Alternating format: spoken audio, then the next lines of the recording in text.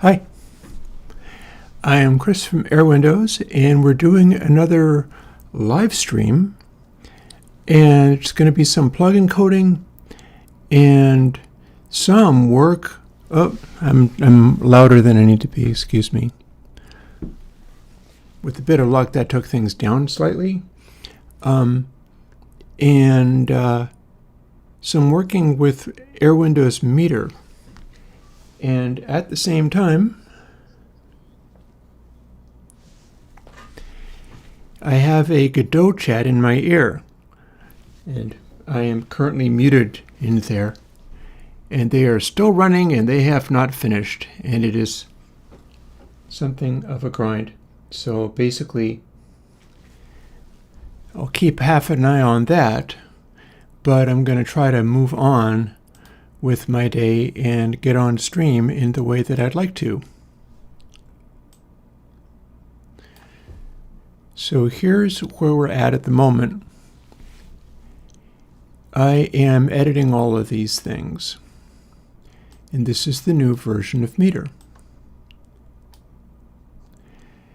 And so what I'm doing is going through. I'll be able to focus a little bit better when the Godot meeting is done. I've taken the earpiece out of my ear. Oh, Julian's trying to talk.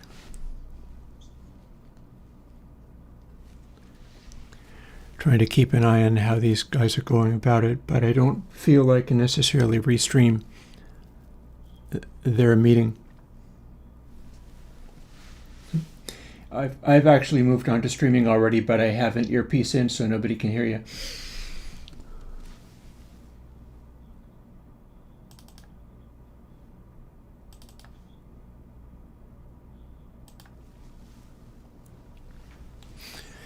So basically what I'm doing here is I am sort of rolling into my streaming day by doing a little bit more work on this, and then we will have a look at where I've got so far. I just updated it this morning.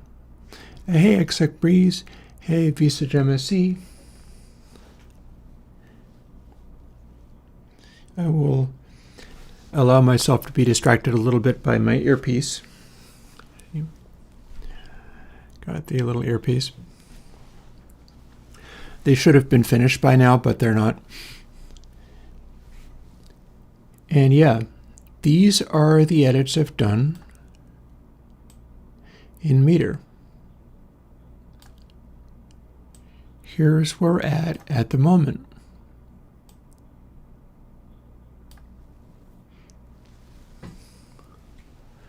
Their Godot meeting is talking about architectural things in the Godot engine that I don't understand.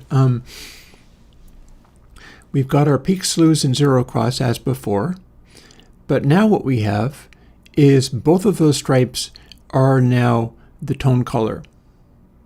Neither of them are the score, because the score is just this little C over here. I'll be bringing it back over.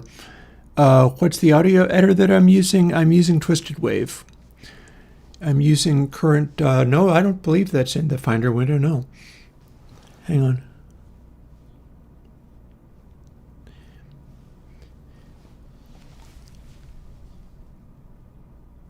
The Godot meeting is getting into an argument.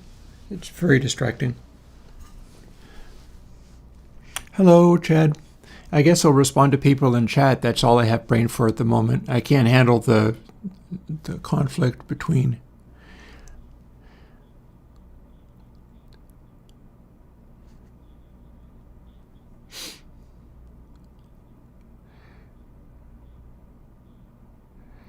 Yeah, this is my plugin Meter. I'll bring this up. I'll start talking about this in a minute. You gotta forgive me. I don't usually get jammed up like this. I could be playing these folks onto my stream, but nobody has given permission to do that. So we will just sit here and ask any question you want. Also, why am I so damn loud? Dang. Let me hit this button, and then I'll be slightly less loud, hopefully. I can move my microphone away. That'll make me be slightly less loud. Yeah, I'm doing my best. So yeah, show up in chat, say hello, and I'll say hello back. If you had any idea what a mess all this is. We're looking at the sort of Godot internals for their software. So what's going on there, and they can't hear me right now because my microphone is off on that laptop, is I have like 500 plugins that could be part of the Godot engine. In order for that to happen, somebody needs to build a translator that can read in VST2 plugins and export Godot plugins. And I can't do that. I cannot produce the script that reads in a VST plugin and spits out the Godot plugin because I'm too busy making more VST plugins. But people can do it. Bacon Paul did it back in the day. That's how you have consolidated in the VCV rack port. And Bacon Paul is not willing to do that this time. And so somebody else needs to do it in order for that to happen. That is the Godot. It doesn't moving as fast as the... If you see it moving, that's because the code on the screen is moving. It's not actually chat that you're seeing. It's a voice chat. I have it on this little earpiece. So what you were seeing was just somebody scrolling the code base. And this code base is like a game engine code base that is over my head. So let's jump back to this. I have a reading for, this is Elton John's Goodbye Yellow Brick Road, and it says BBCA. I was explaining this, but I'll put it back to here. So if I do this, and I go back over here, and I type B and then lowercase BCA, I'll get to update that, and we can move on to something else. So BCA. The lowercase matters. I'll get on to what that means in a moment when I can think. While I can't think, oh, I made a mistake. So what I need to do here is move to selection start, and then the new way of clearing this, rather than having a reset button in the corner, you see there's just this neat little frame. I double click it, and now it is starting over. Well, I mean, I can take the source code, but I'm providing a VST2 plugin. That's what Bacon Paul's been reading. I'm able to provide it in a way that is very, very translatable. But there is a format where people have Godot plugins. There is such a thing as a generic interface Godot plugin. I think it's already implemented. I don't have the ability to, first of all, go and manually do 500 of them, and then do another one every single week. So I'm looking for a script to do it for me. There is somebody in that chat who promised that they would make that script, and then they said they did it, and they said they succeeded with it, and then I never heard from them again. So I don't know what's happening, and they have not spoken up. They're in chat today, but haven't spoken up yet. So that's where we stand. Is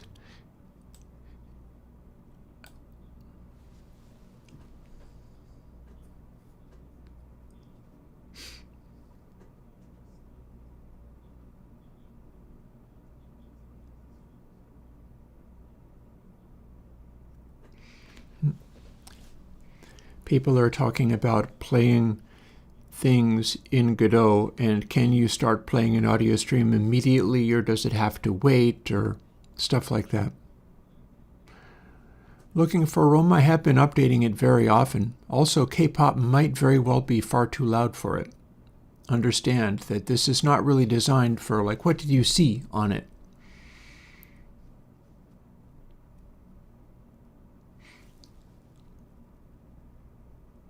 Oh, the leader guy just said he was going to do a thing, and then after that he would end the meeting, which is good because he's like 10 minutes over the end time. I'll explain more about all of this once the meeting stops. I have the meeting in my ear, and I've been showing up to these and helping as much as I could. And in fact, I spoke up earlier because they were talking about bringing in a library function for like translating stuff into spectral processing and so on. Oh, Sick Breeze mentions, I wanted to ask you if I could write you something. Well, understand, the email on should work. I don't see why not. If there's an email on my YouTube, that's a real thing. I'm also jinxtiger@gmail.com and jinx6568@silver.net. So you might look into the Airwindows website rather than the YouTube isn't necessarily the best way to get emails and things from, because, oh my God, that would become completely ridiculous.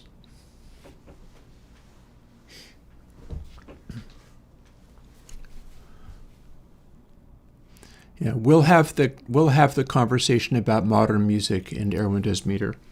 For now, bear with me and ask questions if you want. I should be able to answer those. And I'm going to continue processing these, because then we get to look at how they all measured up.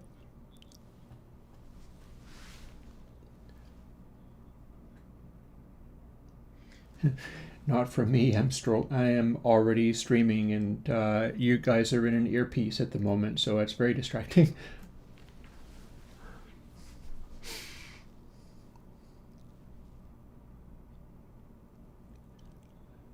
Plus A EBD.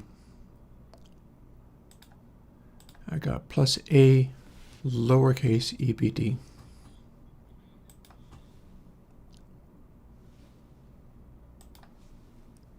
Hang on. Plus A. And they finished up. That's quite a relief. That was way more challenging than I really wanted. Yeah, no, I'll explain all about that. I'll explain what all of this is about in a moment. You caught me trying to interact with the Godot game engine, which is sometimes difficult. I think a lot of people find it difficult, honestly. It's walk into an open source project, and it is as much a social experiment as anything else. So you interact with people and are nice and try to advocate for your ideas and stuff. And the challenge there is always, is somebody going to show up, have an idea, want it implemented, and then never show up again? Because that doesn't actually work with an open source project. That's one of the reasons I'm continuing to show and not leave before the meeting is over. I get to shut off the laptop now and properly focus, and also drink the last half cup of my coffee. And give me a moment, and then we'll continue a little bit with this meter stuff. Because again, I was updating this just this morning. If you downloaded Airwindows Meter before literally this morning, there's already a new version of it. So yeah, that is a plus A. That's actually very high score here. And it was EBD? Yeah, that was EBD. And then the next, I'm basically counting from the smallest songs so that I can have as many of them evaluated from as many different categories, like multiple kinds of hit record or ones that I have used in videos before. And I'll double click it to blanket and then start over.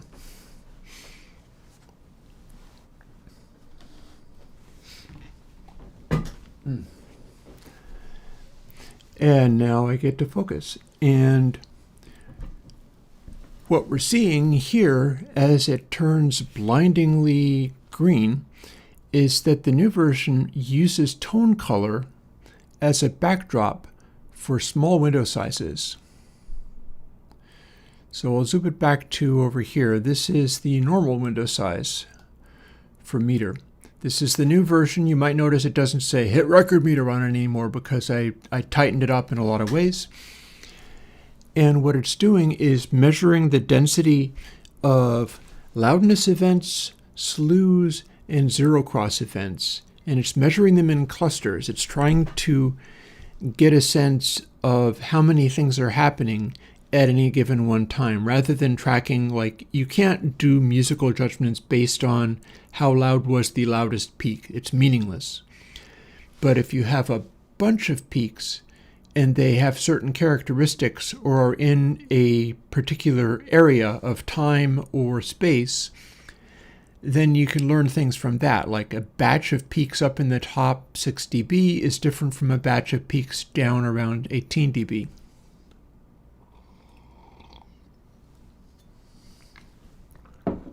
And the slew meter, likewise. Zero cross meter gets interfered with if you have too much high frequencies. Here is something where looking for roam, if you were into bass music, that would give you a different perspective on whether you're able to have the kind of brightness that you want. Particularly, like you mentioned K-pop, but also hyperpop is very prone to extreme brightness. And if you like bass music, you can't have as much brightness as you would otherwise have. So what we're doing is looking at sort of the full size of meter as it's drawing these various things. We can expand it out. On the side, it basically just says the score in this corner. It says tone color. Both of these bars are the same color, but it's being drawn along with the dots. So this is color over time. It just happens to be sticking around at very much the same color because this particular track doesn't vary very much. And that's the basics of what this is about. So the big update this morning, which I'm quite excited with really, is tracking down something I was observing in these category scores. Because you'll notice it says loudness F, detail G, fullness C. Those are all lowercase letters, but I also have uppercase letters on tap, and you might see them in an upcoming track as I continue to do this. This is not a very complicated track, honestly. And if I scooch up to here, we then see that, like, here's the track, here's the fade, and now it's stopped. And you see that the color has been very similar this entire time. So these kind of count up to the letter A. Low scores and not as much happening, or like this fade would be, like Z, V, W. And as things get louder and more intense, the letter goes up. And this one was not very loud or intense, so we will say it is uppercase C, F, G, C.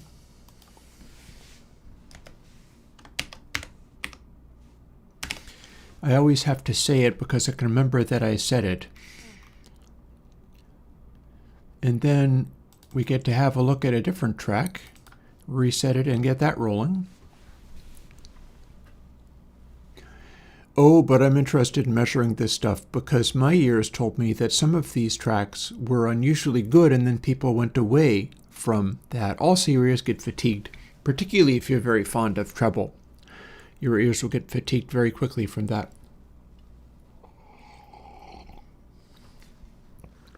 So, this plus A represents a really high score in a particular kind of way. What it means is that each of these categories are largely balancing. But notice that there's another capital A in there. That's some of the stuff that I did to change meter this morning. Because I had measured a whole bunch of tracks A lot of these are sourced off of vinyl because that's what I'm trying to make possible to do again. Not so much be able to do vinyl, but make sounds similar to what has largely been abandoned. And notice that K-pop sound is certainly not abandoned, and you're not going to have any trouble doing it. But if you want to do sounds like the kinds that I'm studying, there's no support for it. All you're able to do is go and find some plugin developer who says that they have made a retro plugin for emulating some damn thing. And then they won't tell you how to use it or anything like that, and you're completely at sea. So that's what I'm here for. So what we're doing here is analyzing hit records on the basis of how they chalk up in each of these categories. Loudness, and loudness is emphasized by how it relates to slew and brightness. Slew directly, and slew is measured, you see the red dots showing up there now that it's getting brighter? Slew gets highlighted when it is a departure from the amplitude that's currently being played, like brightness that sticks out more. Your K-pop, even if it was very quiet, would stick out a lot more that way. And then the bottom isn't available on anybody else's meter unless they use mine and then build it into theirs. And it's a zero cross meter. It is how long the audio waveform has extended before it crossed zero again. So it's like bass amplitude. It's bass projection beyond everything else. Stuff like Burial or whatever, like Future Garage, will tend to be very bass heavy. And it looks like we've finished up on this one. So what you see when you see all capital letters like that, the original way of writing these out was using all capital. Now, one of the things I'm talking about is I'm going to need to make another video. It's changed so much even since the last video that I made, and I didn't do a good enough job of explaining it, and I'm just going to have to make another video, which is fine. Like, that can be this coming week. I'm putting all the effort into updating this plugin in order to keep it going. Here's what I hit upon this time around. When I was measuring all this stuff, and let's see, that's all caps, so it's A capital ADF.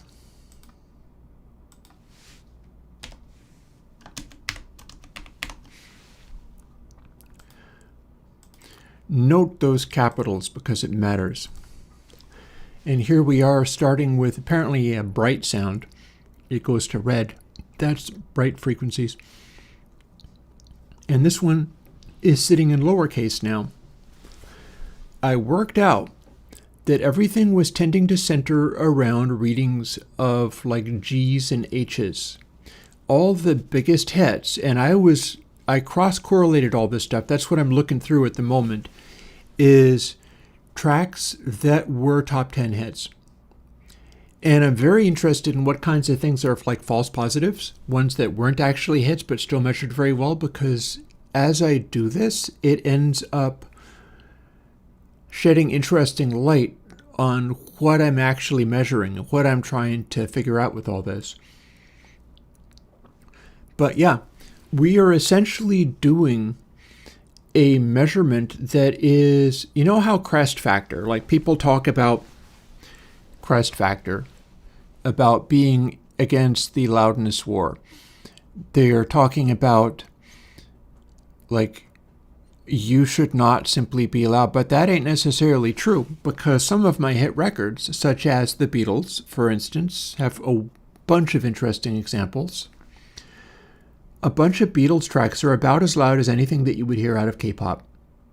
Not really, like you're about 4 dB down or so, but they would sit in a mix right next to modern music without seeming wildly out of place. They'd sound wildly different, but they wouldn't seem wildly quieter, and that's because, like we see in these meters here,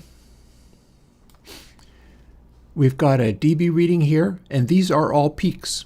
These are not RMS, these are all peaks. They're color-coded based on whether they're bassy or bright. Like red means bright, green means bassy.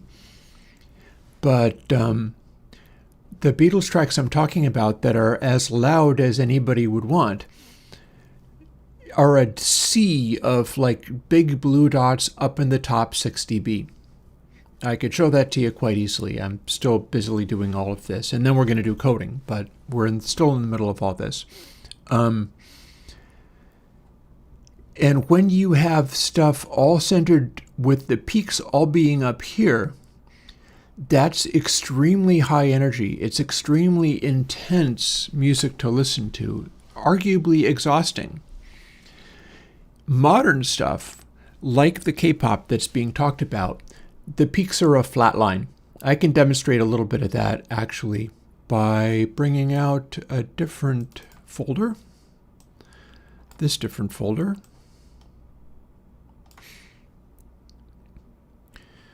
And then going to other CD. And we got like Ricky Martin and Skrillex and stuff here just to compare things with. So we can do one of these too. But what I'm finding with this is the records that sold large quantities back when people were willing to pay for music have some characteristics in common. I'm not analyzing any K-pop song. It wouldn't look like this. I'll show you what it would look like. One of the things that I've been doing with Meter is setting it up so that it more accurately measures extremely loud or aggressive stuff. And then the final detail there is setting it up so that it can handle things like this. Handle things like this is a track sourced off of vinyl. So the peaks are not taking up the full audio here. RMS would be way below even that. I'm not even tracking RMS at all. It's not interesting to me. I'm tracking peaks, I'm tracking slew, and I'm tracking zero crosses. And that's capital C, B-E, capital B.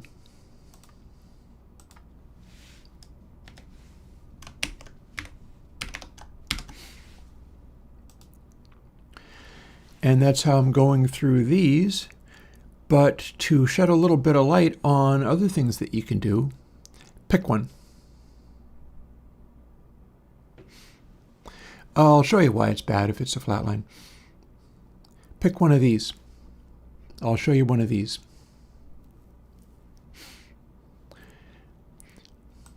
Actually, I'll set it there and then we'll move on and do another one of these. Oh, well, that's a bit of a waste. Okay, here's an interesting example because this is not going to measure properly. I'm counting it, but it's not going to measure properly. This is a track sourced off of vinyl, and the vinyl was excessively crackly. Ooh, well, the sign is actually not a very good. I think I should go with the Skrillex instead. I can show you the sign. I'm happy to measure it, but it's not going to do what you think. It's an old CD. Actually, let's ditch this. That's off of old vinyl. And the amount of surface noise on there is causing the high frequency readings to go crazy. I knew that would happen. So that's not going to get a good score, first of all, because it's artificially being made to be bad. But then it is also, not good to listen to, first of all. Let's set that up there. Scary Monsters, A. And we'll do the real Skrillex mix. You can see by looking at the waveform that this is a modern style one. So there is no K-pop that is really that different from this. Watch what you see when we do this. And I'll double click it so that we blanked it. And let's also expand this so that we can actually see the tone color will be showing on this. But we'll see it drawn in these stripes.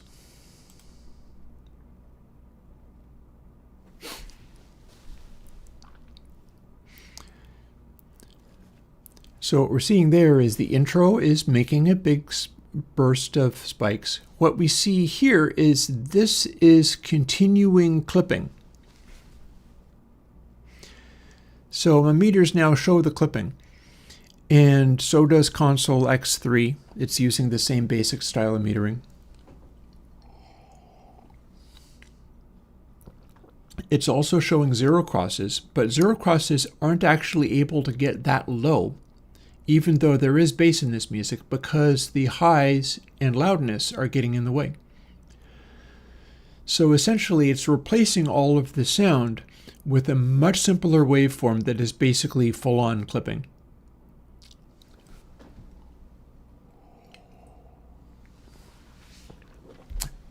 While I was doing the Godot meeting, I left a fan going, which I'd like to shut off, and I'm also finished with my coffee, so let me leave this playing for a bit. I'll be right back.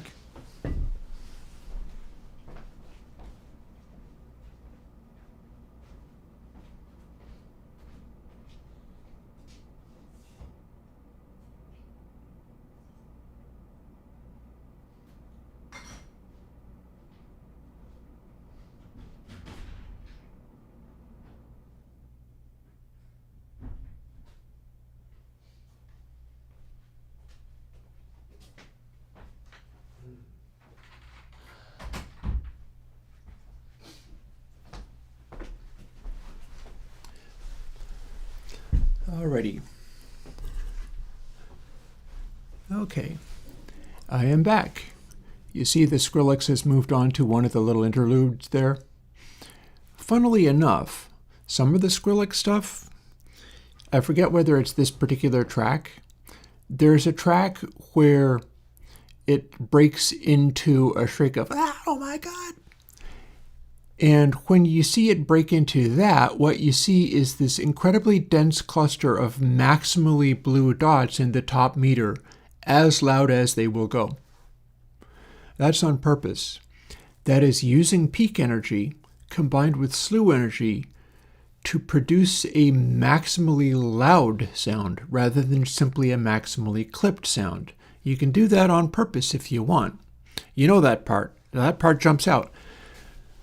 Consider the idea that that part jumps out because interesting things are happening with the peak energy that are dense and full of character and variation. What I find, and what meter measures, is that when you have variation in stuff happening, it's more interesting for people to listen to. Similarly to how a distortion sound off of a guitar sounds better when it's more of a cloud of peak energy rather than just straight up digital clipping.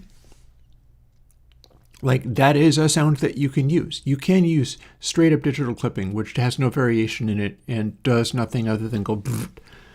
But when people go for sounds, even for sounds that are maximally loud and overwhelming, they typically go for something other than that because a straight up digital clip isn't interesting. It always goes to the same spot. Our ears tend to reject it. It also sounds really hard when the sound only goes to one spot.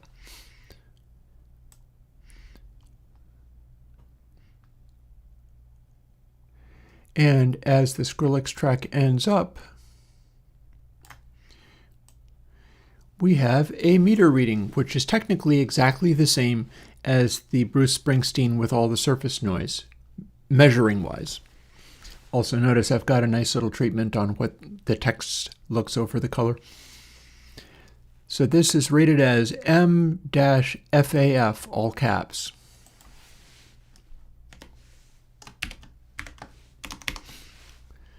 So there's a purpose. Also note that A in those three letters because it matters.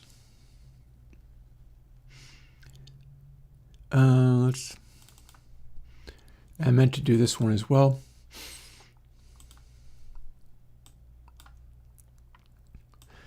This, on the other hand, is Ace of Base, The Sign, off of an old CD. This is essentially classic Swedish mix. It's Chiron Studios. And it's extremely bright, it's extremely bassy, it's also extremely dynamic. You're looking at peaks. Up here, that's peaks. This is the waveform.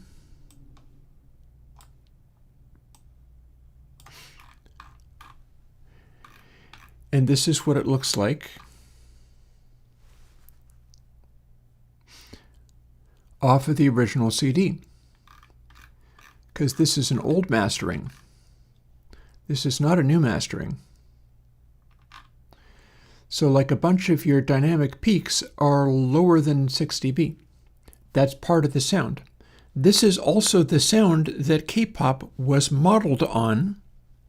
Your classic boy band kind of stuff, your Backstreet Boys and NSYNC and so on and so forth, all came from out of this studio community. So that's worth noting, that in a way this is a target for what some styles of sound can do. There's more impact when the dynamic peaks are able to do what you see on the screen.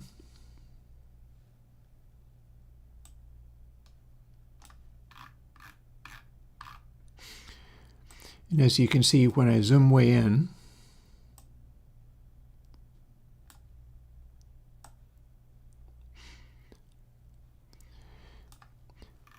this is zoomed all the way in. It's not just a squished sausage. No matter which way you look at it, you're seeing a bunch of variation in here.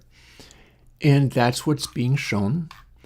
And again, I can't emphasize this enough. This is the target for a bunch of your K-pop style stuff. It's based off of this kind of sound.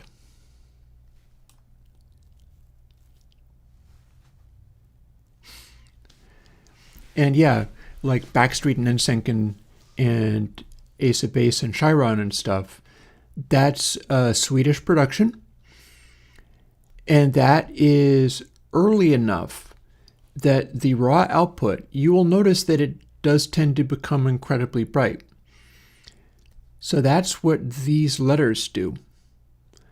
Loudness A, detail F, fullness E. The thing that I added to my code this morning was lowercase versus uppercase. Again, I'm finding that some of these measurements, there's a sweet spot that tends to go along with hit records from whatever era. This counts. Ace of Base counts even if it's not off of an old vinyl record. I could show you like Chuck Berry. It would follow some of the same rules. I could show you big band music. It would follow some of the same rules. Departing from these rules isn't always something that leads to great results. Like, you don't get to just throw this stuff away. Because when you go with loudness war type stuff, all that happens is everything becomes unbearably loud and fatiguing, and people don't want to continue listening to it over and over. They want to go and find a new thing to be maximally exciting and loud and so on. So let me see. F-A-F-E is this one.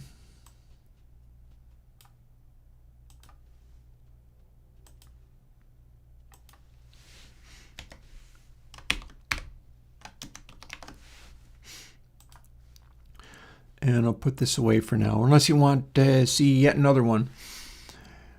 Feel free to name another one in here. I will finish this up momentarily.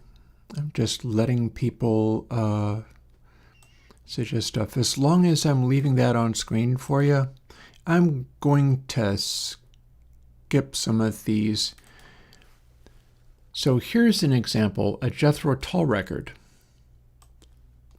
This is from the record Aqualung. You could not get something more different than K-pop and Aqualung. With this album,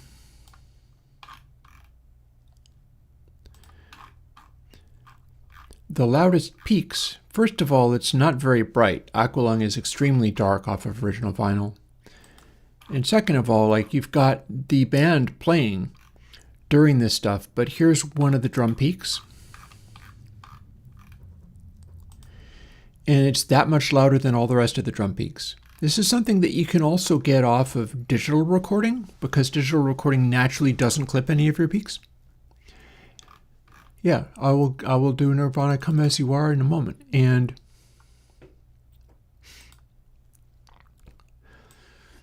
what we see when we scroll out and look at, I guess it's hymn 43.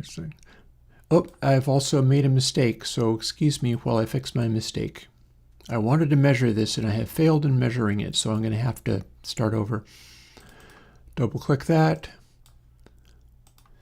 I had been looking at a thing and I needed to not be looking at the thing. Got to move to the start and then observe what the peaks are doing as this gets going. This is actually starting out with full band and piano and guitar and bass and drums and everything. But it's kind of a vague cloud because this is a 1971 record. So this has that sound to it. And this is what it sounds like when they're blasting away at more or less full loudness. You'll get a similar thing off of Rolling Stones records. One of the things that they gained in the early 70s was the ability to have fullness in bass.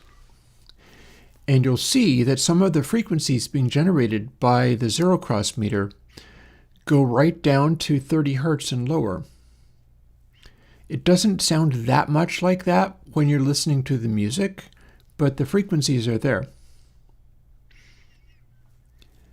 And then the total balance between loudness, brightness and detail, and zero cross, all measured in terms of events, are giving rise to the letter that I show here.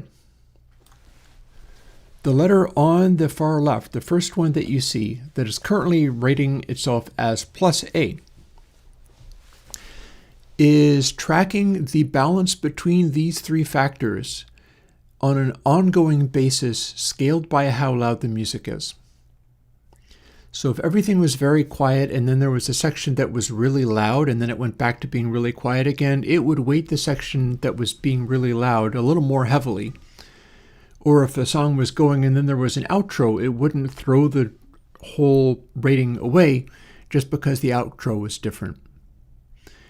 And then what you're seeing on the, after the dash, the lowercase ACA, is kind of what I was talking about earlier, where we're measuring how these categories of sound balance, and they're being measured as like clouds of musical event, rather than just a maximum recording, a maximum level or something.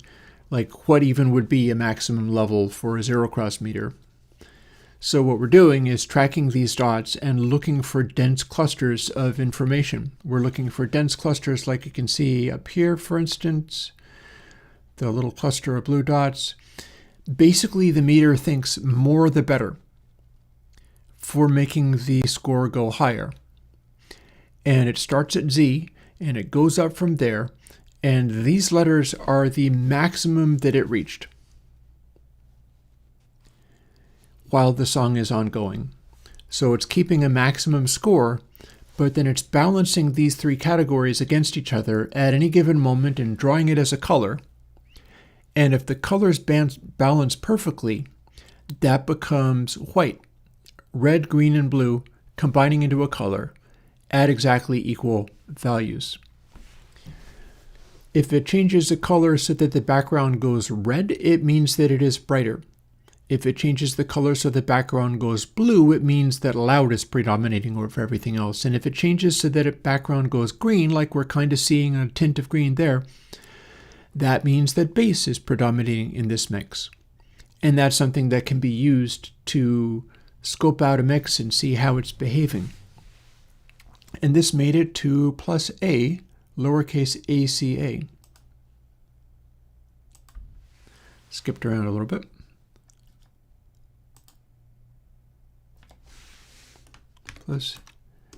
+A, lowercase ACA. I'm going to do one more Oh, actually, I got asked for something. I'm going to do what was asked of me. Let me scroll up. I was asked for Nirvana's Come As You Are. Notice something here? This is another CD from before Loud Nation. It's bright, but this is not peak limited, like at all.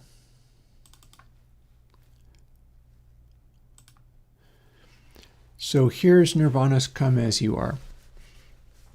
It is starting with more of a bassy sound because everything is all green. And then the music is kicking in and it's editing this. I can scroll it out so that we can see what the detail and stuff is doing. And yeah, we've got the color changing. It's drawing tone color at any given moment. I can also make the frame of the plugin do the same tone color. And you can see that you've got peaks here. The drums are standing up above everything else. That's going to help you have drum impact if the drums peak louder than other things. Typically anybody, even if you're doing like K-pop or hyperpop, we would still be paying attention to that. It's just that your peaks would always be up at the absolute max. With this, any mark that you see here means that we're peaking. The peaks are as loud as they will go. This is high frequencies, and there's a lot of high frequencies going on. And then this is bass, and it's a rock style mix, meaning that we don't have lots of stuff going down to like 30 hertz or whatever. And the combination of sounds we're getting out of it leans in the direction of bright.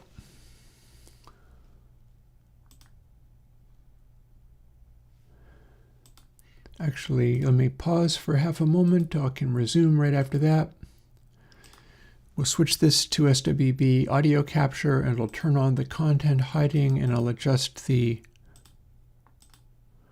Where'd that go? Where is my gain trim? There it is. It was over on top of... Yeah, I should be able to do this. I probably need to relaunch. Don't mind me, I'm figuring it out.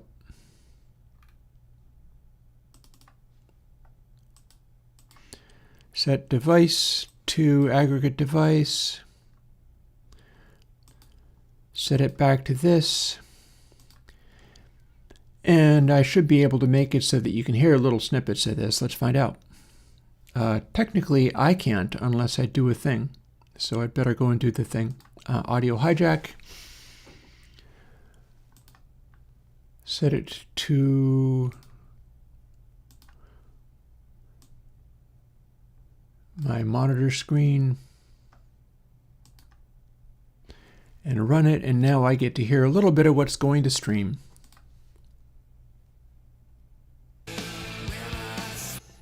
There. So now you can hear little snippets of this. So this is Nirvana's Come As You Are. I'll turn it down even more.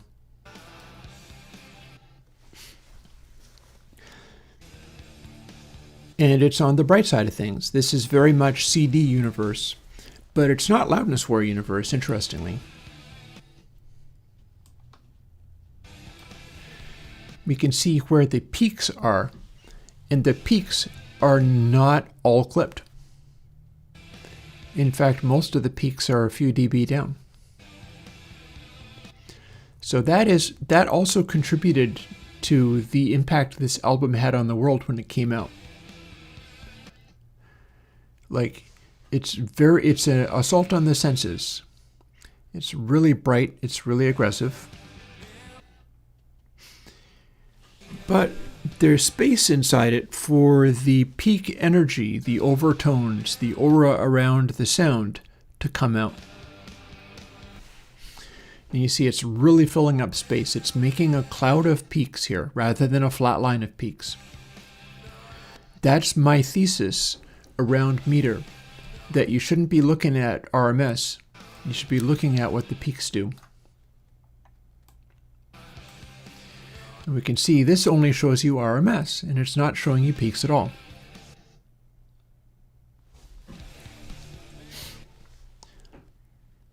But yeah, this is going to give me a result that I can measure. And then I'll show you something really striking, and we will leave this at this volume. Like, I can basically talk over it and it's fine. But I'm not going to adjust that for going to the next track, because the next track is a shocking difference. So FAFC. Also notice the A. Consider, like, you probably figure that you would want the scores to go to A. The top hit score on the far left actually can go to plus A. But the idea is, oh, hey, let's make all of the scores be as high as possible, because we're gamifying the meter, right? It shows a score, so therefore you should compete to have the highest score. I've done something literally this morning to alter how that handles. My thesis is all of these hit records will tend to give you A ratings somewhere in those three categories. Like, you probably have at least one rating that is showing up as an A. See at the bottom of the screen where ASIF based the sign was FAFE? And Nirvana's Come As You Are. These are CD Universe, FAFC. They are producing an A rating on meter in the loudness category. The thing that I didn't tell you and that I've been working towards for a while here is my letters for these scores now count up from like T. Lowercase t all the way up to lowercase a, then uppercase A, then uppercase B, C, D, E, and F. So technically you're looking at numbers, or at scores that are reversed from what it originally would have been. Because what the original form of this would have said, any previous version of meter, it would have told you F, F, A, C. Because the brightness is the one that went to the ultimate overwhelming maximum volume, and the loudness did not. But what I'm suggesting is that the ones that go to that particular density of event, whether it be slew, whether it be loudness, whether it be fullness, that density is the one that kind of rings the scorecards there. And so I'm going to go and write this down first of all. Come As You Are was FAFC, and of course all caps because it's from the CD Universe. And notice that there's an A in there. Notice that there's an A in ASIF Base the Sign. Notice that there's an A in Skrillex. In that case, it is the highs.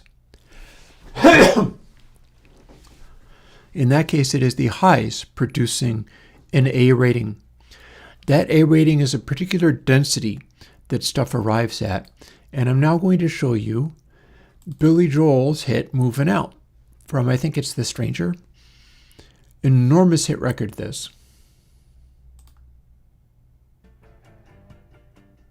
And I've not changed the volume setting at all. So what you can see here is that none of our peaks are anywhere near clipping.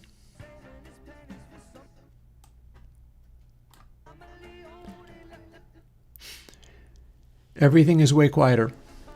It's a little bit like that Ace of Base, only even more so.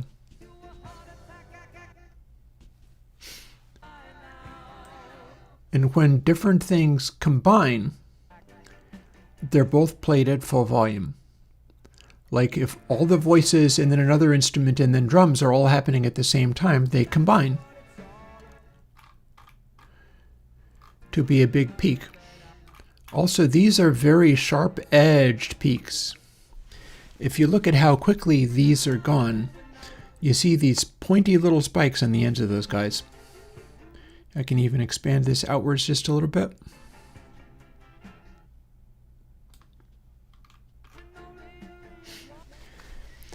So those drum spikes are really steep. These are not very squished sounding drums. And in fact, I can expand meter out, and you can see what the peaks are actually doing up here.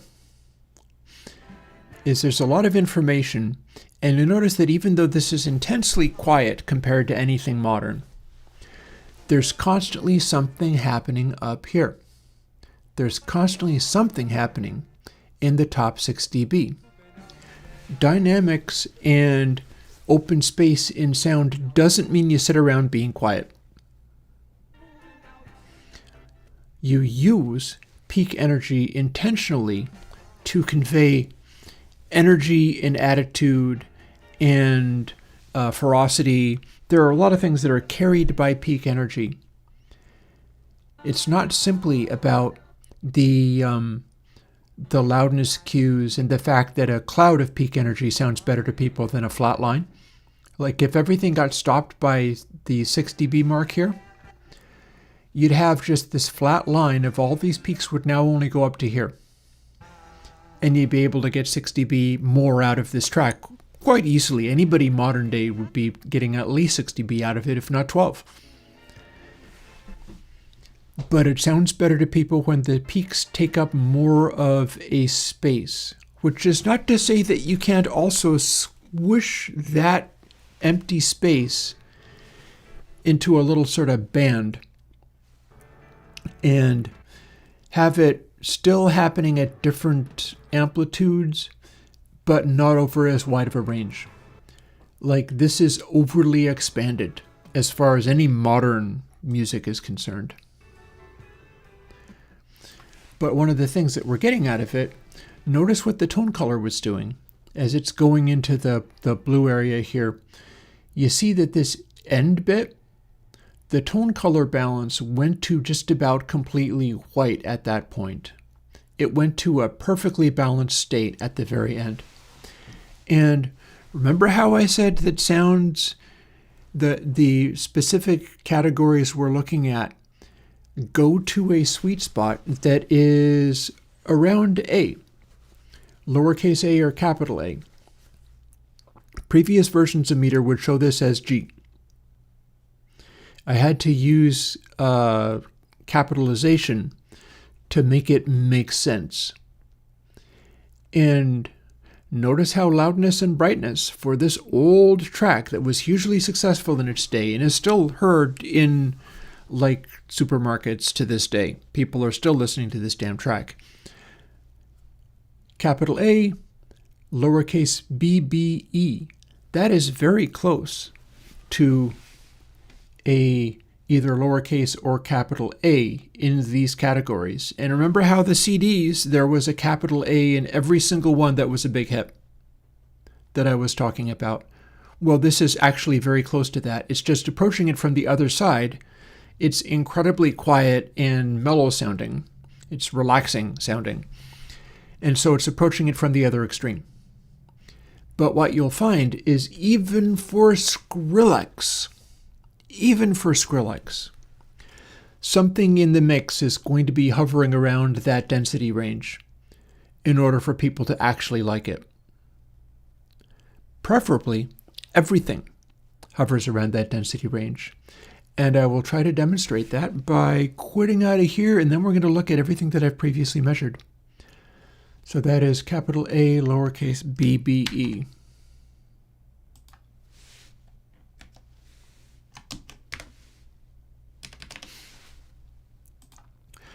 And I'm not going to include these in there, but eventually I will. But I have a whole bunch of other CD-sourced stuff to measure. I've got stuff like Depeche Mode from really old CDs where it's incredibly dynamic. Like the loudest song on the CD goes to peak, and then everything else doesn't. Entire songs are like 3 dB down on these old CDs. And then this stuff, this is all from vinyl records, because that's what I don't get to hear anymore. Why I don't listen to things like Spotify or whatever is I do this instead, because this is what I grew up on and it does something special. It does something different. And here are all of the ones that I need to measure. As you can see, I have a big collection of records which I am studying in various ways. I can start alphabetically. You notice we've got some AC/DC up in the top there. I got a big old Blue Oyster Cult collection. That's quite fun. Some of it was even a hit. Don't Fear the Reaper was a hit. Joan Crawford Has Risen from the Grave was a hit for Blue Oyster Cult. I've got Boston. Boston made multiple hits, and Boston is also a band where they came out and everybody was like, oh my God, listen to this. Was the whole idea. Was, you got to listen to this. Oh my God, listen to these guys. Listen to what it sounds like. Listen to how amazing it is. Run this through meter, it's all about the peaks. It's way more peak happy than RMS happy. The peaks do that little cloud thing like the Beatles albums do. And then when we scroll down to the bottom, we'll see everything that I've currently measured. Ordered by score. So my lowest scores are like, I've got a Beatles track in there, Casey and the Sunshine Band. You can see where they aired because like Casey and the Sunshine Band Boogie Shoes, that's a disco track. And one of the things about disco was it was another area where the high frequencies came to the forefront. So if you like the K-pop and you like things being incredibly bright, you would probably also like some of this disco because it has that sparkly quality. And it measured as E capital A G. Notice about the capital A though. I was talking about how things tend to be bringing these high scores, and I've rearranged the scores so that those areas of density, it goes from lowercase t up to lowercase a, uppercase A, and then beyond there to uppercase F. And I've gone through and measured stuff that I've done videos about before. But then also I counted only hit records. I've got plenty of more records and plenty of more hit records, but these are only hit records. And then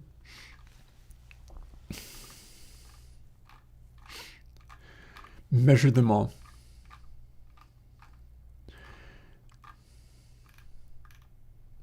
Weirdly, the one that hit the highest for me was one that I included just because I thought that it would be great to show people what this sounded like. Harry Rag by the Kinks is not the biggest of hits, but I thought it was worth demonstrating because there was a vibe to it. And it just so happens to hit an incredibly high score in Airwindows meter. What else? Well, the one that I just did, Hymn 43 does. Led Zeppelin seems to be putting up a really strong showing this time around. That tells me something. Led Zeppelin made many hit records. They sold a lot of records.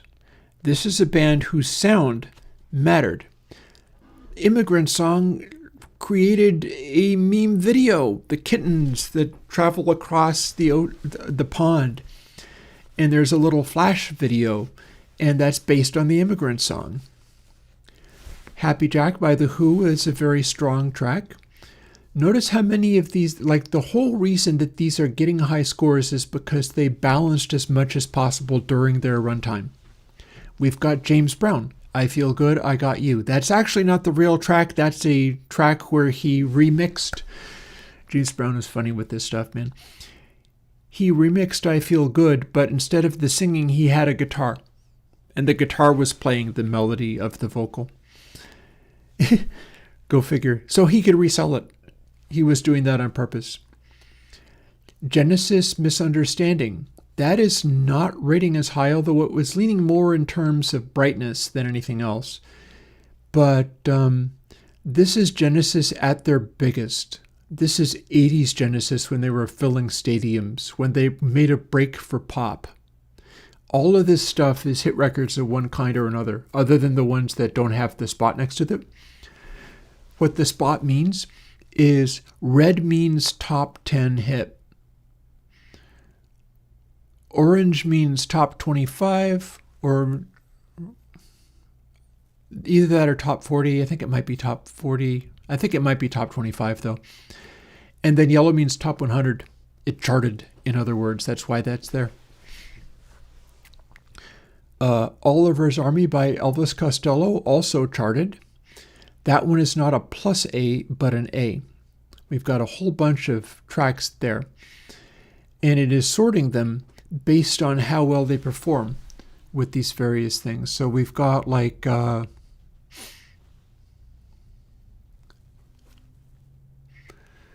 first Police track, although I'm going through the entire Police catalog to measure that. I'm interested in how those things shape up. We've got an old Kinks track because I went and measured all the shortest songs I could find. They're simply by size and nothing else. By size and by being a hit record of some kind. And it really makes a lot of sense. We've got Fleetwood Mac, Don't Stop right next to the Kinks all day and all of the night. I don't know what else you could possibly have that would line those things up and flag them both as being worth note. But the current version, I've got Benny Goodman riding high again. Big band music, but it has some of the same characteristics. Jackson 5's I Want You Back. So all the stuff that is measuring as really high is stuff that's carrying some weight as far as being... You might feel like you see some ringers in there. Like, for instance, Jake Giles' band, I Do. If you're a Bostonian, you remember... If you're a Bostonian and you're as old as me, you remember this being all over the radio at the time. Jake Giles' band hit really big with the Freeze Frame album, but this is from a previous album. But this track is a boppin' little sort of rock and roll track with like saxophones and a harmonica player, and it's like a little soul review. And that track was all over the radio, man. That track was blanketing Boston radio. And Meter has decided that it is rated A, not A+, but A. We got Beastie Boys right next to Joni Mitchell. Beastie Boys Sure Shot. Note that the measuring has them sitting around equally. Like Beastie Boys Sure Shot is A capital CCD, and Joni Mitchell Freeman in Paris is A lowercase CDB. So they're about equally far from that perfect balance, just in wildly different ways. Also, both of those Cat Stevens songs are very full and thick sounding. They're like A and BD or BE and then capital C. I'm not even sure those are from the same record, but he clearly had a sound. And this is outlining what the sound is. They're lining up pretty much in the same place. The little Cat Stevens section, apparently. We've also got a Beatles section down here. Day Tripper and We Can Work It Out. Both of those are A for the fullness section.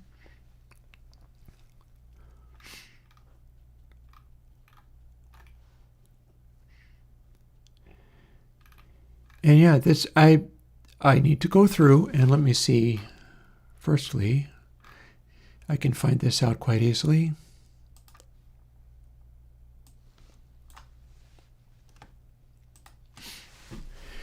I have 1,245 more tracks to measure, which I started this morning doing them. So that's a lot of work. I'm not going to be able to do that on stream. I wouldn't make you sit through that. But it includes all of these different bands, all this different stuff. Like here's a cute one. Oh, Not that I'm renaming it or anything. Let's just launch it. Here is Def Leppard off of a vinyl record. It's a photograph. It's a classic Mutt Lange recording. You can see that during most of the track, here's how loud the drums are. And here's how loud everything else is. And here's a sort of grand climax as they work their way up to a fever pitch of rock and rolliness. And if we play this record through Airwindows Meter,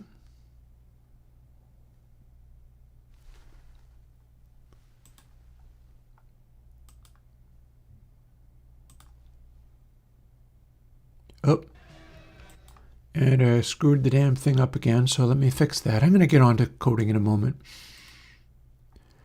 I just felt like showing this off might be fun.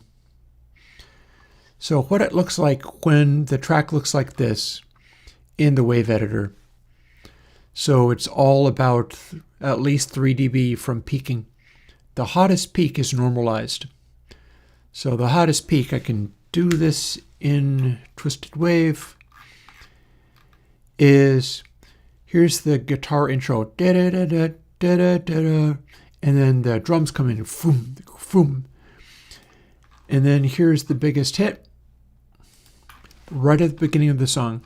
Also, notice interestingly how triangular shaped everything is.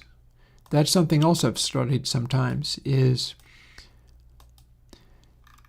the way we end up getting sort of fractal looking things out of the waveform sometimes. This is a drum hit, but it looks kind of like a triangle wave, even though it is not. This is not synthetic, this is Def Leppard. But this is the shape of this particular drum hit. And then zoom back to the start. Double click to blanket. It's padded down nicely. Let's set it to where I had it before. And it's using content hiding, so my stream doesn't have to get busted.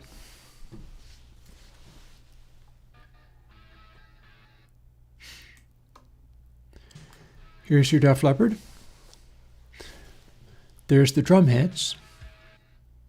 And this is a classic Mutt Lange production. This is also the kind of stuff that things like K-pop draw on when they work on trying to be like bright and detail oriented.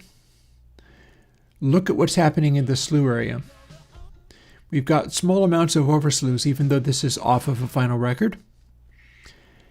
And one thing that Mutt Lange was always very interested in doing is having these spots happening, filling up this space. He always wanted something going on in the highs. This is not like a ZZ Top track, and some old ZZ Top track. Instead, it's always very bright. But also notice what's happening in the peaks. This is not loudinated. Instead, it has a evenly dispersed cloud of peaks from 0 down to about -12. This is a hit record pattern. Well, this is incredibly compressed too, you know. This is part of the sound of being incredibly compressed. Listen to where the voice is set.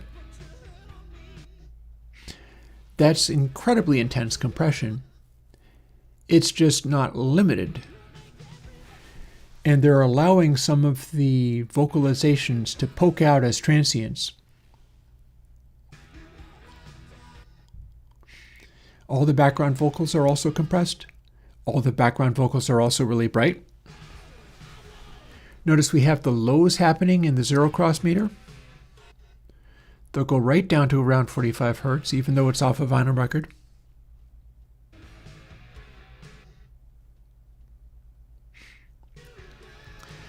And this is a hit record pattern. This is photograph off of Def Leppard's Pyromania, which was a massive sale.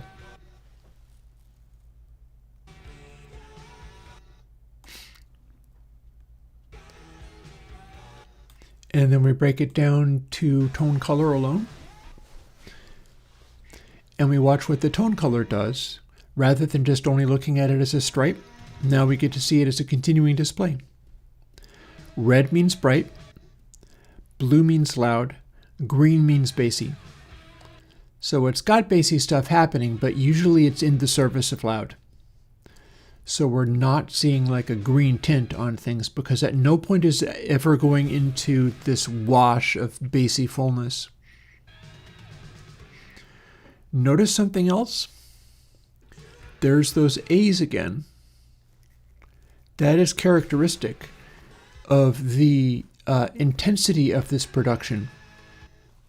He's almost got it dialed in absolutely perfectly. Only difference there is it's covering a broader range and tending to focus on being more loud than perfectly balanced at any given moment. But the loudest and densest areas of this vinyl record, not a CD, not modernly loudinated or anything, you can literally see what the waveform is. It went to AA caps as part of that perfect balance, and something else I've talked about before, it has gone to B in the final chorus. He took it up a notch for the out chorus. That's kind of one of the tricks that Mutt Lange was all about. Like, he went extra hard for the final chorus. So we have what ended up being a C-rated track, but it's capital B, lowercase b. It's really hovering around that balance point where it can be lowercase or uppercase A.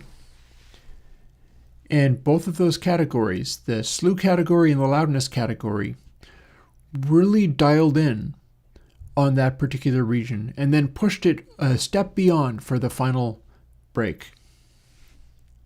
So C, B, B, and then B.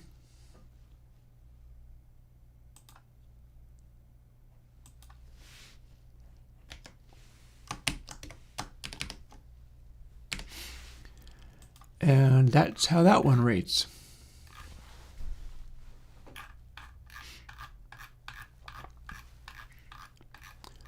Tempted to demonstrate what one of the super high scorer ones does before moving on.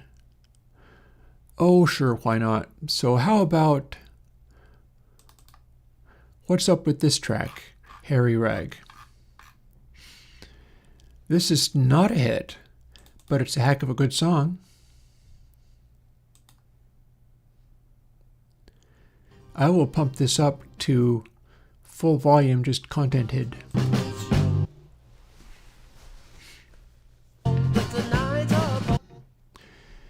This is a hit record sound.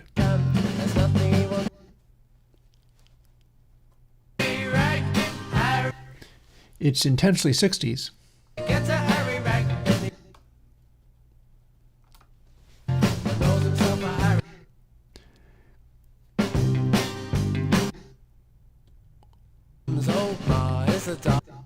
Notice how loud and distracting it gets. It can almost outshout me. And it doesn't really lose that much compared to like modern loudinated K-pop or whatever. Like, this doesn't come off as quiet. We've got a lot of happening in the slew. We've got a lot happening up here. We're even hearing some bass. It's just 60s bass is what that is.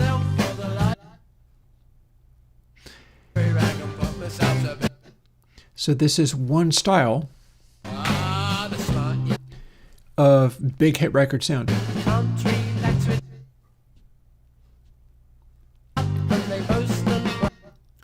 You can vary it, but you can't actually make stuff be that much quieter than this.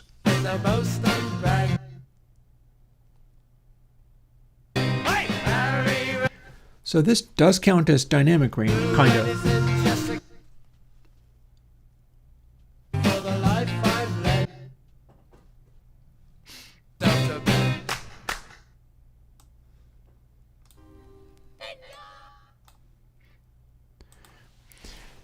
Much like the Skrillex, where there's that scream in the middle, oh my god! Those voices will come across regardless of where it's coming from, whether it's in the middle of a Skrillex track that is otherwise entirely clipped, or whether it's coming off of like a 1960s Kinks track like that. And the weird thing is,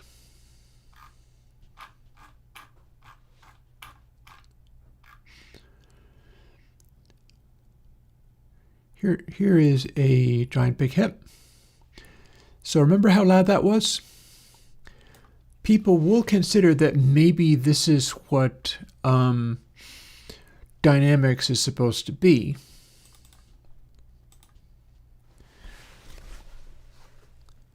So this is also a big, giant, enormous hit.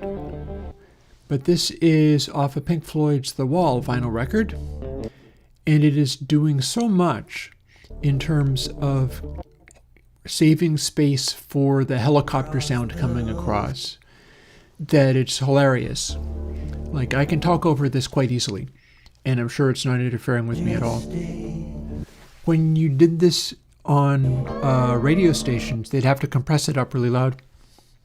And I'm not sure what they do on things like Spotify anymore. I bet they just make it completely flat, with limiting rather than clipping, because otherwise you're nowhere.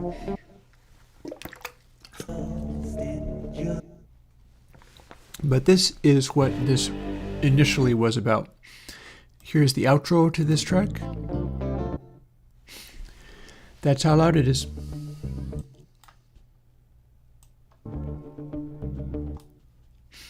There's our peaks, not RMS, peaks.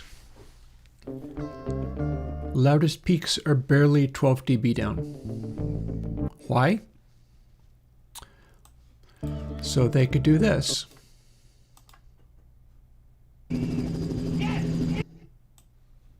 Helicopter.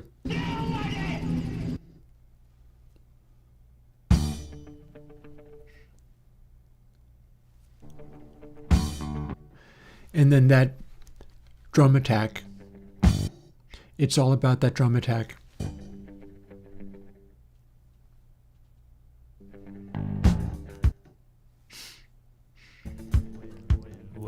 But this is arguably more dynamic than you need. All of the energy hanging around in this mix is between 12 and 18 dB. It's just dynamic spikes above that. I think one of the reasons this does what it does, and I can skip ahead a little bit to where the track is fully kicked in. This is what counts as fully kicked in for this track. They're leaving a lot of space for bass. See how low that is? That's like substantial bass weight at 30 hertz. 30 hertz.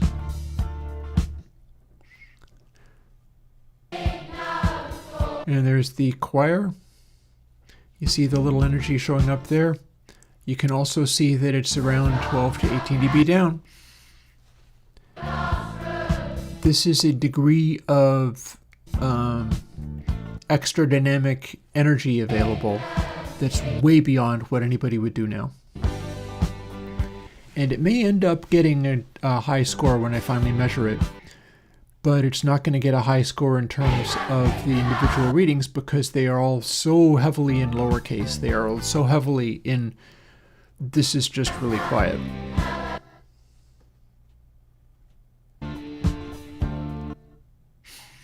Here's the guitar solo at the end.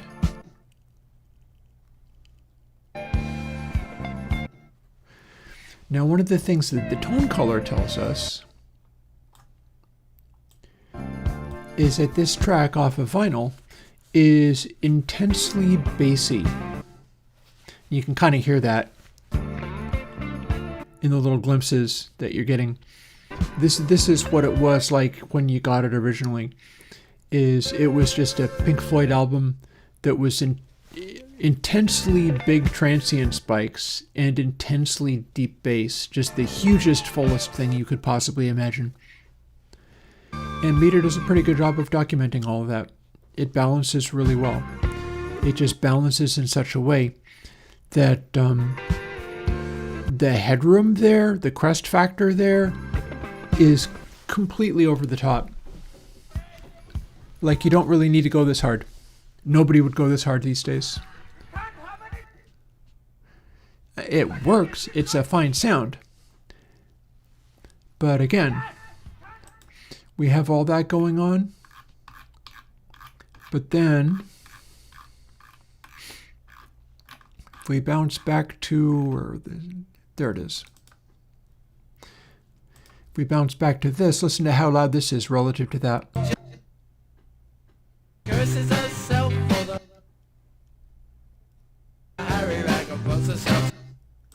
So one of the things about the 60s albums that's really interesting, and that I'm going to need to be looking into as far as promising the EMI Red console thingy for Christmas, is that there's a lot of saturation involved. And that is both saturation of tape and also saturation of the mixing desks that were being used, because fairly often people were doing stuff on old tube desks back in the day. Certainly all of that Beatles up to Abbey Road was all done on the old tube desk that was EMI Red. Same with, I believe, the first two Pink Floyd albums. That would be Piper and I actually have this one.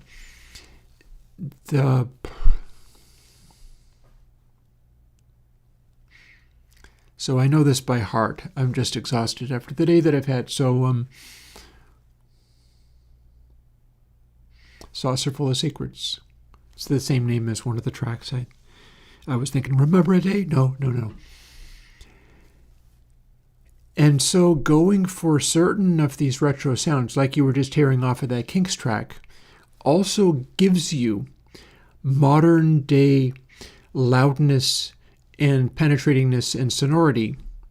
It just gives it to you in a kind of way that doesn't have all of the ear-scraping brightness and overwhelming sloppy bass, which means also that your stuff translates more easily that way. You know what I'm going to do? Before I switch over to here, because I'm going to switch over to here,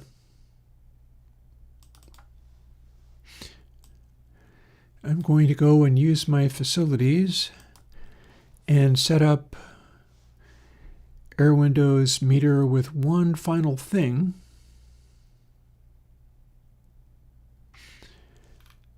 And it is going to be off of the album that I put out. So this is stuff that I just sort of guessed through. I'm going to do a quieter track. How about Touch of a Gentle Actuator? Or no, I'll set up Neuron Factory and then go from there. And we'll set that up with Airwindows meter. And I'll see what kind of behavior that gives me. And I don't have to hide that because that is permissible to be played over the internet. Normally I set it up so that you can see all of this stuff, but what I'm going to do is just have it show tone color, because I'm kind of curious as to what it does there as well. And I'll be right back. I just have to go and take a brief break. Once I'm back, we're going to get heavy into a plugin I am calling Derive-A-Clip, which is about calculating out derivatives of clipping functions. And that's a technique that people are using to do non-oversampling aliasing suppression. But it's going to get a little more complicated than that. At any rate, I'll be back in a bit. As expected, it's all green, it's bass.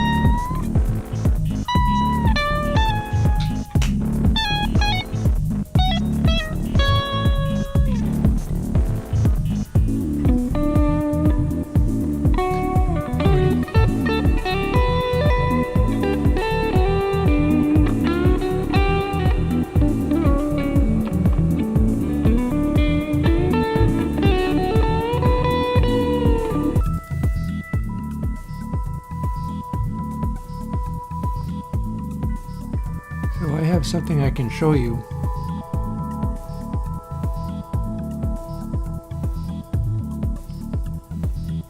Boris, be with you in a moment.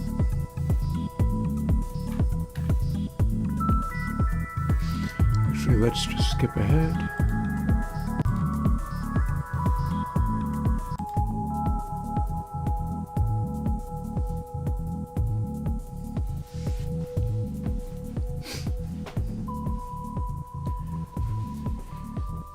So here's why I went to full camera rather than just going to coding immediately.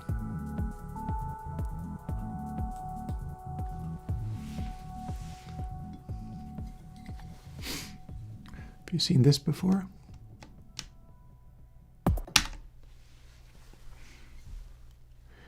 It's a little aluminum box for the stomp boxes I'm going to make using the circuit that I've been working up. And I've now made a whole bunch of little circuit boards that I can base stuff off of. I'm working out the mechanics of how to make that work. And as you can see, I'm taking aluminum boxes and making them brushed aluminum and then giving them a coat of paint, but not just clear paint. Like this would be all well and good, right? It's kind of pretty. Should be nice. But I can do this. So what I'm doing here is hand painting the logo on these, and I've got a couple of variations of this. I have one concept which is this is like fire diamond for the sort of high gain version that'll give you a really intensely saturated sound. This is also the kind that I did my jam in Audio Damage Circa. I ran the guitar DI through one of these. That's what you were hearing if anybody checked that one out. And then there will be another one that will probably be either earth or air diamond or whatever. The colors are slightly rearranged. And that one will use a different transistor, but the same basic concept. And that's probably the one that I would like to use for running my bass DI into the computer. So I'm making progress with these. I've got basically the stuff that I need for these. And again, I'm hand painting the logo on these. This isn't a printed thing. I have to mask it and then paint it with a little paintbrush and like hobbyist paints. And then put a layer of clear coat over that to protect it a little bit, which I suppose it protects it a little bit. I mean, it's paint. What do you want? It's the same thing as like if you bought a painted Fuzz Factory or whatever. It just doesn't look quite like a Fuzz Factory because I did an Airwindows style thing.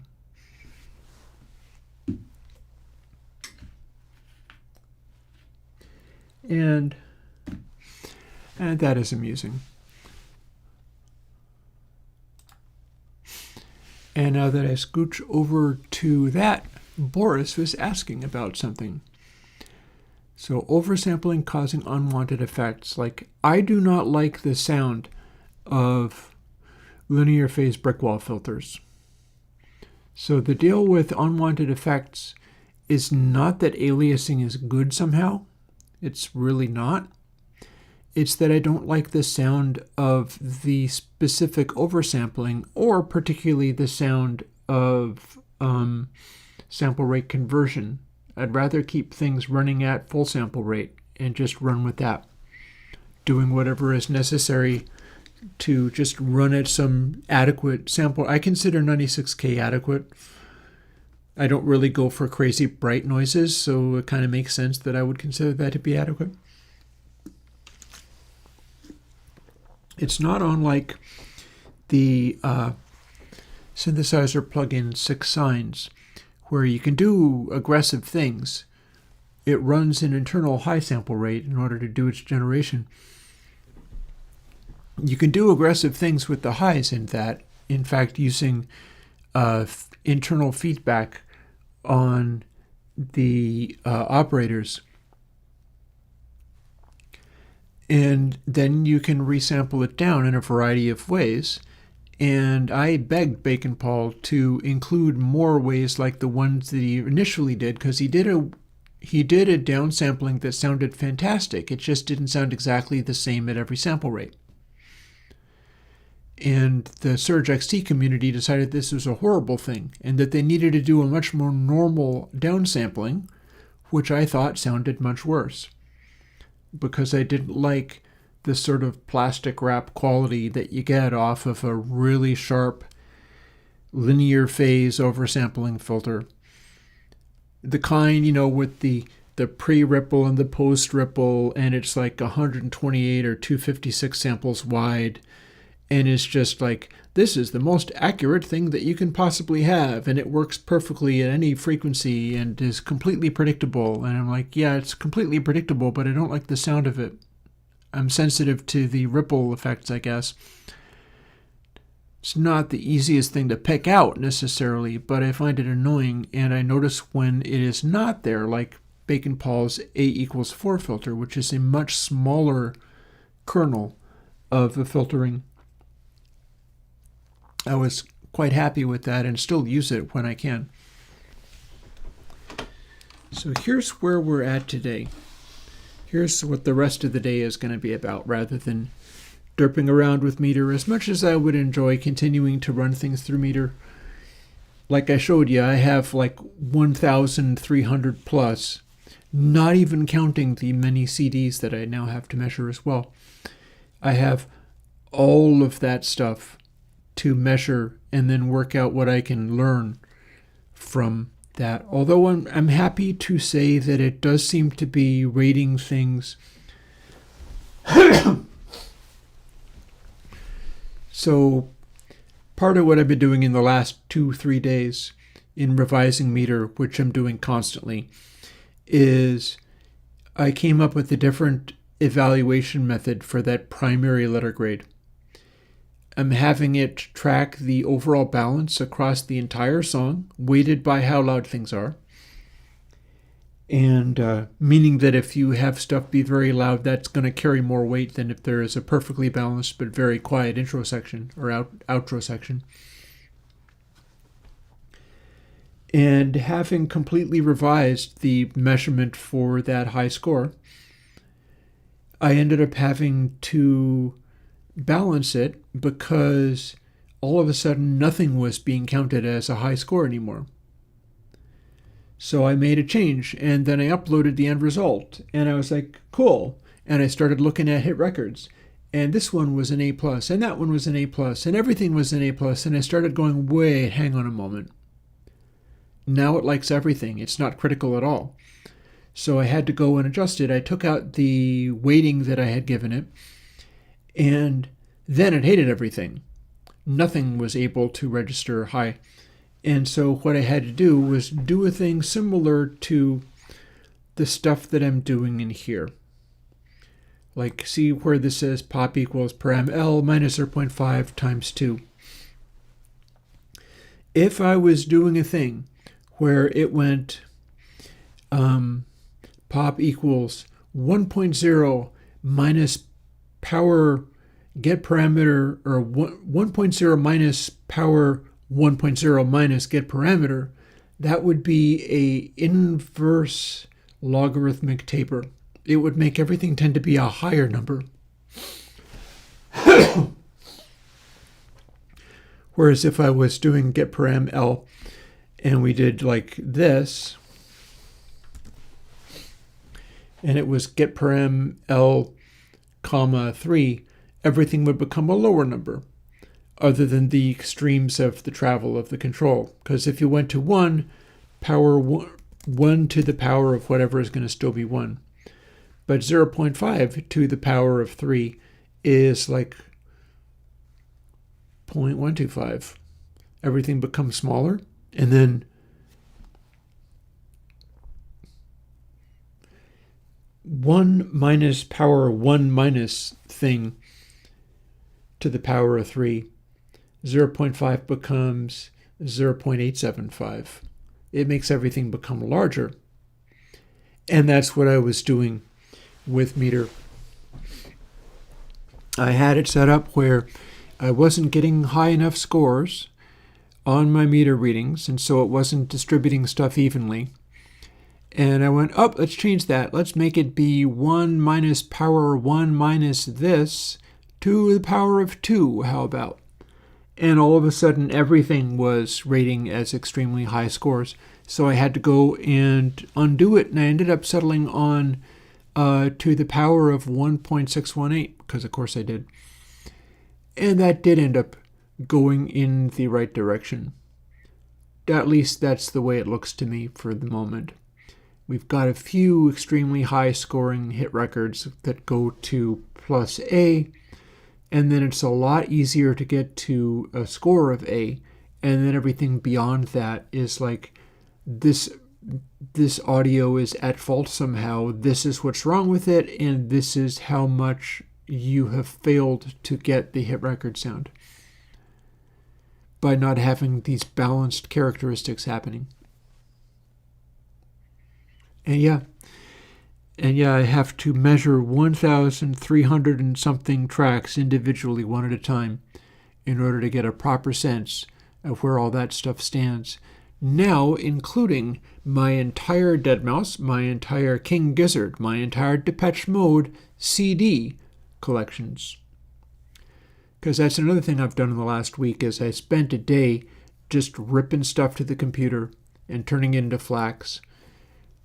Just CD quality, 16-bit, 44.1K, but typically the stuff that came out when that CD came out, or the stuff that came out, like a bunch of those Depeche Modes I'm talking about are from like the 1980s. They are really, really old CDs. They're not like Loudness War at all. Although I did end up getting the Ricky Martin CD just that I could have literal Loudness War. The definition of Loudness War. Anyways, what are we looking at? This is called Derive a Clip. The reason we have this is because I copied it from what I was doing with Spiral 3.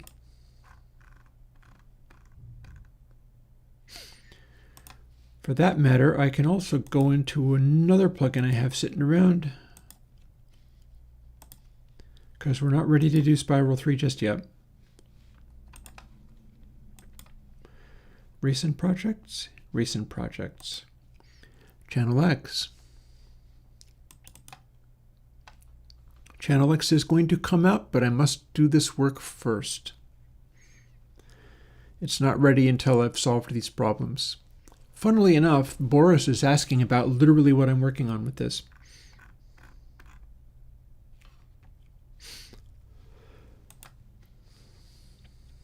So let's see.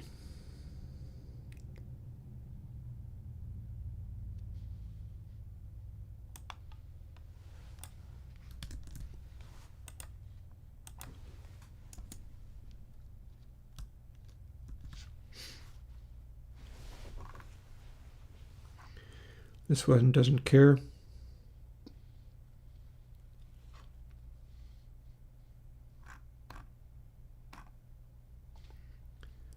Spiral. And then we're going to rename some of these things also. This isn't longhand. I'm going to let this run as double precision.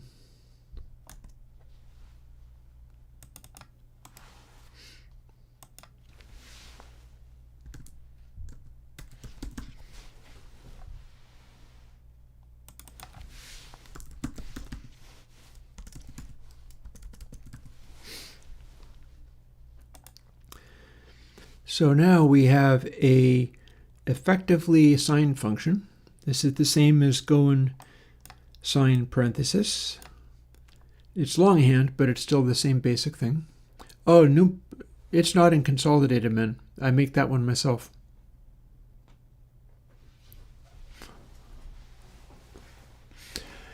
Exec Breeze, I will tell you a very specific thing about that. I'm doing analyses of all of those FLACs, typically sourced from records, but also from CD. If you can replicate the pattern of dots, you have replicated the result. That's what I'm saying. If you replicate the pattern of dots, you have replicated the sound. So the thing with that, here, let's bounce back to the screen.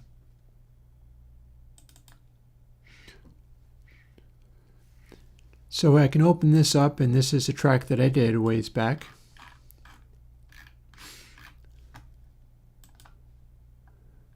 And if I was to fire this up,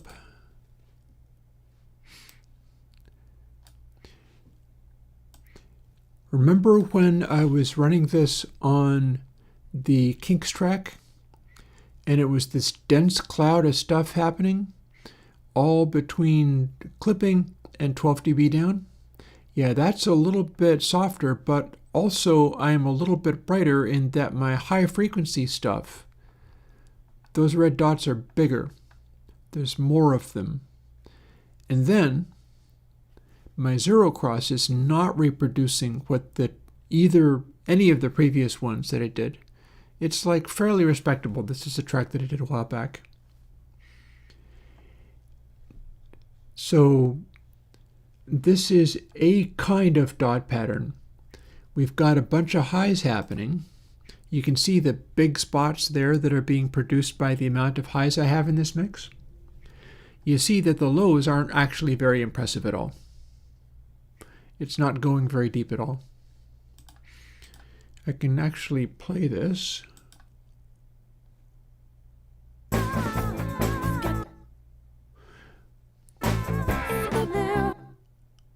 This is a track I did a while back.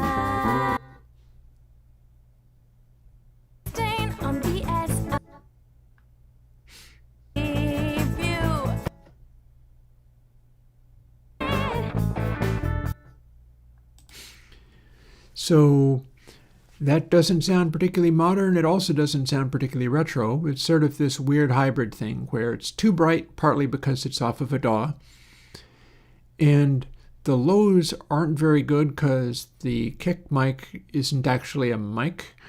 There's no mic on the drums, or just a room recording. So that's what you get. And the balance is sort of, it's not got the glossiness of like a Mutt Lange track or whatever. It's sort of dark. It's kind of dull. I could do a lot of this better. It is hovering around a tonal balance. It's just wildly varying in every direction. Whereas if you listened to like Photograph by Mutt Lange, it was all being much more consistent. And that's part of what you do when you're doing processing and you're doing compressing and all that kind of stuff. This is a less controlled track.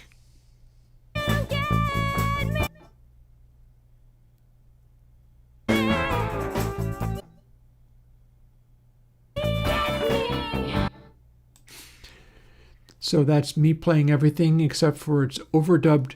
This was the Loudest Memorial Mixathon. So back in the day, a good 20 or so years ago, a sound engineer who was great friends with a bunch of other sound engineers had passed away, and he went by Loudest. And one of the things that people did to celebrate his life and all was they took an unfinished track of his and just let people have only the vocals and went, okay, record something onto this. And I got to be part of that, so that's what I did with it. The bass, drums, and guitars are all mine. Only the vocals are what was supplied to me, and I had no reference for what it was originally supposed to be. I just winged it, and I did this weird little track. And yeah, and also, okay, let's go and do this one more time. I'll pick that because that I can literally play through as much as I want.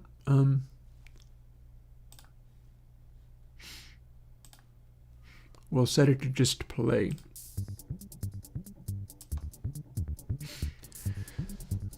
And I better go back to this. So, here's what meter does. Loudness shows peaks. Blue means there are suitably loud peaks. Red dots means it's bright. Green dots means it's bassy. We're getting a little of everything here.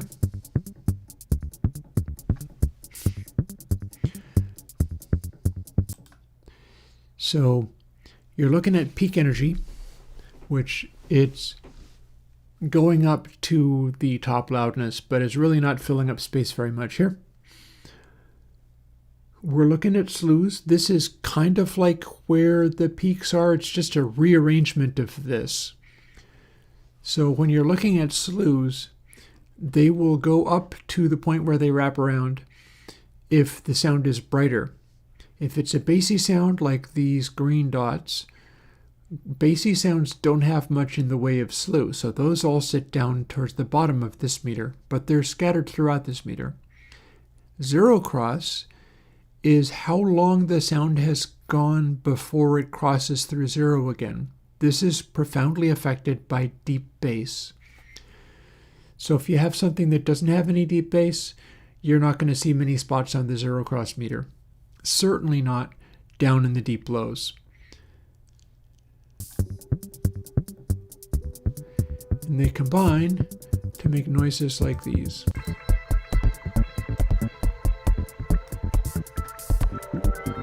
More bass.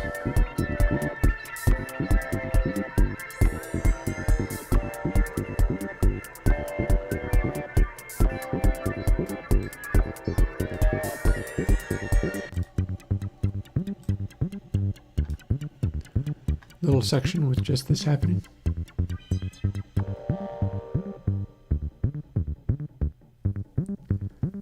Less bright noises. So there's no slew anymore, just bass. There's the slew again. And the peaks are going about as high as they can go.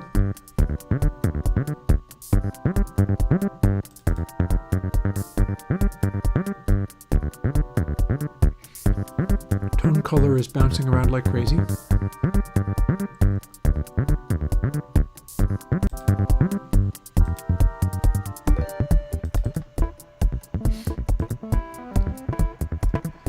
So we can manipulate these things using Console X3, which is not out yet, but I'm going to let you see it.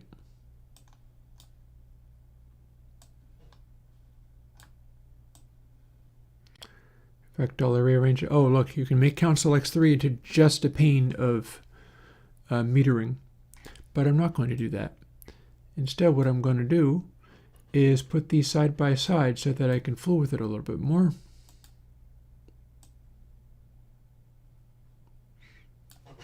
There. So now the fader on Console X3 can turn everything down to be quiet.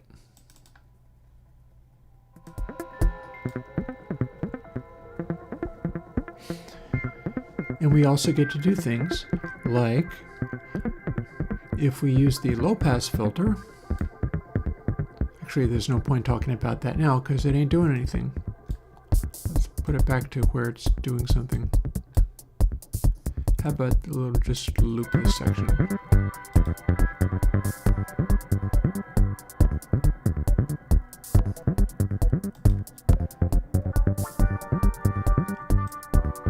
There. Okay, so now we have a bunch of sounds happening and they're going to continue happening. So here's the kinds of things that you can do. See how we have all of these big spots here? Their brightness, and we also have overslew. That's this stuff that's poking through the bottom. It went off the top and came through the bottom again. We can use a low pass filter.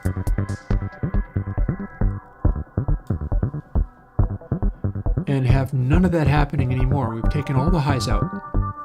Notice that it still can become loud. The peaks are hitting up here. The zero cross is still happening, but we've taken all the highs away. And we can put them back.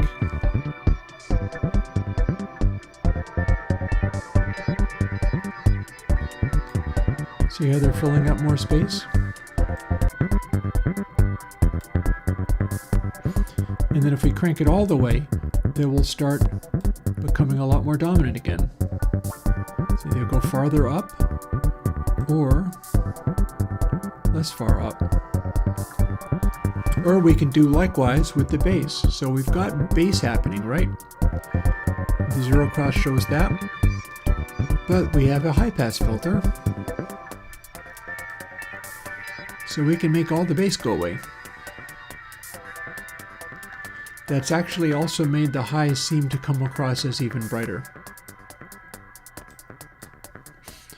So now we've got just highs, so it's just red spots, and indeed, the peak area is now only showing red spots.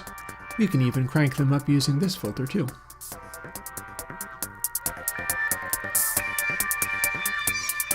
Now they're really bright and loud.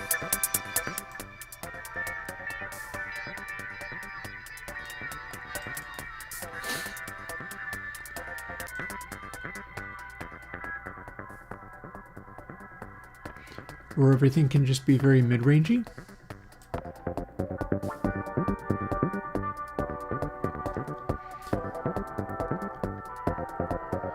So if we go very mid-rangey like that, we can also get a little frisky and start using the tape drive.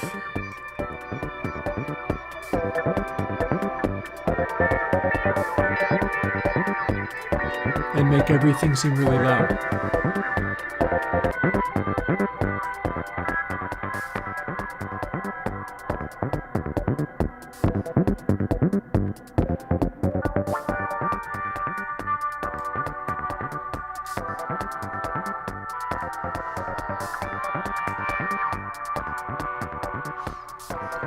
Or we can just use mids to get into that loudy zone.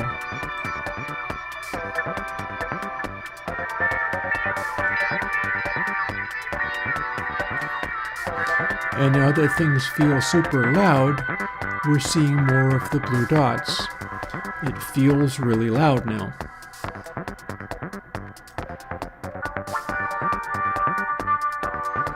Or at least when that thing was happening.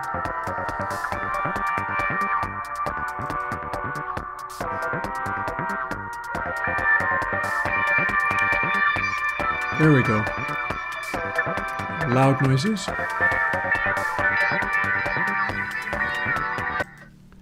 So we've now made it so loud I can't talk over it, so I'll stop it for the moment. So on detail, this is the slew meter. So red spots are going to be higher than everything else. Blue spots aren't made especially large. The largeness of the spot tends to accentuate what kind of meter it is. So blue spots become large when they're good at being loud.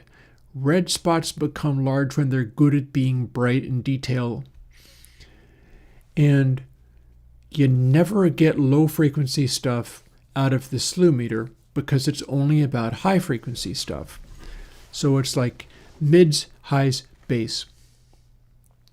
And I mentioned bass.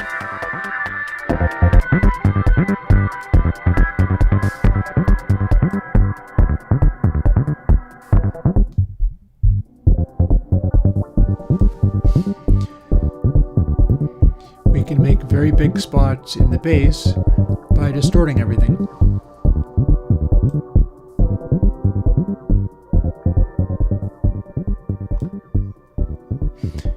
If we don't distort everything so much, it's not as big.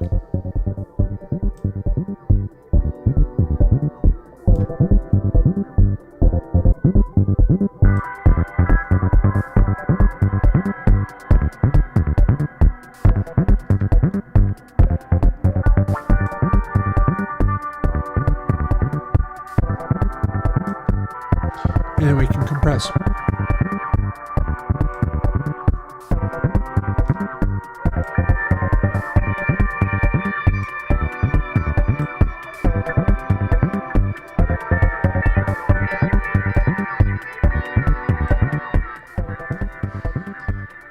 We turn the distortion off, and we still have zero cross happening, but it's not nearly as overwhelming. But then if we distort the whole mix, if we saturate the whole mix, then we can make those bass spots in the zero cross meter go crazy.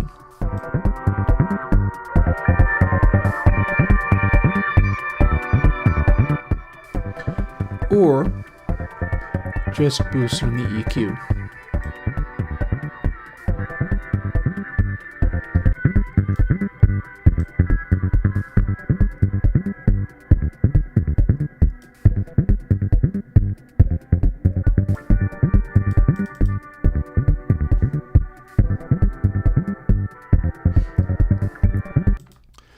So in that case, I am cranking the bass up as hard as it'll go, to the point where engaging the tape effect even slightly is actually dialing it back.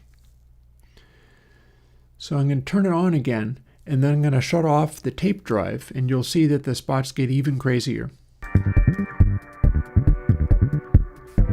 Off.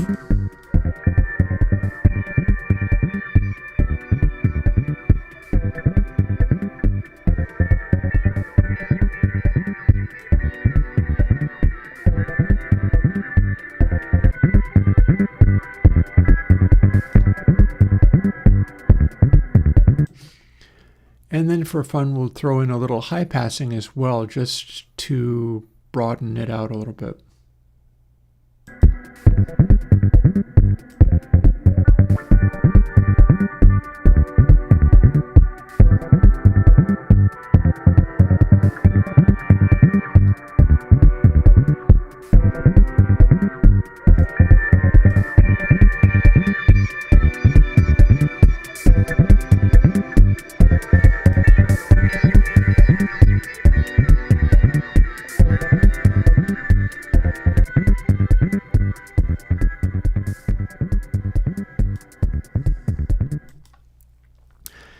And the Console X stuff shows other things, like for instance, tape drive is showing how hard it's going into the tape.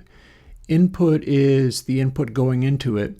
And then fader is blinking with the final output.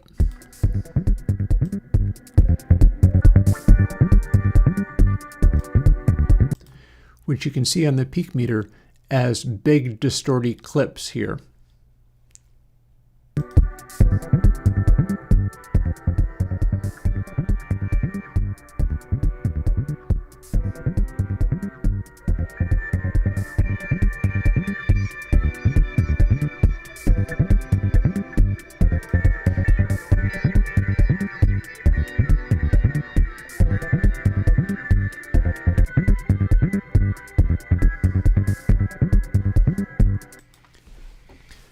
So with that, I was rebalancing everything so that there was still a lot of brightness. Also, notice what is happening to my tone color.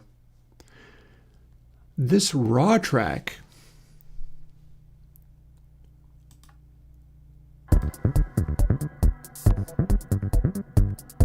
is actually still pretty bassy, so it's fine. But yeah, the things that I'm doing are changing the tone color to be intensely bass-oriented. And I'm being asked, as long as you're hanging out with me, X6 Breeze, I will absolutely try some of these. Then we're going to get back into the coding stuff. It's not going to be in recent effects, but it should be in VST2. 2 tape 9.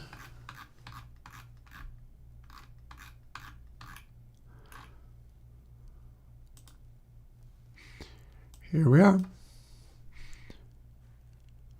So I need to bring that earlier in the chain. In fact, I will do it instead of Console X3 this time.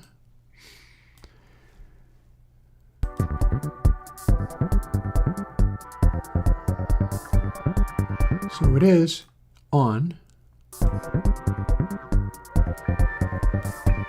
Head bump on 70.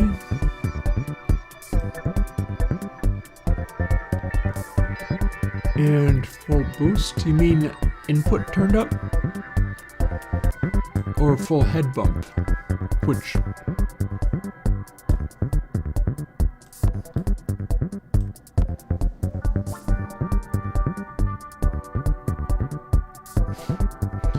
Which do you do? Do you do boost head bump or do you crank input?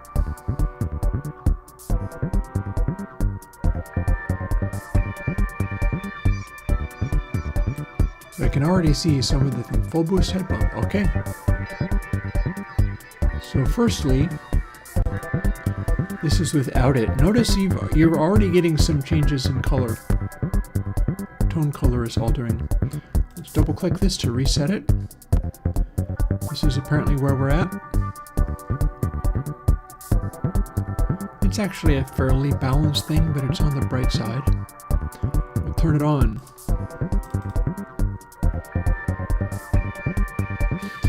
That's making some changes. And now I will turn head bump up all the way.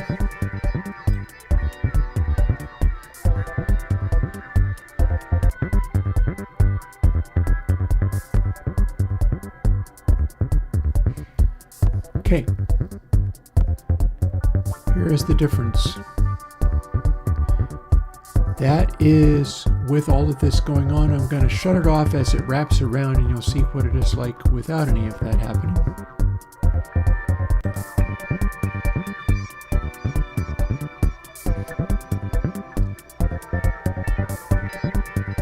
Actually, tell you what I can do is I'll double click so we reset. So firstly, here is no tape 9.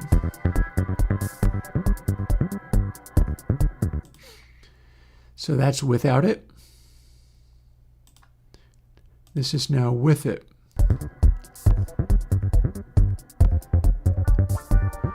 You're producing a lot more bass, clearly. Tone color is saying this is way more about bass than it was.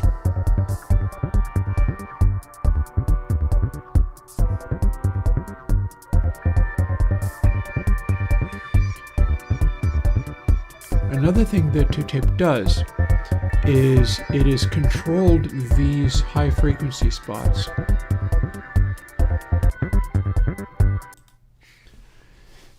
So yeah, that's the output of 2-tape 9 set the way X6 Breeze was doing it. If we turn it off, this is what it natively tries to do. High frequencies are more intense.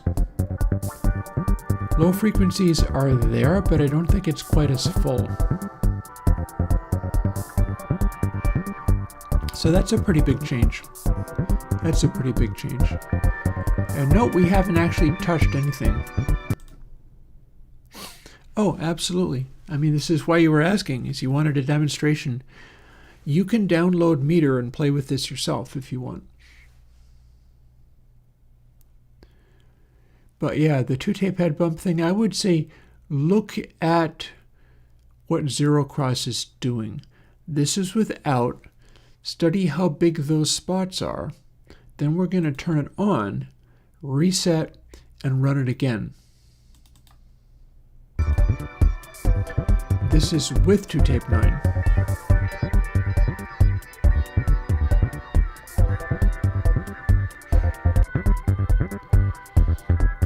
I feel maybe it's rounding out the average size of those spots more than it had before. But it's really working on the highs a lot.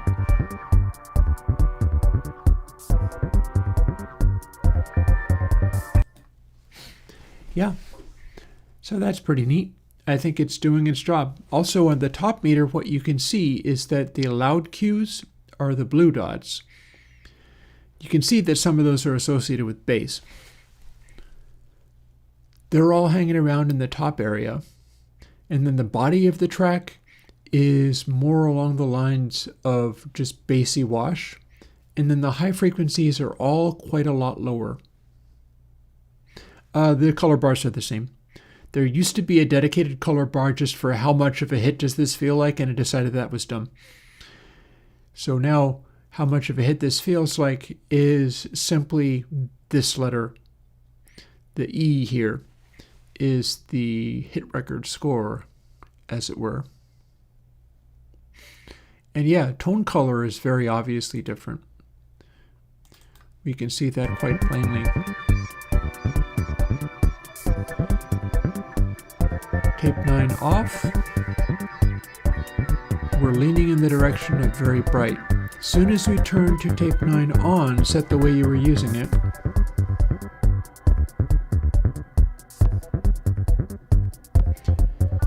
we're going to Basetown. And you can see that in those stripes because they're drawing things over time. The background is where things currently are. But the stripes keep a memory of where the tone color was, which is kind of that's why they're there. That's what they're for. So without 2-tape, it's this color. With 2-tape, it's this color. So there you are.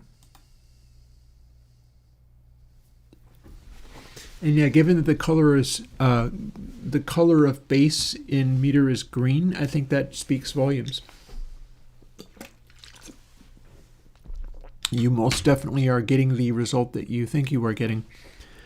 Although I would note also, part of what 2-tape is clearly doing there, and it was shown in that example, is it is really tapifying the highs to the point where you cannot put digital sounding highs through it and not have them be moderated and changed. They simply don't peak out as high. You're quite welcome. Now let me see whether I can get back into this.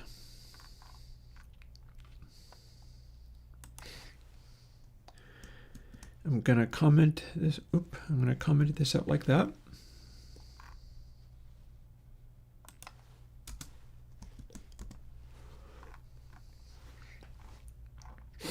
Now I have a density function and a spiral function if I want it.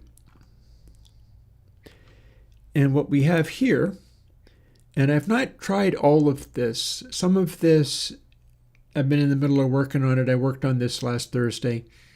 I didn't get all of it completed. I don't get to put channel X out until I've learned what I can learn from all this.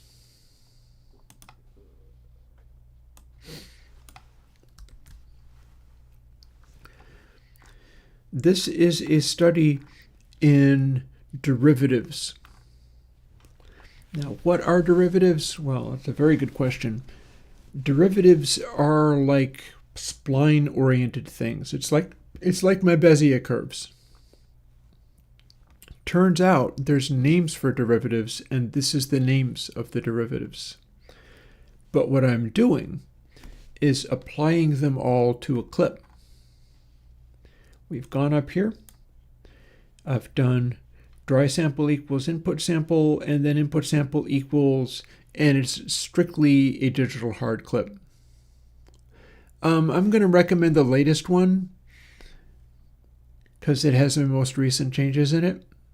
Anytime I've done 4 new versions of Meter in a day, it's because I had bugs to fix and stuff that needed to be made better. Like there's a version up there which will just claim everything is rated A+, awesomeness, best possible thing ever. There's also a version up there which hates everything. So yeah, I mean, they're not necessarily large changes. Sometimes it's because I thought I had it finally worked out, and then it turns out this one thing had to be different, so I had to do a new version. That said, the version from this morning is a pretty big deal, because the version from this morning is the version, let me see whether I can bring this up again.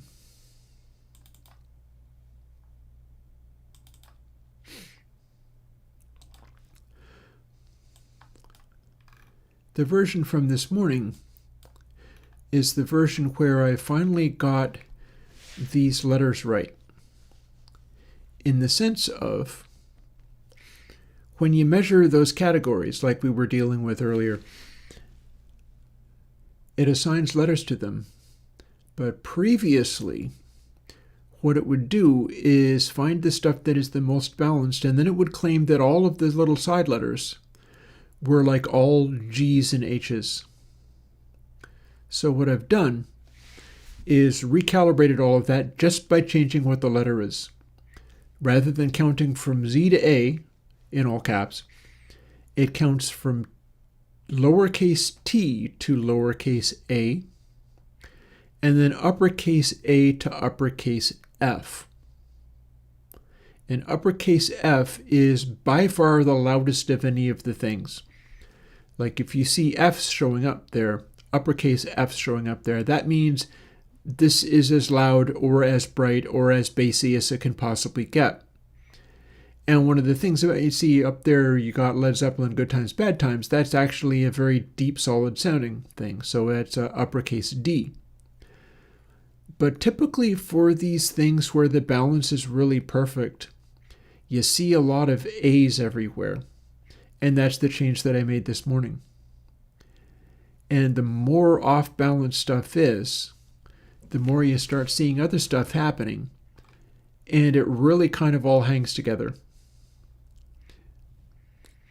I have more than 1,000 more songs to record and evaluate. Not record, I've already got them recorded. But this is shaping up in a really interesting way, where it's pulling out stuff that counts as big hit records and appropriately assigning them. Not always. Like Adrian Belew, The Final Rhino, this is a very short little jam that is a little piano piece with him playing solo over his 4-year-old child noodling on the piano. But it's a pretty sounding thing. And the balance of it as he overdubbed stuff on it happens to have lined up as an A rating. It's A and then lowercase JGE. So that's not quite as much like Steely Dan's Bad Sneakers is A lowercase GDD. So typically when you've got stuff and it's all showing A's and things, it's more along the lines of like James Brown. That's a hit record. The little solo noodle rates highly, but it's not as much of a hit record as James Brown's I Feel Good. Or Bowie Sound and Vision counts. Three Dog Night, Mama Told Me Not to Come, top 10 hit. That's a very old track. That's like a 60s sounding track. But it's plus A, C, C, B. And it comes off as like, oh, hey, this is a hit record. Turn this sucker up. It's like that. Immigrant Song. Immigrant Song rates very highly on this.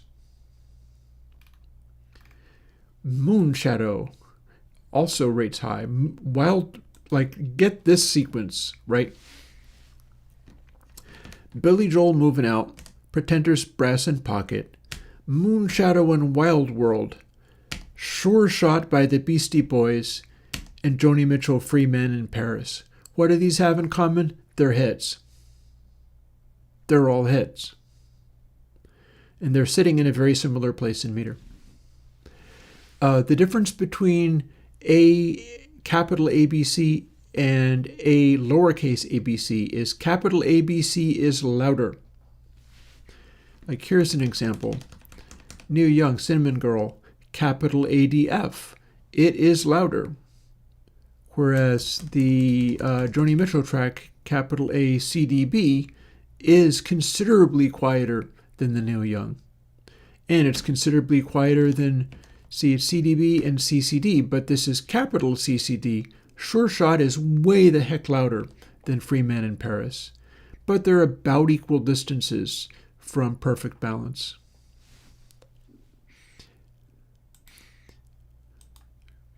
And yeah, this is I'm going to do a video on this coming weekend. Whatever it takes, I'm going to have to measure a bunch of more stuff up to that point. So I'm going to be busy for this entire week, just getting more stuff included in the recordings. But clearly it's time for me to do another video on that because everything has changed. It's all different now, but I'm starting to go through. I've got it to the point where I can start remeasuring everything and being ready to go. Anywho, this is derivative clip, meaning it's making derivatives. What are derivatives? Those names we were looking at are derivatives. See, deriv A equals dry sample minus input sample. So that is the clip. We could also have deriv A B input sample. That would work too. I'm having it be the difference between the dry and the input because what I'm doing is making derivatives of the amount of clipping. And we can do this on anything. In fact, we can start by scooching this over.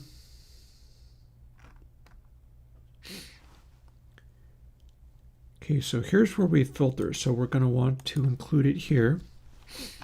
Scooching this over.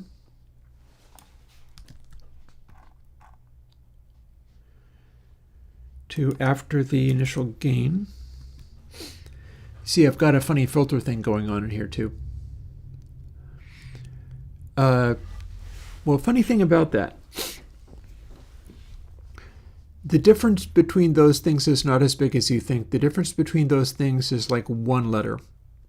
It's the same difference between lowercase aaa and lowercase bbb. The way those letters work is you get to the maximum lowercase, and then the next thing you get is uppercase aaa. A is still the top. A is still the ultimate balance of all of those things. After that, you get uppercase BBB, CCC, and all the way to uppercase FFF is actually as loud as you can get, which makes sense because FFF means mezzo forte, or no, MF is triple forte. So it makes sense that it would go to triple F. But triple A is more along the lines of loud and good, about as loud as you can reasonably get from classic records, about as loud as you can reasonably get without getting obnoxious. And lowercase triple A is space. An easy, comfortable listen, something that actually sounds good, but is still solid, is still big, is still impressive. If you want for super good balanced, but really quiet, here, let's go and look for one. Super good, balanced, but really quiet. It's not going to be in the CD zone. Then we have to go through here and look for things, and it's actually going to be organized this way too. So the way this is working, I do actually get to see what is super well balanced, but really quiet, because it'll be sorted to the bottom of each category. So at the top of the category is the stuff that is as loud as it can get. The bottom of the category is just as balanced, but this is as quiet as that category can go. I'm going to have a lot more like these when I keep adding more tracks to it, because there's going to be a lot of them like that. So we have the Genesis track Misunderstanding. You know that one?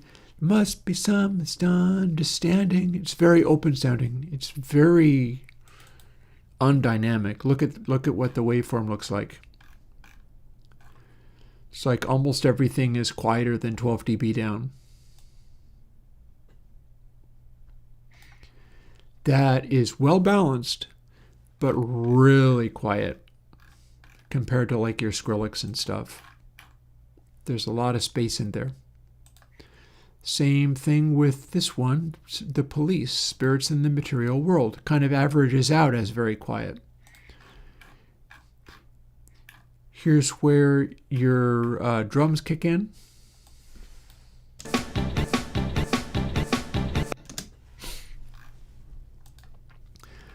But most of the track is a lot quieter.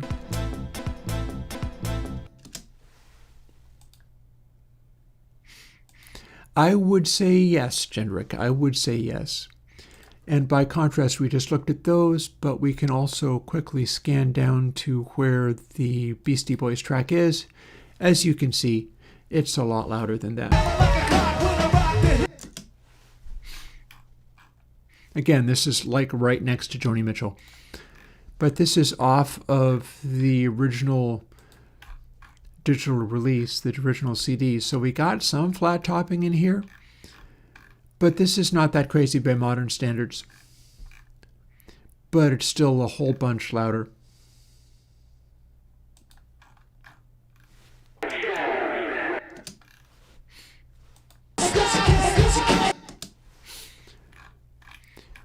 So there's your sure shot. That is capital C, capital C, capital D. It's still very well balanced. It's literally right next to Joni Mitchell. Screaming. A lot more dynamic range in there. And then, just by contrast,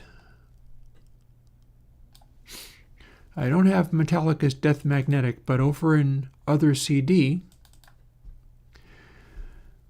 it's kind of like this.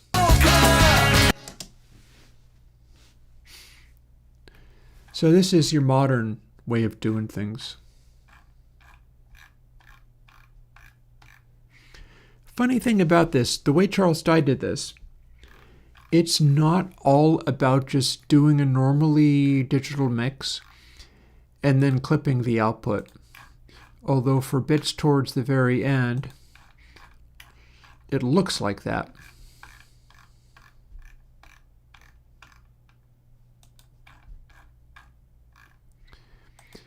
But he's also distorting all of the individual things inside the mix, and that's how it gets so overwhelmingly loud. Sorry.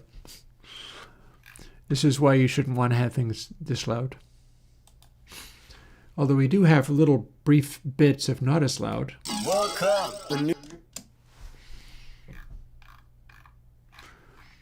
You'll also notice that that is incredibly bright. For instance, if I fire up meter on this,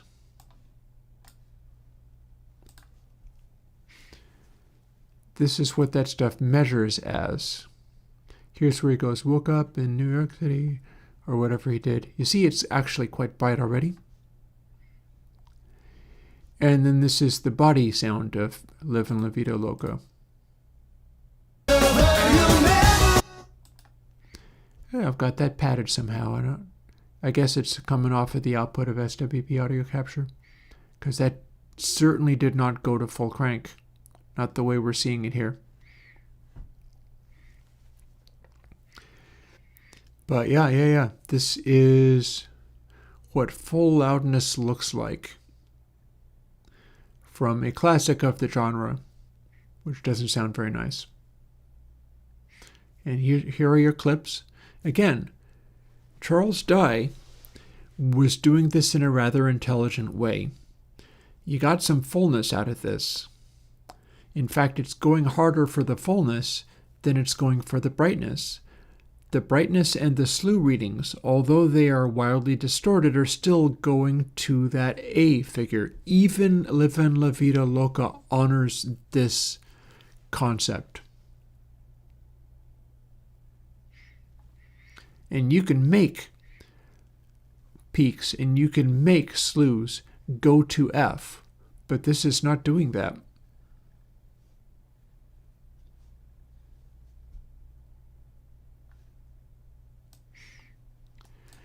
Instead, this is the score it gets. N, capital A, E. The thesis is no matter what the sound is, hit records tend to center on getting A's in these categories.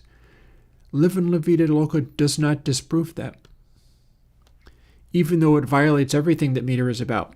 And you can't even see what it's doing because it is so wildly distorted that it's completely impossible. Still, it's following the rules. That's kind of interesting. I am not sure if a plus A FFF rating is even possible. If it was, it would be quite difficult to get, because everything would be so overwhelmingly slammed that it would become kind of sensitive, it would become kind of delicate, hard to work with. Any small variation that you made would throw it wildly off in one direction or another, but it's probably possible. I'll tell you this, it would come across like Iggy Pop's Raw Power album. It would be like you could do it and nobody would ever want to hear it twice. But if you did a plus A, capital A, capital A, capital A rating, Hey, Livin' La Vida Loca is really obnoxious, but people wanted to rehear it. I think it has something to do with those A ratings that it got. And again, I've measured Skrillex, and Skrillex was doing FAF. Yeah, so we're back on this. Wondering whether I want to change the dry sample, because dry sample is a word that gets used in other things.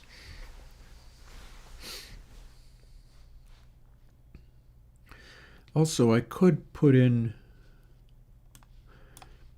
we're already using this.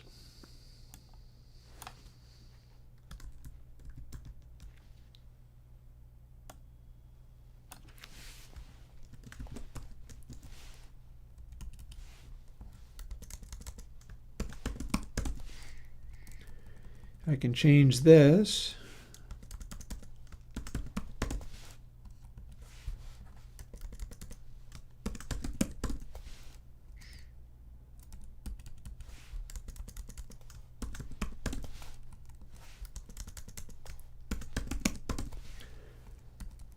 Next part will be easier.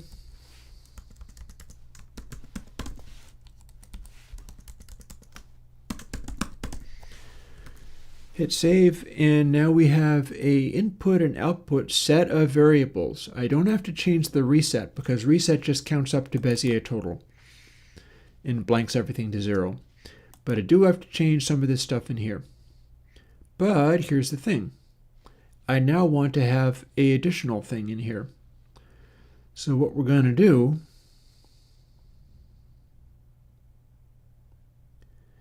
is, I don't know, I guess let's just do a find and replace.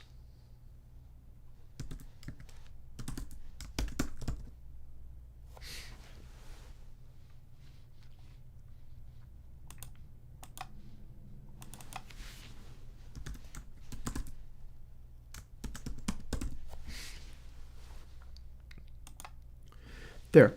Now that will work again. But then what I can do is do the output gain the same way. So let's see whether we can't do that. Excuse me. I had to do my lawn mowing the other day. I was huffing too much leaf dust, I guess. I'll get over it, it's fine.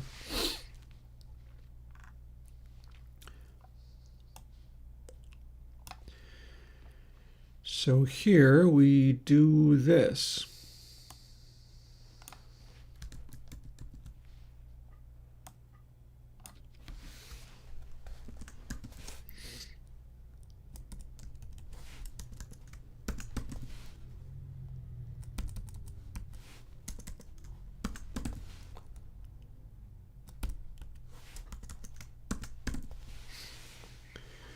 We'll do that output there.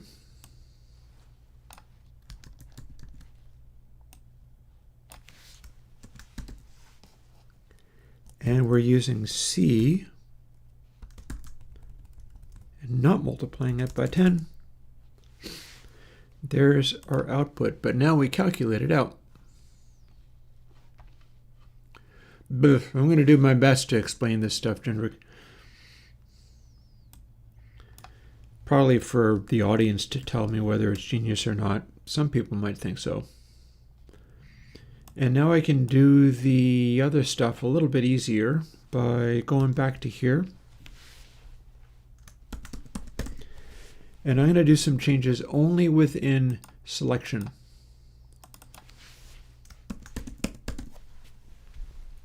If I hold down Option, this turns to only in selection, and we can change only that one.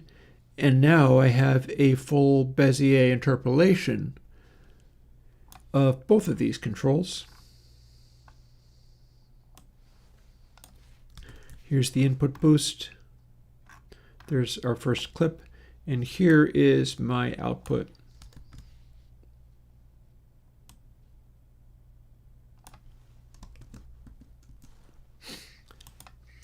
And now we have an output trim which acts just the way it did before, but now it is smoothed. It is control smoothed.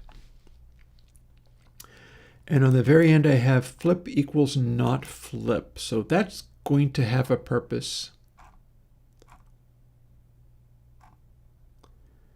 It's not quite there yet, but it's going to have a purpose relating to this echo.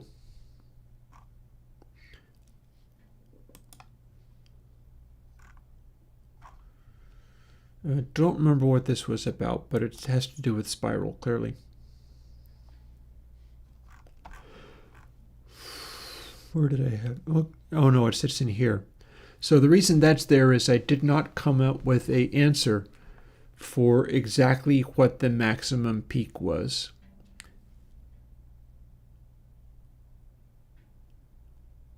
I think we started raining outside a little bit. And this is how I was going to go about doing that, but it's not currently in play. This is input sample. Let's call it delta. Let's call it dry delta, because that's basically its job.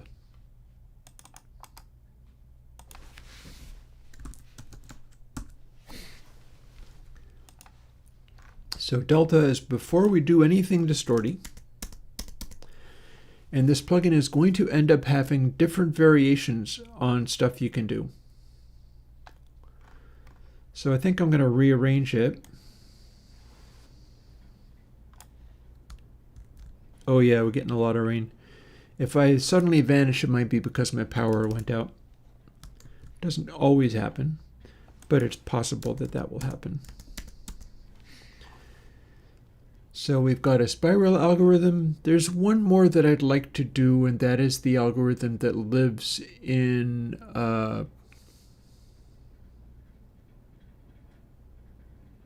pointy guitar. Let's go and get that. I'll have it commented out, but I'm going to want it. What are the versions for? Oh, I'm not sure it's ever going to get to 1.0. It's like what I'm currently using. And currently that lives at 0.34, if I'm not mistaken.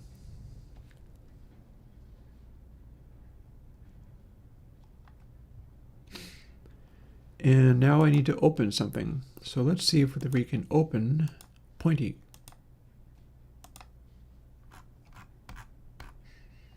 One thing about it, I'm working on a laptop, so that has a battery, so that won't go down.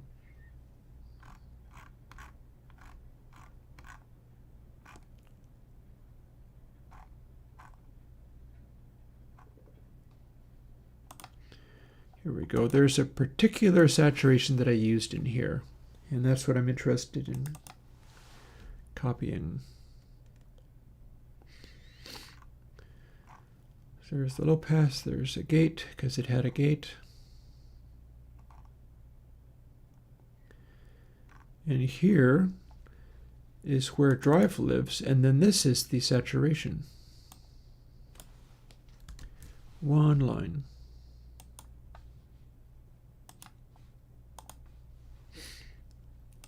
And it's even steeper than, it's edgier than either spiral or density. So we're going to sit it here and then comment it out.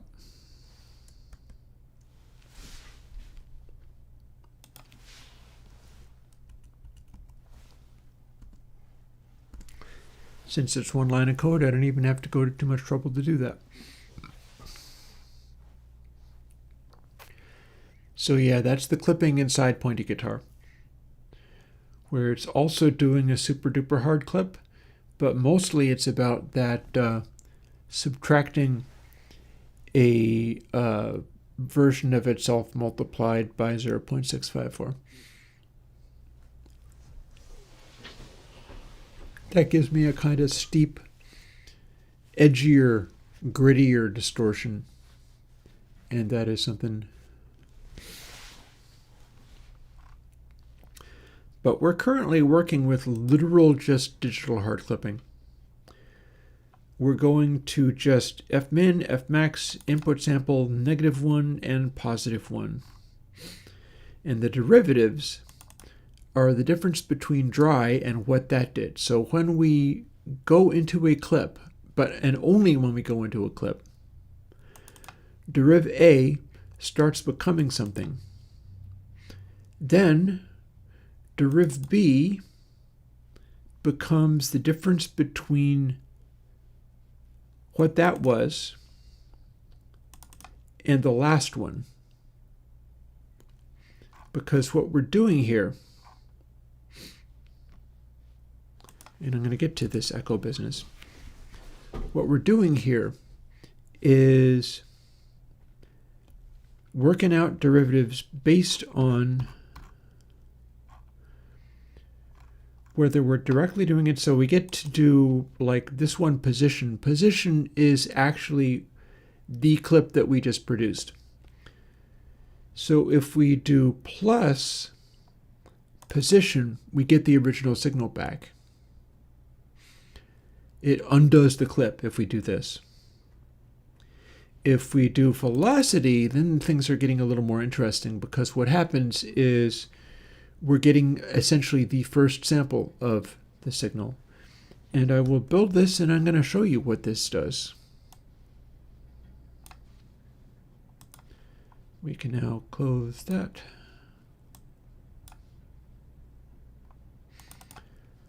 Build succeeded, which I'm not terribly surprised. I'm satisfied that that succeeded. And we are going to, since it's raining, I could have put some clover seed out, but nah.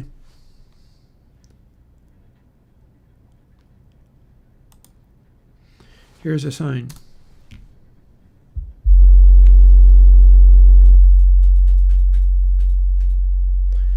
I'm going to turn that right down too. Here is derive a clip. Or at least soon here will be derive a clip. Man, it's coming down out there. So input. I'm not doing anything with this. I'm not doing anything with this yet. Smoothing is what it's currently set to. This doesn't do anything. And these, technically,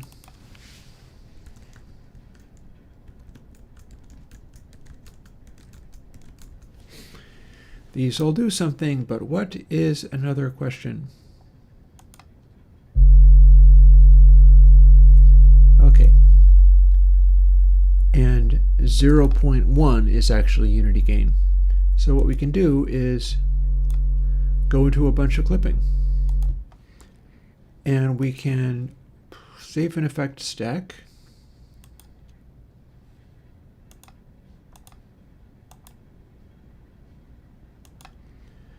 There's derive a clip. And then we're going to open up span so we can see what it does. And then we'll get to look at what it does in the waveform too.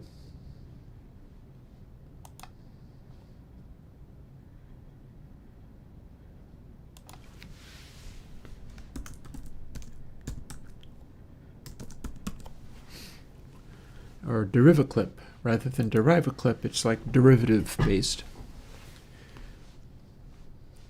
So having saved that, and again it's smoothed, so it's a perfectly clean distortion.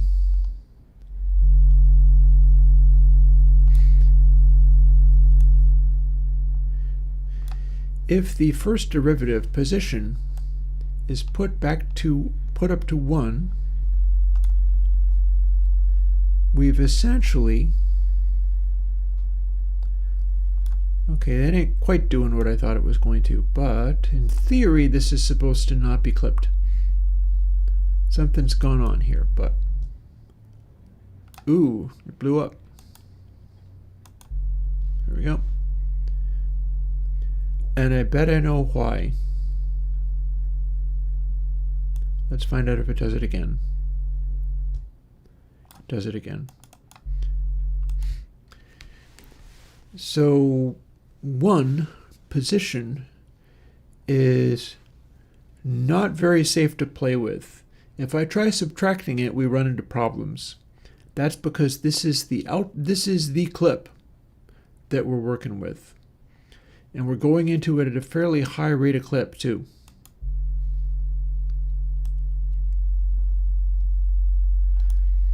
So we can subtract it like this.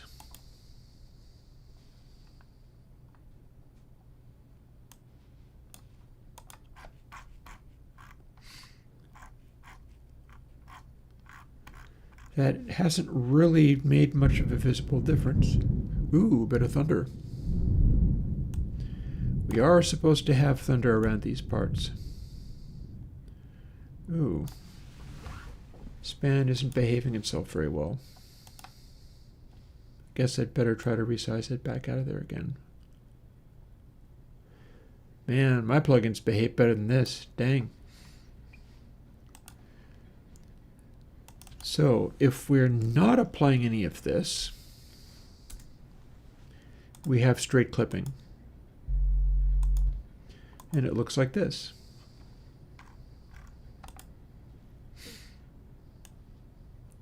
I don't get to resize this apparently, but that's fine. And by fine, I mean actually that's really kind of annoying, but oh well. It is what it is. I will hide the effect stack stuff behind my image on the screen. So yeah, we made a visible distortion. Now if I start putting partial clip back, it does this. See, we have a point where it started to clip, but then we started putting it back, so we're just making a slightly rounded top on it.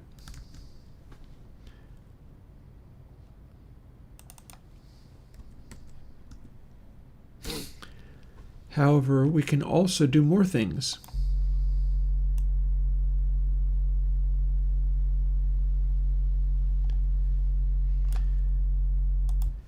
From this point on, I'm pretty sure we get to apply the alteration directly. So velocity of negative, it's 0.0, meaning the way it's scaled, it's a velocity of -1. Notice something happening? The tops of these waves are now tilted. So that's interesting. Let's bump the volume level back up again. Have another look. And yeah, tops of the waveform is tilting downwards each time. That is one of the derivatives. If I do it the opposite direction,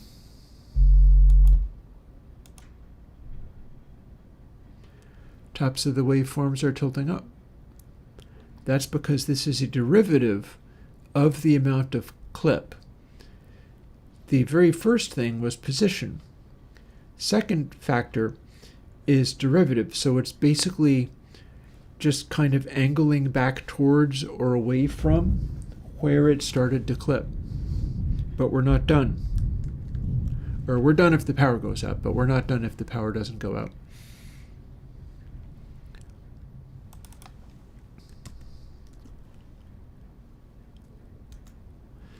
Acceleration.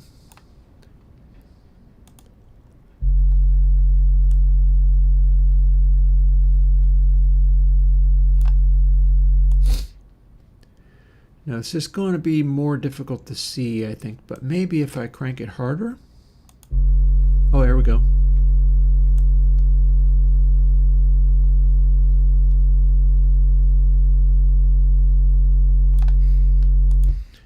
So acceleration fully to the negative gives you this. So that top edge is now flat, but there's something going on as we hit the point of maximum clipping. There's a slight irregularity there. It like ducked back down a little bit. But if we do the opposite, we hear a slight edge on there. And then when we apply it, now we have the derivative doing a different thing. In fact, it's doing a thing here too, where it's like offset this entire slant up a little bit, because as we depart from this flat top, it's yanking it this way, and then as we enter into this flat top, it's overshooting a bit and then bouncing back. So we've put all of this offset a little bit. It is now doing a weird sort of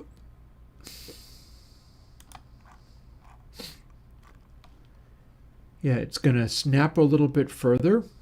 The instant it starts departing from the clip, it'll go in this direction, and then when it goes into the clip, it hangs on to that. So this is like a even harmonic, super high harmonic unpleasantness.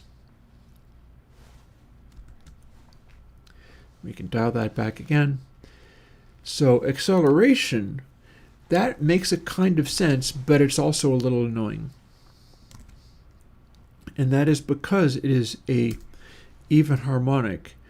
Now we get to jerk.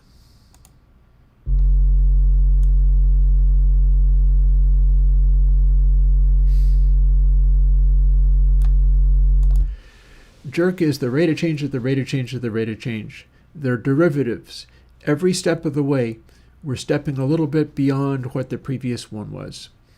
So when we apply this at subtract as much as it can,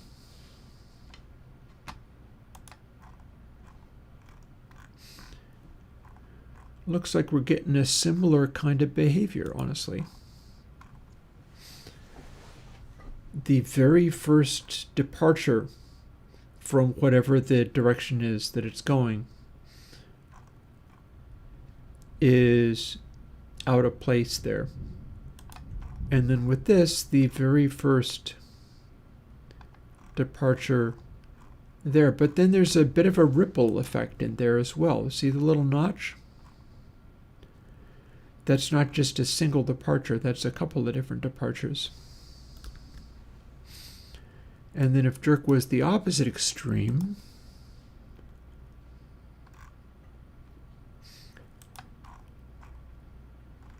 here's where stuff starts looking a little bit more interesting. Because as we're leaving, we've got a funny little ripple here, which looks a little bit like the end results of oversampling, but not quite. And then as we enter into the full clipping,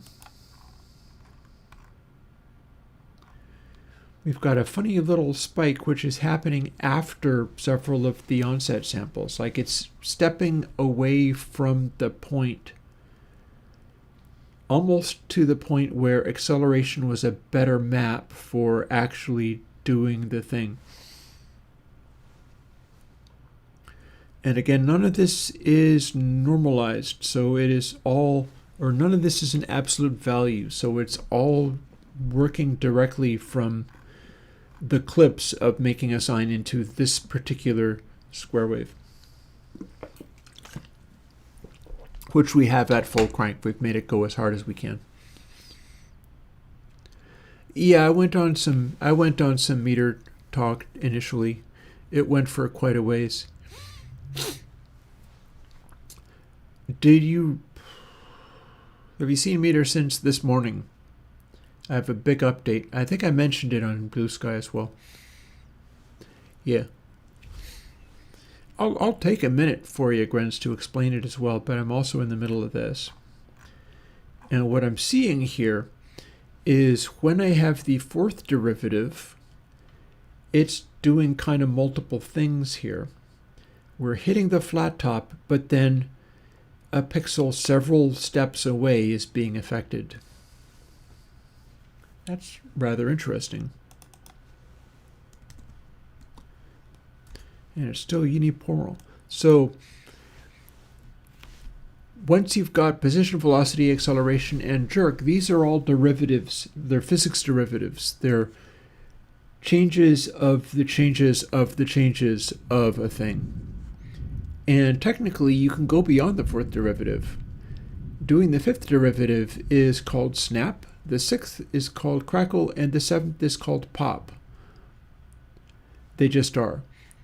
Because somebody had to come up with an explanation for how to do those things. Now, Freya Homer has a video on splines that explains all this stuff very well. But what I get to do is run us. I should put more gain on this, honestly. It would probably work better if I put even more gain on it. But I get to do this. Firstly,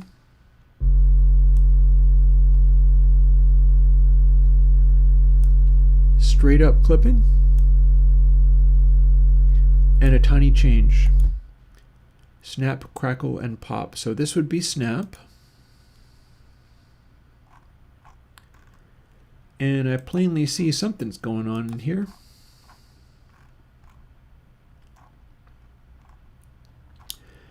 And I'm still seeing the same behavior from before, where as soon as something happens, it looks like we go to what the new thing is, but then there is this very delayed departure that is showing up afterwards. And I can look at it as it hits the positive clipping. And each of these dots is a sample. So it looks kind of like we're going up to this point.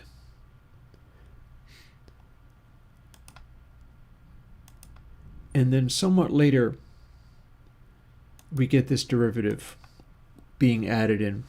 So the next thing I'm going to do is get back to my original sign. Go back into here, and let's make things more aggressive.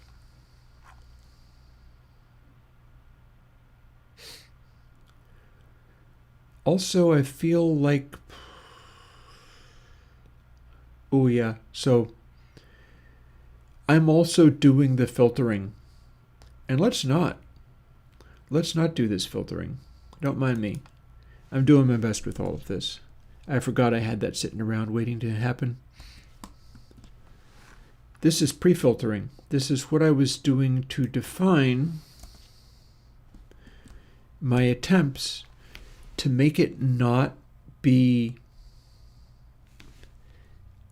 aliasing.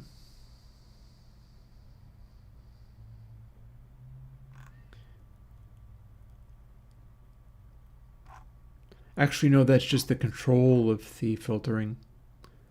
Oh, no, but I do appear to be... Yeah, no, I'm doing the filtering. Okay, so this is fine. This is fine. We're going to leave this stuff off.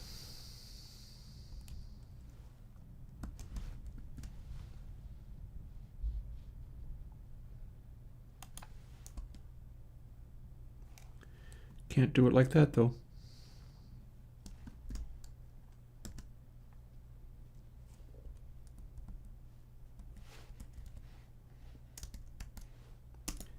There.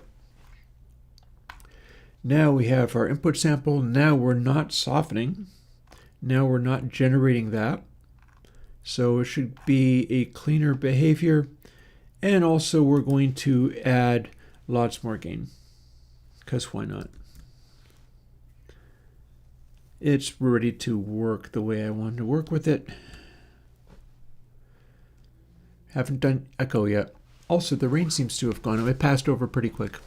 Hopefully yeah, this is the clipper experiment. We're getting really busy with this. Right now we are playing with derivatives of straight up hard clipping. I will be putting this out as a standalone plugin when I get it finished.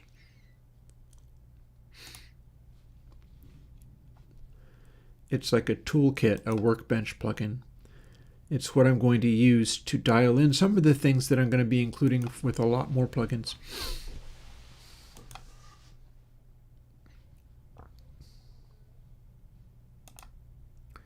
Boom. So I'm pretty sure I'm safe with the output like this. Let's find out. Position has to not be negative. Boop. There we go. So here's how this works.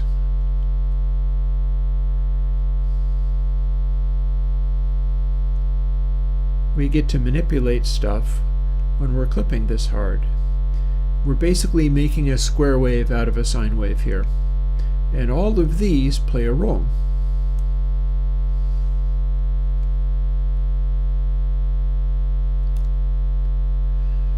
So I daren't touch position, otherwise it'd get messy. This changes the angle.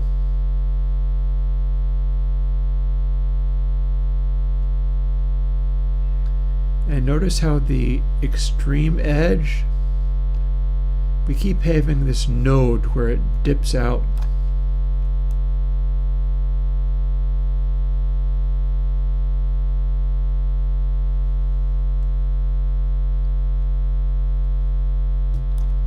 Oh, and that was basically the same as having it as 0.5.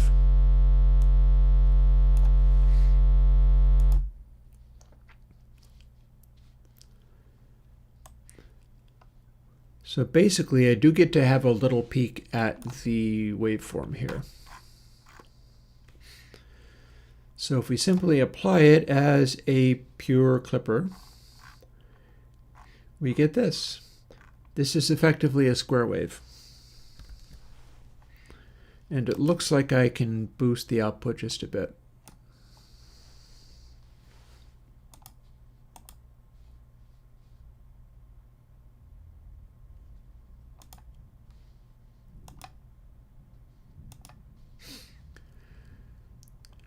So if we set velocity all the way to 0 and then apply it, here's what our derivative, the first derivative, looks like. Since we're clipping so hard, it's really aggressive. So this is basically like a square wave with some kind of funky line segment added onto it.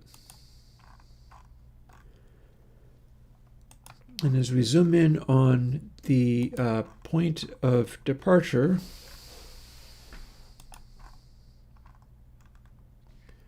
which we can't conveniently do with span in the way, so I'll just scooch it over there. We'll see that it's still basically acting pretty straight. This corner, the reconstruction makes something of a wiggle, but mostly it's just like, yeah, you went in too hard clipping here.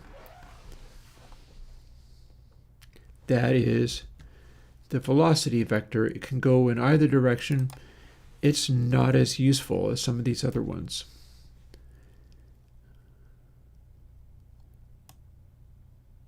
Acceleration is slightly different.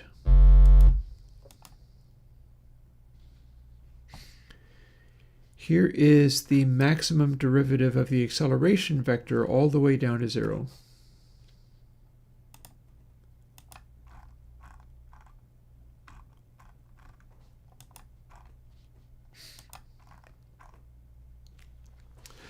We've done weird stuff with the middle of the waveform here. This is supposed to be a sine wave being manipulated, but instead it's been thrown wildly to the wolves here. It's gone really weird.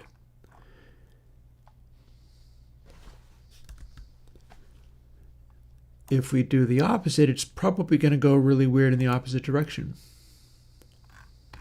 Let's find out. Oh, even curiouser.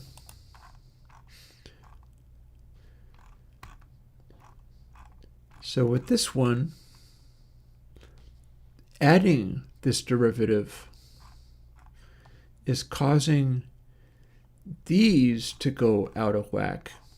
And also this is no longer smooth. This is like rippled and weird. And it's the onset to clipping that does it, but the departure from clipping isn't as extreme. It's still off, but it isn't quite as wild. Whereas the onset to anywhere clipping actually is, that gets messy. Okay, excuse me. What am I doing?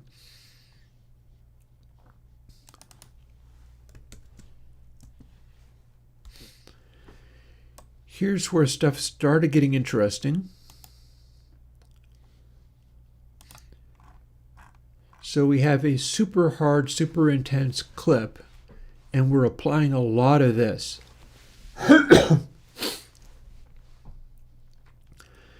This is probably the mechanic by which we would be doing the aliasing softening. Now, whether that's going to work is a whole other question, but this is probably the mechanic. And then if we did the opposite of that,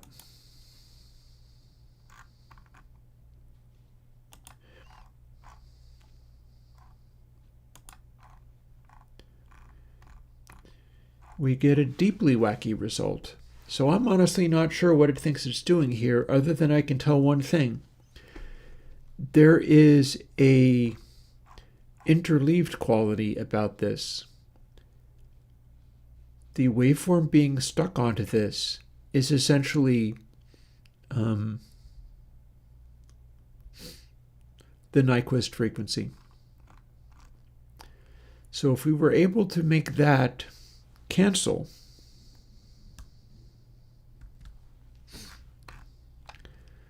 let's go back over to where we can see span.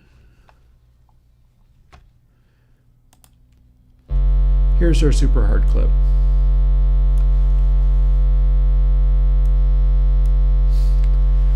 That's what it looks like if you're just hard clipping, including all of, the reason it's not just a straight line is because aliasing is interfering. Now if we start wiggling jerk around,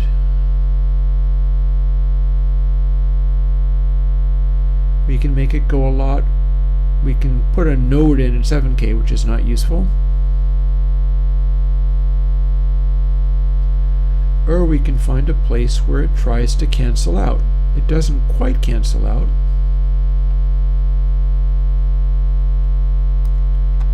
But it's kind of trying to cancel out.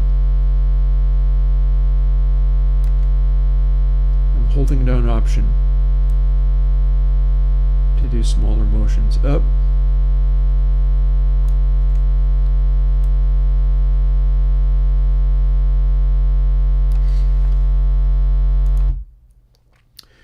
And then if we apply that and have a look at it, that's not as nearly as much of a thing. This is what it looks like to use the fourth derivative jerk to try to soften the onset into clip. So I feel like one of the things that's happening is we're softening the exit, but we're not effectively softening the entry into clip because it's doing it in a kind of one-sided way. We're able to smooth out coming out, but we're not able to smooth out going in. That's because we're not using an absolute value on any of this stuff, which maybe is not the greatest of ideas, considering that we're talking about clipping, which is always going to be like softening. This is going to be unipolar. Everything that we're applying is always going to be like making the amplitude less rather than sometimes making it less and sometimes making it more. Like this is making that one less, which is softening it, but that's also making this one more. And then it seems to be chasing the entry in a way where there's now also this little dip. And that's not even, we can see on the span meter, rather than being exactly one sample away, that's like 2 samples away, and that's what we're seeing here. So that's jerk at minus 0.435.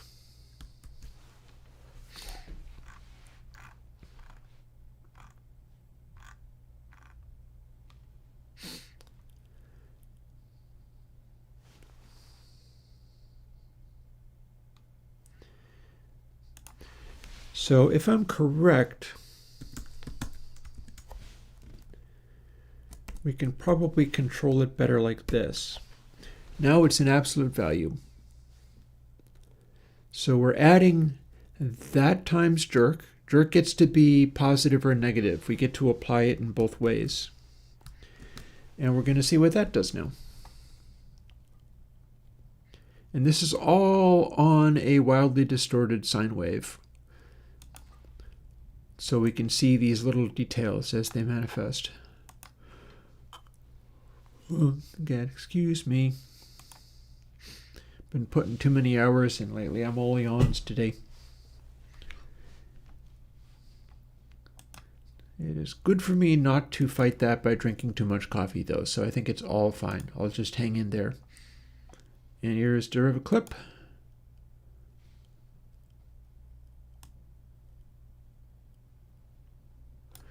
And there's our previous setting. It's being applied as a negative setting, which means we get to look at what it's doing on the waveform. We can add, and we can subtract. When we subtract, it's making all those nodes duck down.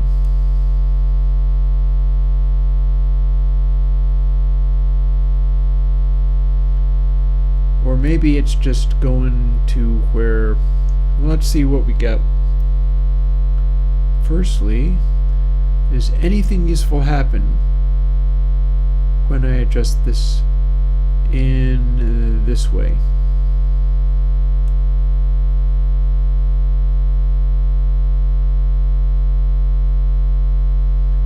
That looks like a boost.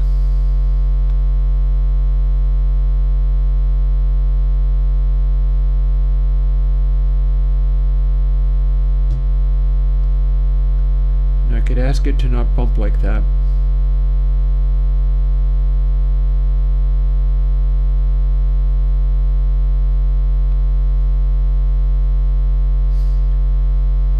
Okay, fine. Let's see what that did.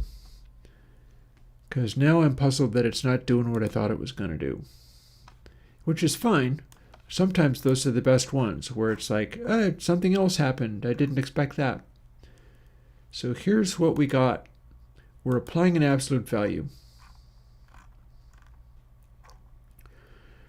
Jerk is softening this and continuing this funny ripple.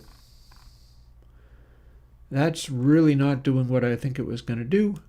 And then it's not really softening the exit much, but it's replicating that ripple on the other side. Neat, okay. Well, then maybe jerk isn't the thing I'm thinking of. So let's continue this concept over to some of these other ones.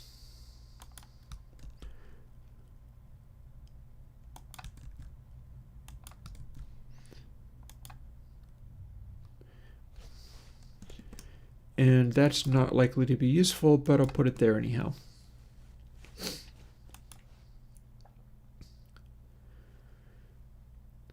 So then we get to do velocity or acceleration or a jerk. So remembering, position just puts the round part of the waveform back. It is just what has been clipped out. So that honestly doesn't have any useful qualities at all. Velocity gives you angled tops. The way it's working is a little bit different. Acceleration is the third derivative. That might be giving me a little closer to what I thought I was going to be seeing. And then jerk is the one that was behaving a lot differently than I expected, which is not necessarily such a bad thing. We just want to see what it's doing. So now these are all absolute values.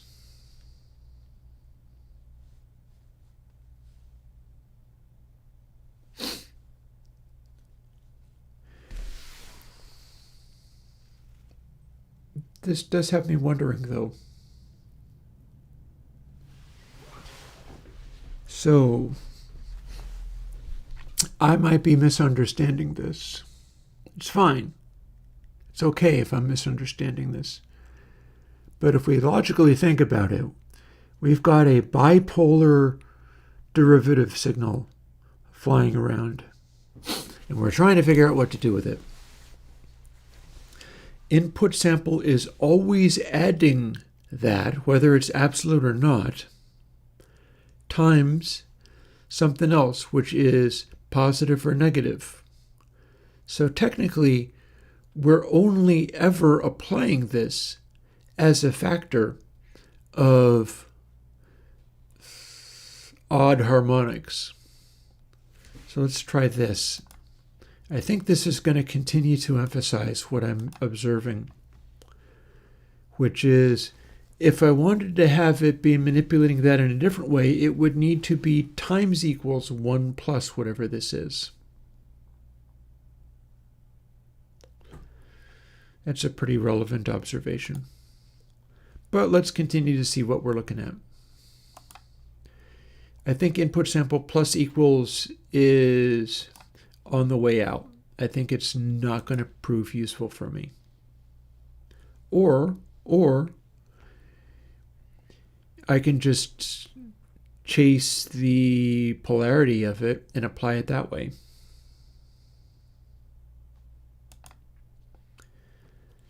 But if we're not applying it that way, then we have firstly this. And then if we look at the acceleration one, either polarity just adds overtones.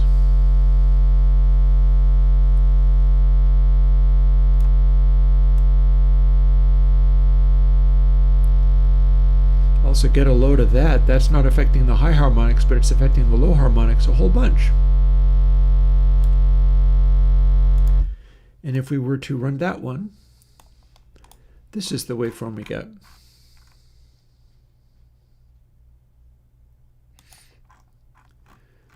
So I'm going to say this is a factor. Also, look at that.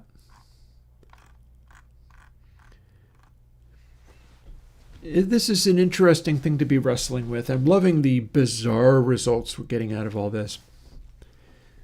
So it's effectively chasing the derivative of a clipped off sine wave. We're seeing a bit of a curve there. That's not just line segments being joined, but it's not perfectly balanced because we've got this spike over here. It's making this section wiggle. And this is always the same shape. Yeah, it's a Batman wave. We're making Batman waves. That tells me the subtracting or adding part is the part that is at fault.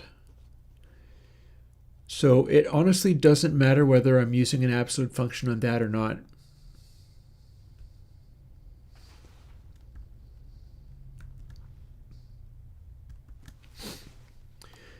Meaning, these don't matter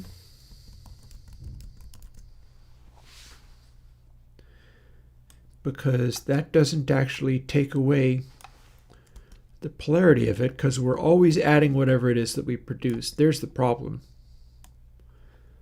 We're going to need either an if statement or something like one.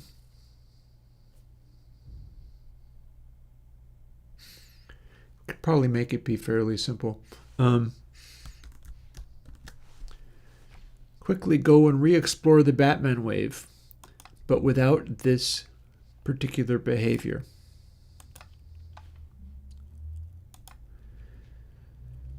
So where we previously left our Caped Crusader, it was a Batman wave.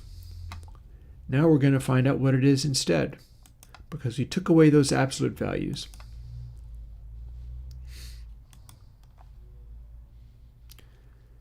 And because we took away the absolute values, oh, and I guess this is where we left it, isn't it?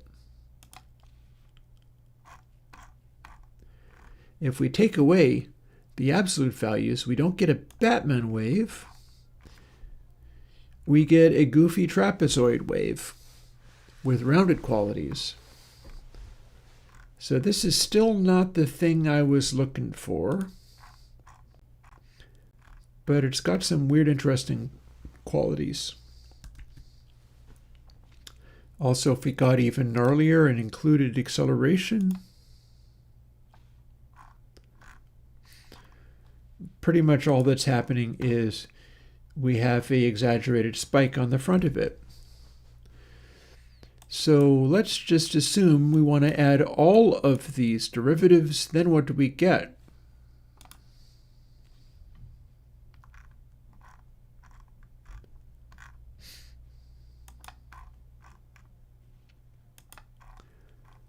Complete and total madness.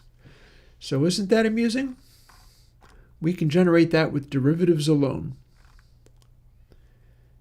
So it's almost acting like there's some kind of bizarre feedback quality going on here. But really what we're seeing is reconstructions and the derivatives interacting with each other. So in theory, and never mind the fact that we need to bring it into check rather than just adding it, we want to come up with a way to add this associated with the polarity, but it gives one furiously to think. If we can do this, and the velocity is what gave us the trapezoidal thing, and all the rest of this stuff is just making it weird. Well, what if we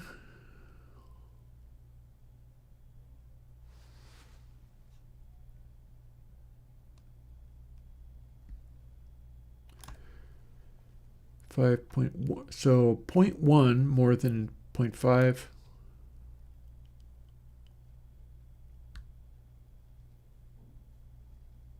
0.2, 0.4,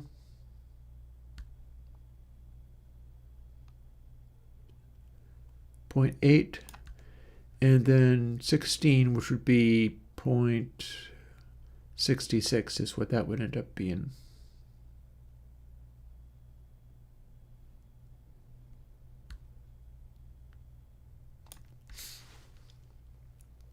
There. Each successive one is twice as big as the previous. Oh, and we do still need to get, okay, so 32. All right, so need to accommodate this one as well. So 16, 32 would be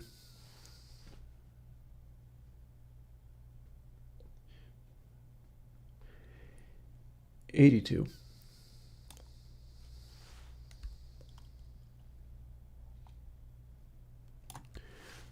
Because we're adding everything to 0.5, but everything other than position doesn't get touched.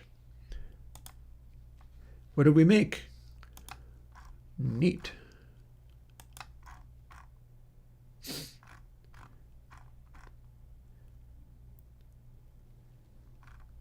So this is a wild, aggressive, rather Nyquisty distortion kicking in.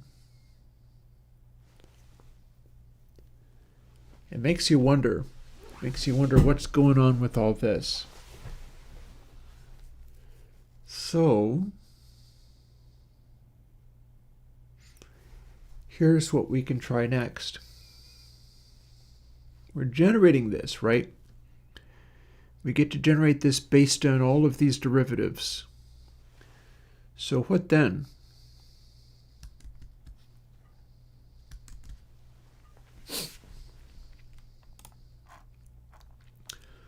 Well,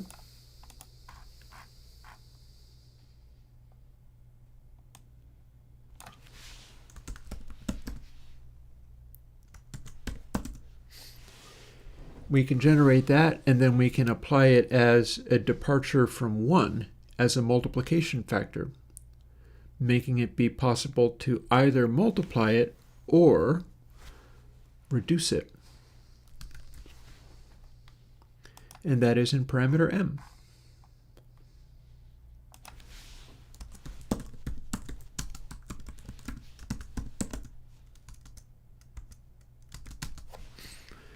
So I need to go and get parameter m. That's fine.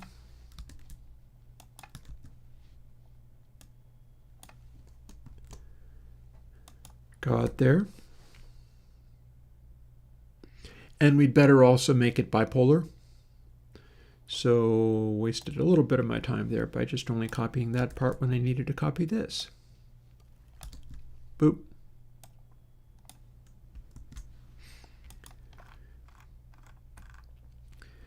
And now here's what happens next.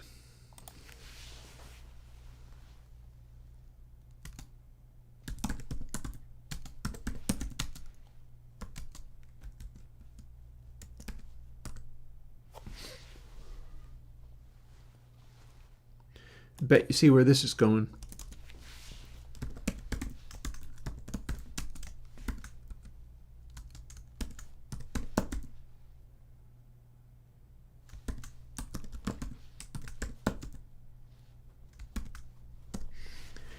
And now we just have to make these things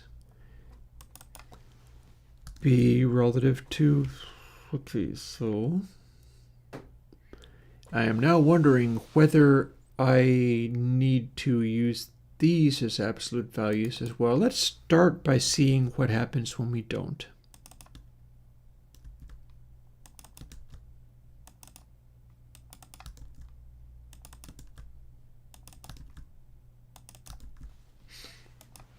There. Now that should give us something. And then input sample times equals by mult times apply mult. So is that going to do what I think it does? No. Why? Because apply mult is centered around 0. So times equals something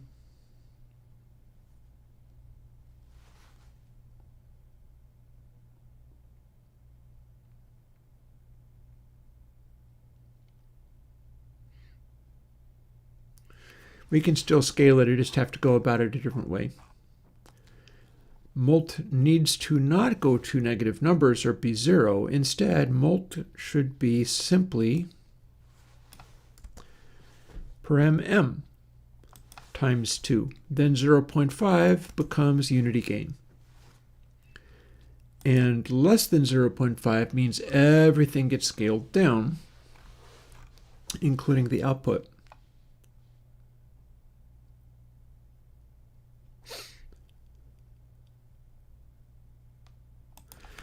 I feel like maybe I should do it like this.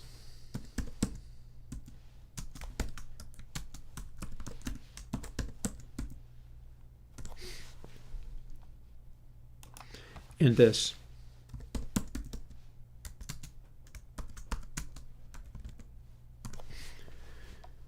And then we start at 0. Now we're adding all these things. They're not absolute values, but we don't know that they need to be absolute values yet. We're scaling it, and then we're making everything be scaled by 1 and multiplying, hang on, and adding it twice, which makes no sense, so we're not going to do that. There. Now we get to scale it down to nothing if we want, or make it be bigger if we want. And then we're scaling input sample by that. So if we can get it to modulate into being less than 1 on an audio at an audio rate, that gives us the ability to manipulate this in the way that is intended. Now, whether we're manipulating it in a way that is polar is another question entirely. And we're not using some of the variables, but I knew that.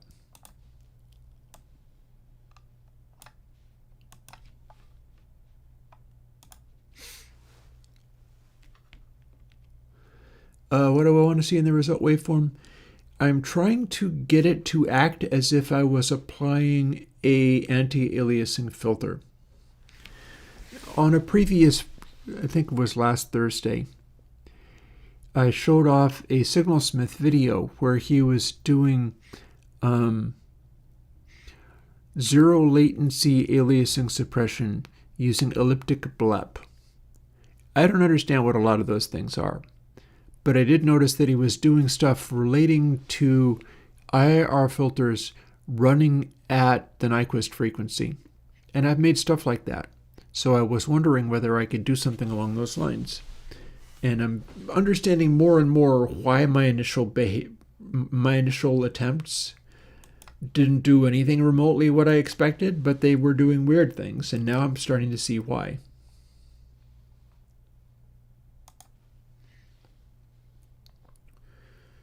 So apply mult becomes this. So now we've got a full clip, but we're adding it like this. Okay.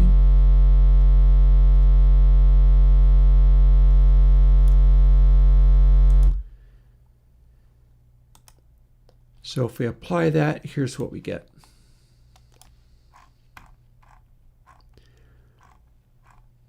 Amusing. It is a unipolar edge. We're growing hair on the waveform. That's interesting. Well, now, what if it was the opposite? Okay. So we still need to be doing some absolute value measurements here. But we're seeing, and this also explains why I'm not getting the behavior I thought I was going to get. I can't actually roll stuff off if it's always boosting the other side of the waveform. Like over here, this might count as rolling stuff off based on which derivative I was using, except for that I'm also always boosting over here, which is not really what I had in mind. So that tells me some of this is okay, but we need to put those absolute value things back. Now, how do we derive these? Oh, these are all being derived off of their previous ones, so we can't touch any of this stuff. This is doing what it's supposed to. But here's where we add absolute values. Actually, I think we can add it on the outside of this. No, we can't. We can't add absolute values on the outside of this because we might want to play them off against each other. All of these parameters get to be negative or positive. So if it turns out there's something useful to be done from having one of them be positive and another negative, we can't just make the whole thing be absolute values. We must make derivative itself be the absolute value. So we're going to go in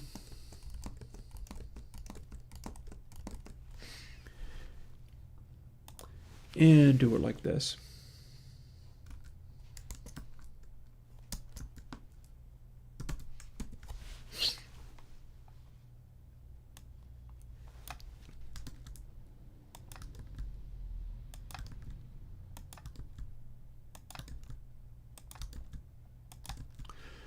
There. Now each of these derivatives will be applied based on how much of a departure it's making, but we get to add or subtract it based on the setting of that slider. And it's all being added to mult, which is being applied. It's quite interesting that I was still getting the absolute value behavior there, but this should fix that. And it'll be interesting to see whether it does or what it does. At which point, the next interesting question becomes, can I make a crazy low-pass filter-like behavior out of just these? It'll be quite interesting to find out, if I can. It'll be quite interesting to run that into the super high-frequency sine wave and see what that does. But first order of business is let's distort that sine again.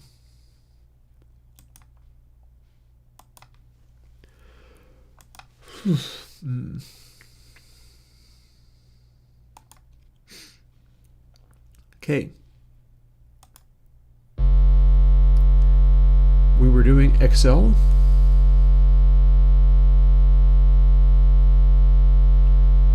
We've got apply mult set to 0. got that fixed. There we go. We were applying Excel. What happens? Okay, that got higher.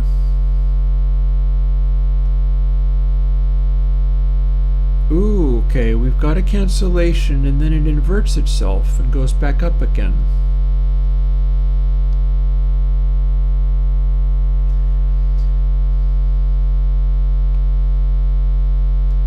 We've got this place over here where it kind of tries to droop. That's interesting. So if we do this, what do we see?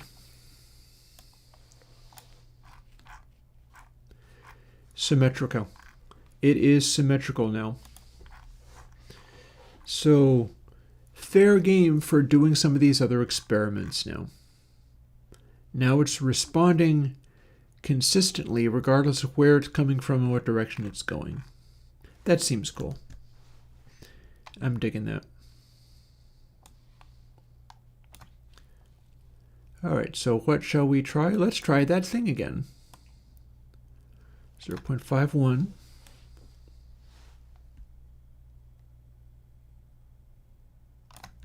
0.52. 4, 8.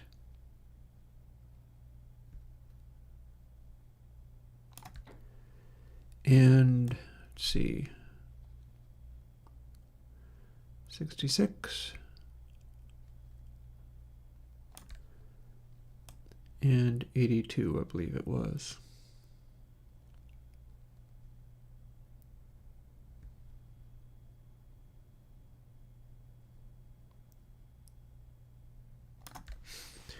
But apply multi doesn't have to be all the way cranked up. Let's see what happens when we start sneaking this in.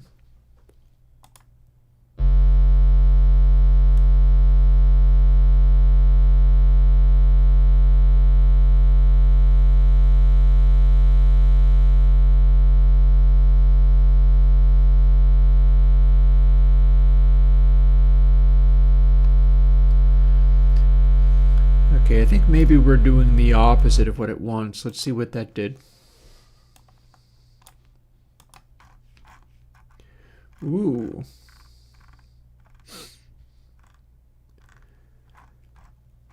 I feel like maybe that is literally the opposite of what it wants. Look at the incredibly sharp spike we put on there. That's colorful. It's also not very consistent. It's bouncing around quite a bit. What's the tallest spike of all? This one over here?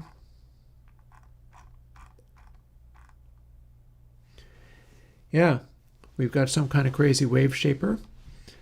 And the adding aspect of it is definitely acting weird.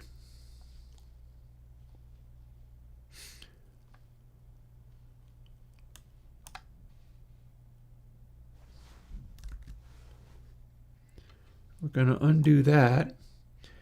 And then maybe let's work incrementally, but do the opposite.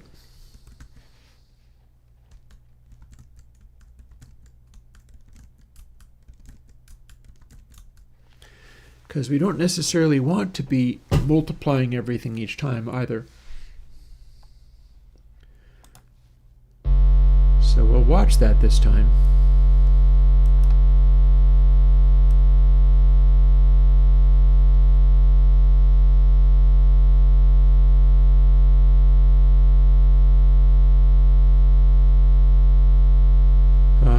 I see a dip.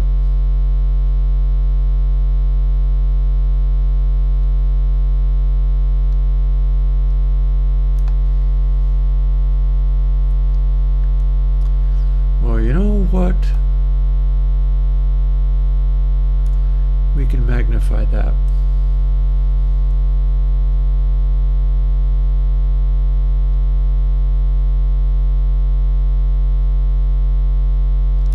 Let's assume that we're doing it kind of like this.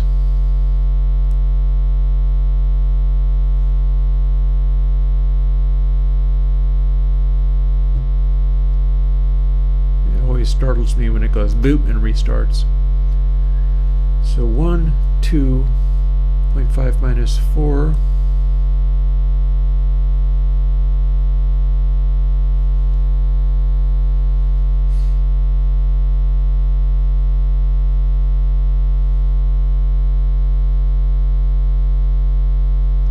Now what do we got?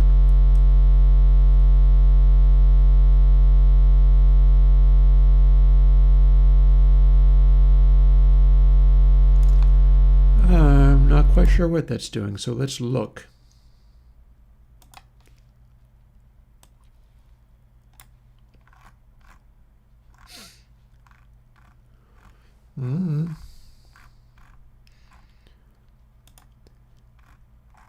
That looks like we're trying to round off the tops of the waveform.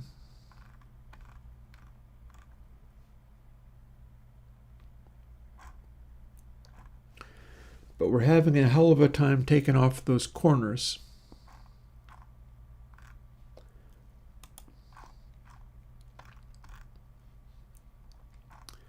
We've got a nasty little departure there, which is actually the wrong frequency. So we don't want that.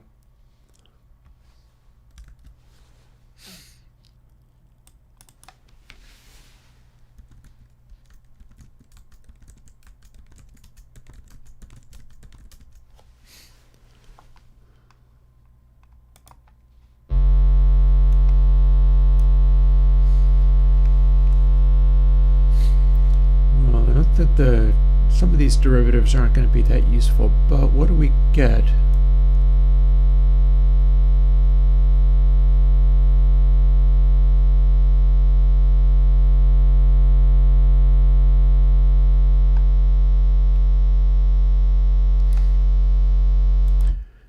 Have we got another Batman wave?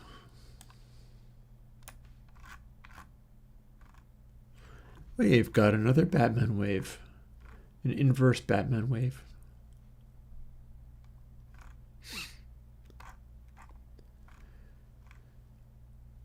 So I'm pretty sure the reason there's a feedback element to this that's freaking me out.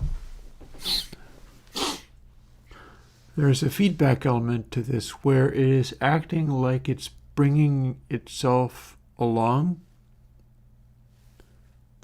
Yeah, upside down Batman wave. At least it is normalized, or absolute value.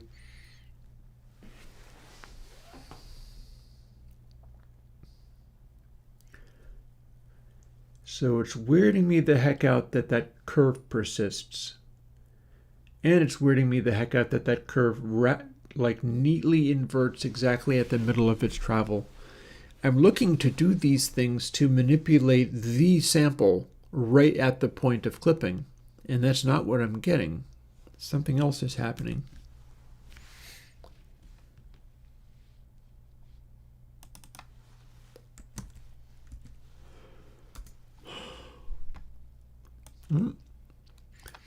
Other things were functioning better previously.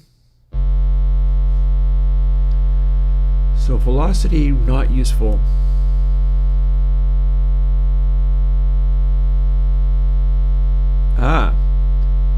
However, acceleration, this did something.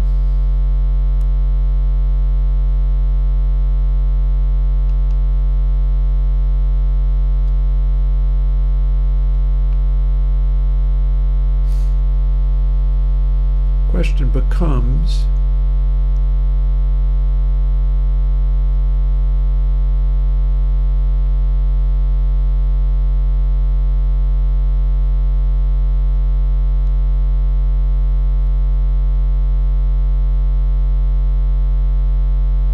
is there a way to deepen it?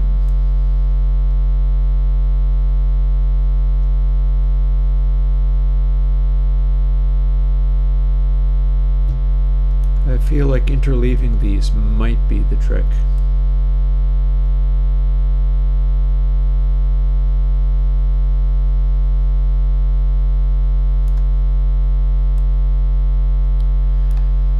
So you realize what that means.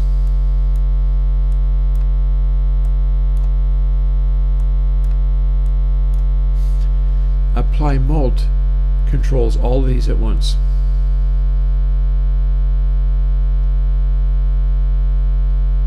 And there's only so much I can do with it.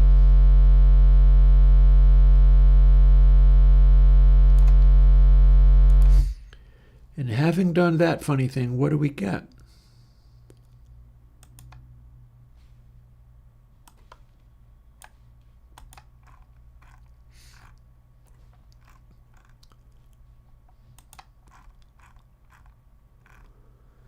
We get a sort of smoothed overshoot. So I think these high order derivatives aren't actually doing me any good.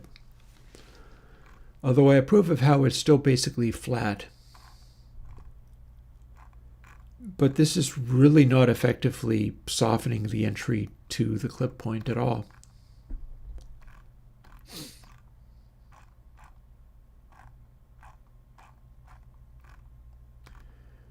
In particular, it's definitely a little bit weird how we're just making a little lump on the end of it.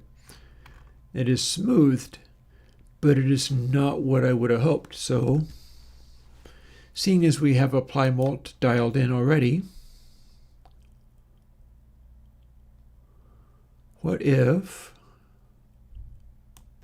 half of this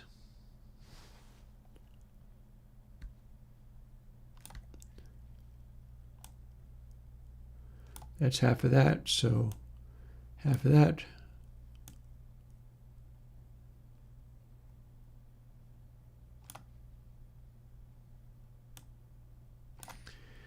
And let's leave pop out entirely. So if we have just the initial one and we're continuing that pattern, but we're dialing them back every step of the way.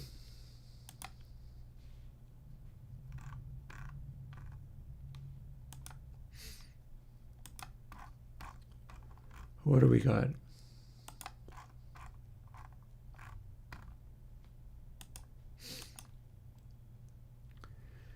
We've got not much of a ripple, honestly.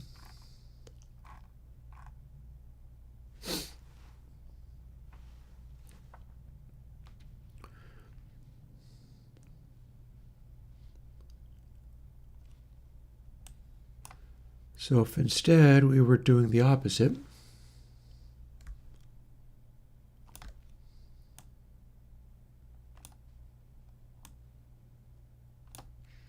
that's now the opposite.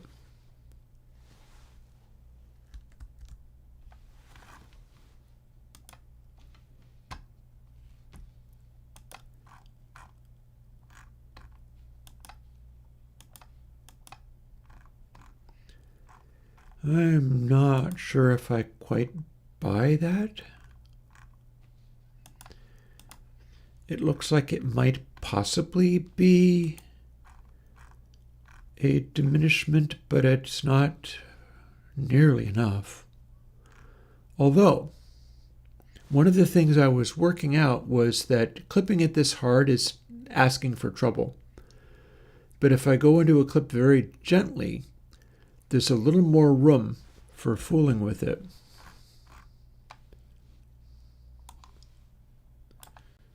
So what if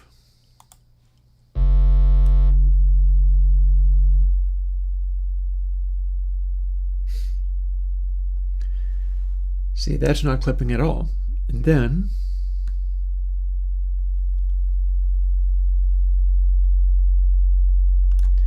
that's a digital clip. And it's producing all the harmonics.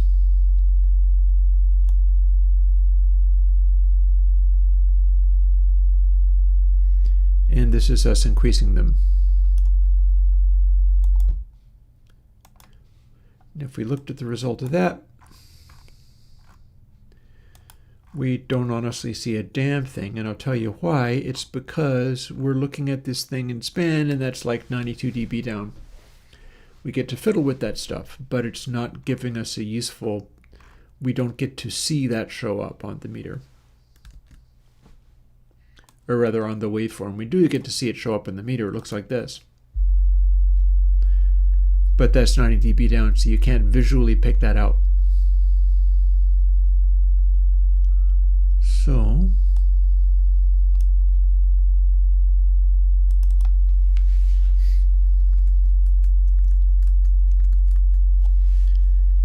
I start exploring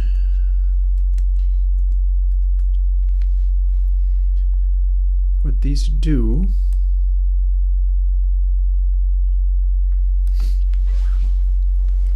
that's now making the saturation go up. And that is a very low derivative. These are much higher derivatives that are basically just changing the guts of the thing. So we don't actually want that derivative. Excel is probably the lowest one.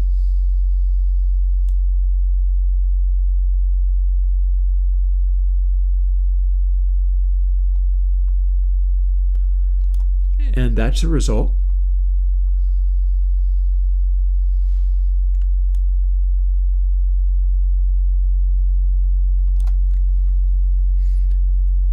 But how much else can we do with it? Okay, that's a little too hot.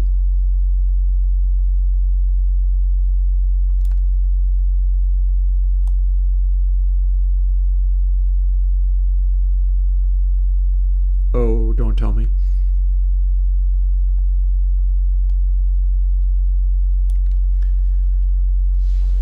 Of course it was. What else would it be?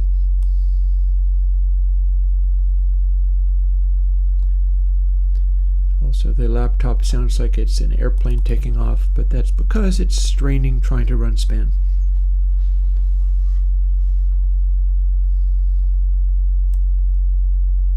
That makes that go away.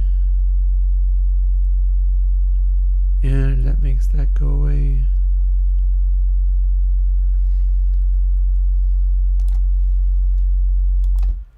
But if we apply just the Excel derivative at 0.618, who knew? Might not be sensitive, might be a thing which doesn't work that well at any other volume, might just be accident.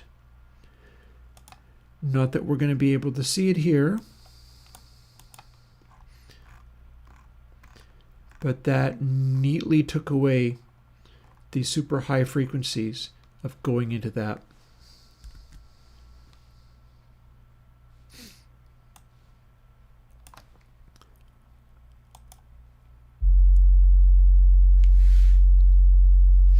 So that's quite interesting. Didn't expect that. Now, what happens if we start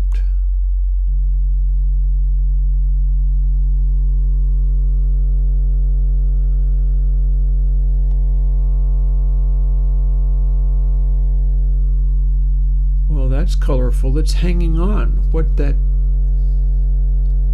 This puzzles me. Okay, we go harder. Now what do you do?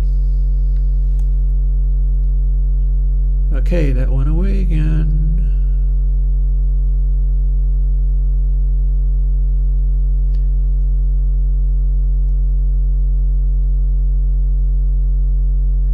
Well, it's not necessarily 6.18.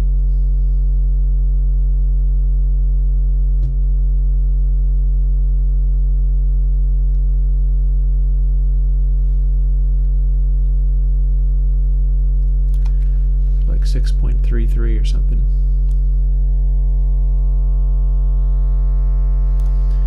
See how it's trying to hang on to that corner case there?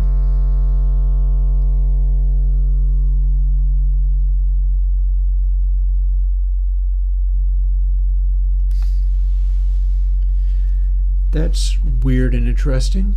I also don't know whether maybe bringing echo in will do something useful for me.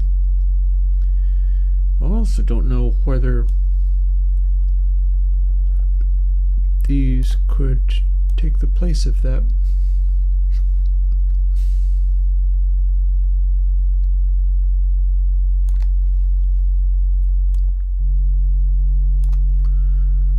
What's this derivative look like when we do this?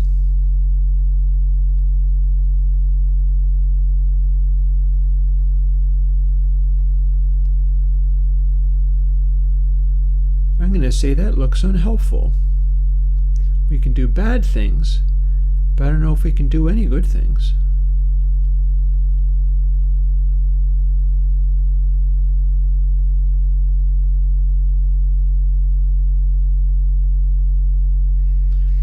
Unless we can flatten out that ripple in some useful way.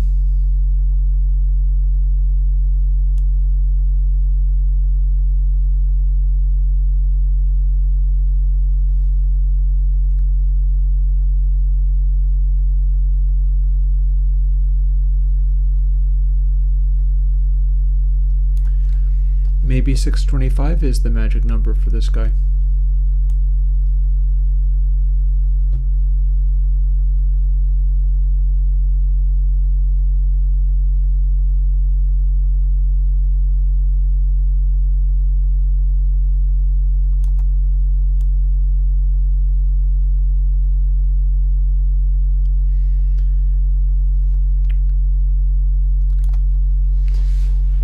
This looks very consistent, and it looks like no other derivative than Excel is any use to me at all.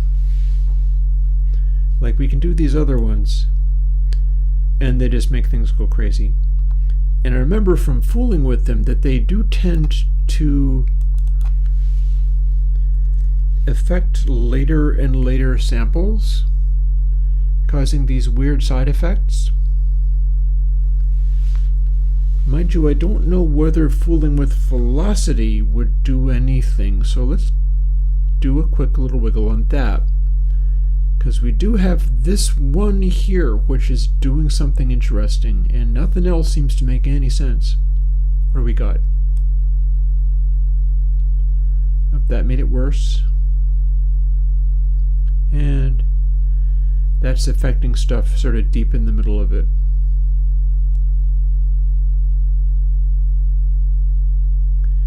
Those are cancellations that are going to be a factor of aliasing interfering with this wave.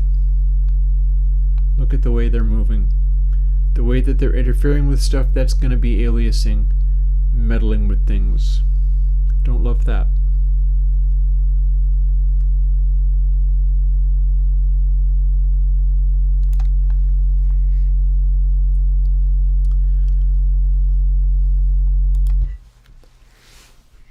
Looks like we have a little tweak in here that does something interesting.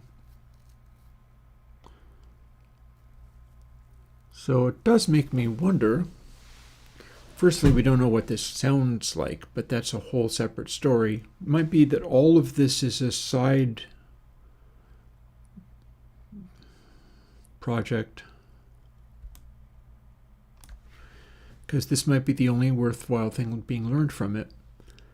But it could play a useful role. And I do like the fact that it is very simple.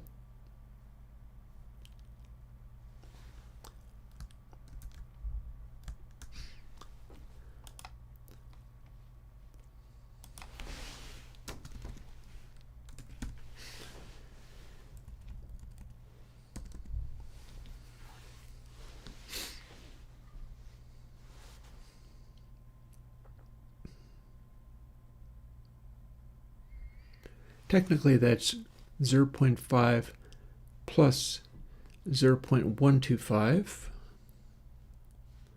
And since 0.5 to 1 becomes equal to 1,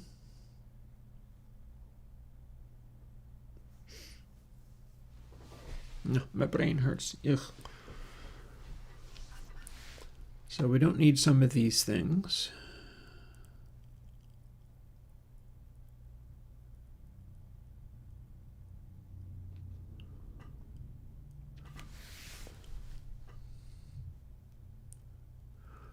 Why is it amplifying to make that better?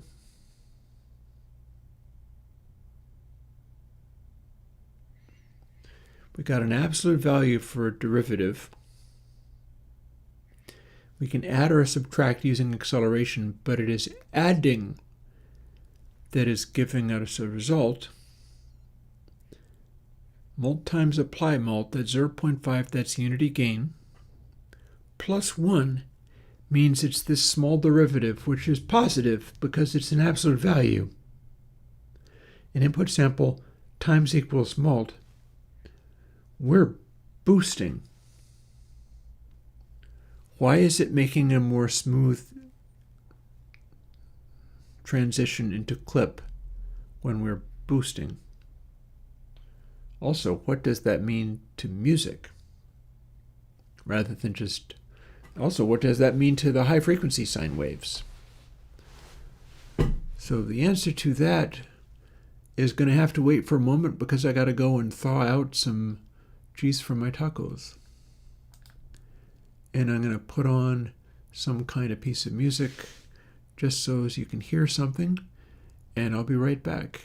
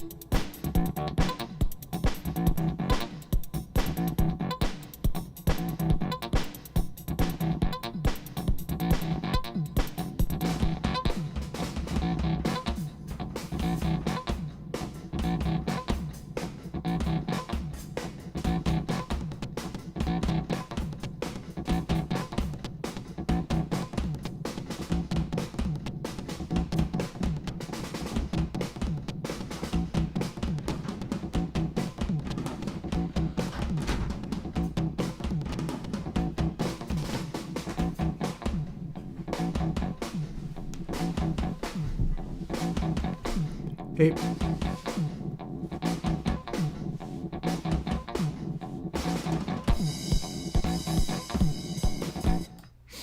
Okay, so that was weird. Alrighty. Now let's see what kind of nonsense we're looking at here. We apparently have an ability to soften the very edge of a hard digital clip with not the second but the third derivative at a very specific amplitude.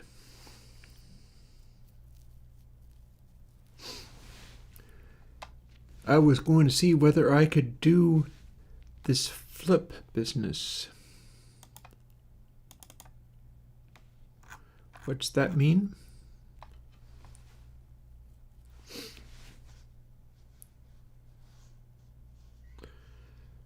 Something to do with this.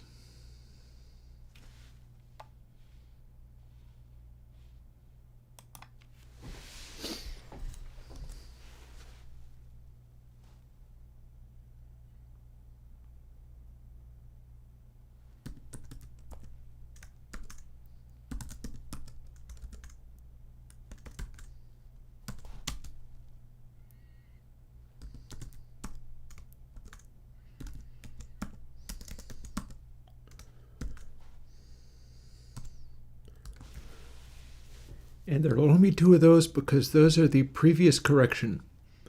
And then they're going to oscillate.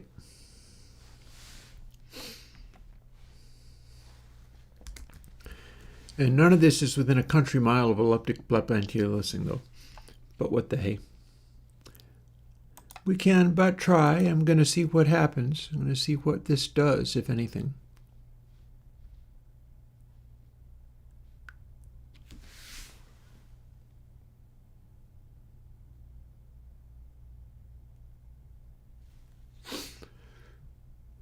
I don't technically even need to, okay.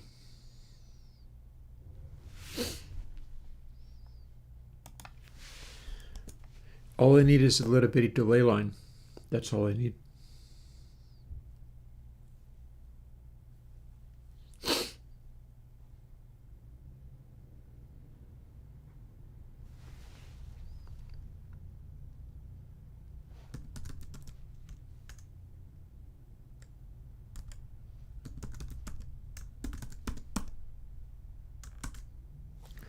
Did I capitalize that? Clearly not. No, I had that in there. There we go.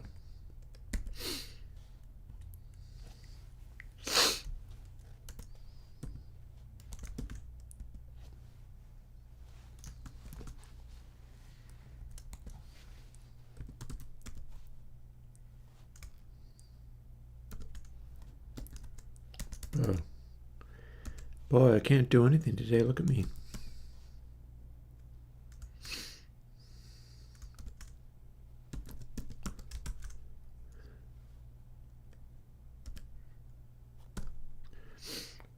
Here's our delay line.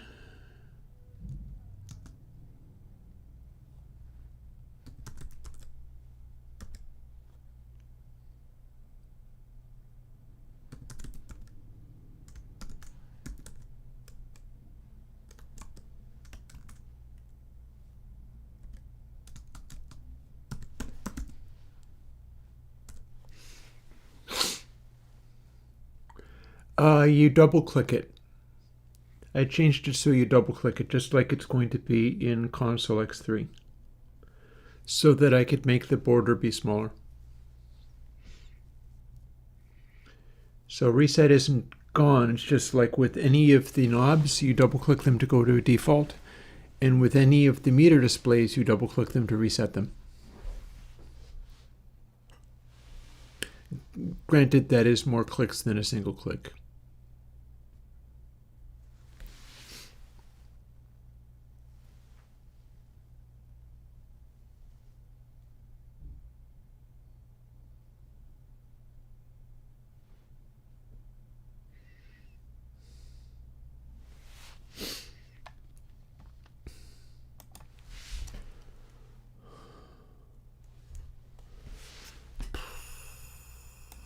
There's our delay.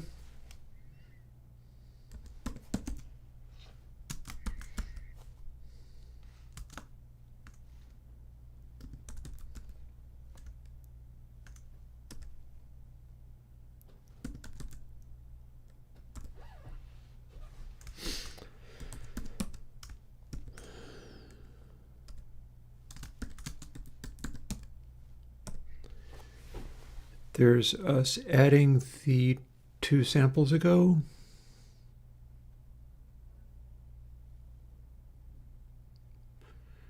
I believe that's how this is going to roll. And now let's see what we get.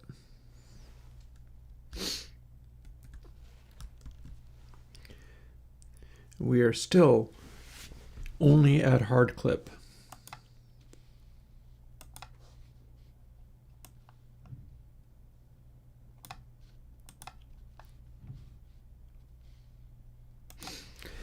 And we're still going to have a video on Meter this upcoming week because I ain't going to have a plugin ready, I tell you.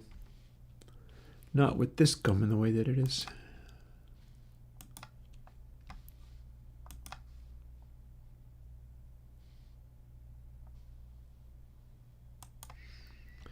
Well, the laptop is happy it got to rest for a moment anyway.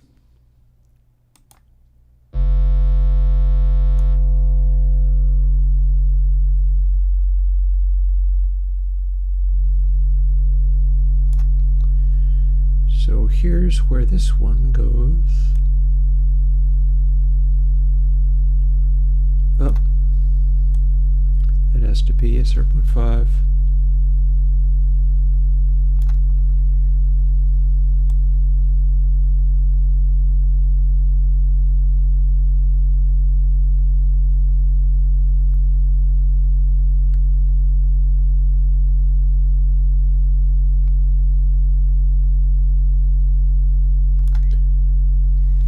That just changed, but I feel maybe it's because I had apply mult that full. Did I?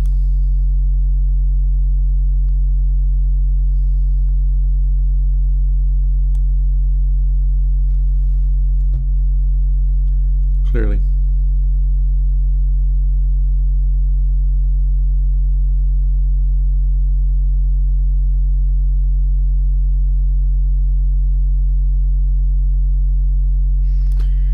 Okay, that looks like the actual setting. Now what happens when we start bringing in this echo?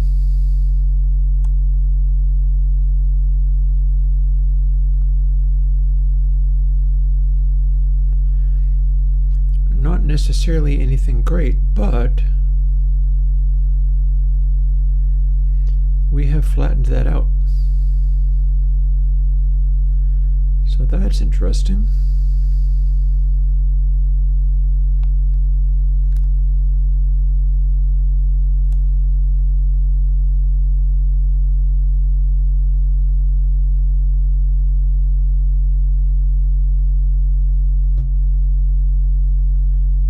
The way that it chokes. That sucks. What if this is also our mysteriously arrived at magic number?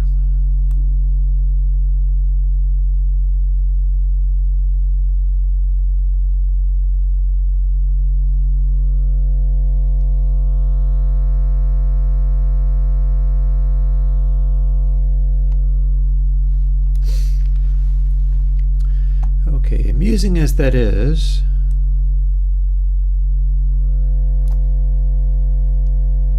if nothing was happening,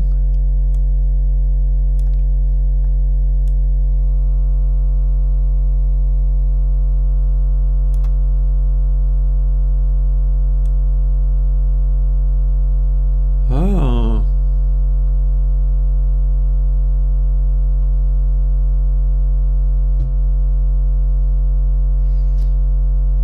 we lowered the very highest harmonics by a teeny tiny bit. If we take echo away, does it go down even further? Sure does.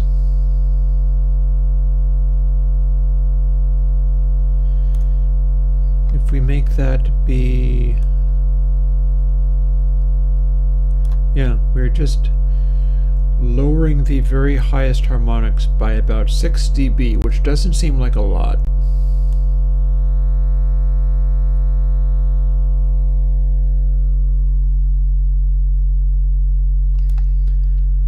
It's admirably consistent. Look, we get to do that on a pretty regular basis. So what's this echo doing, if anything? It's making it worse.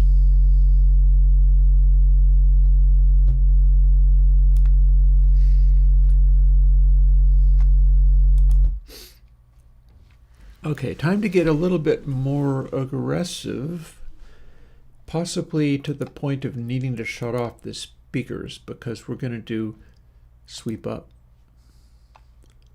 What happens when we do this horrible thing?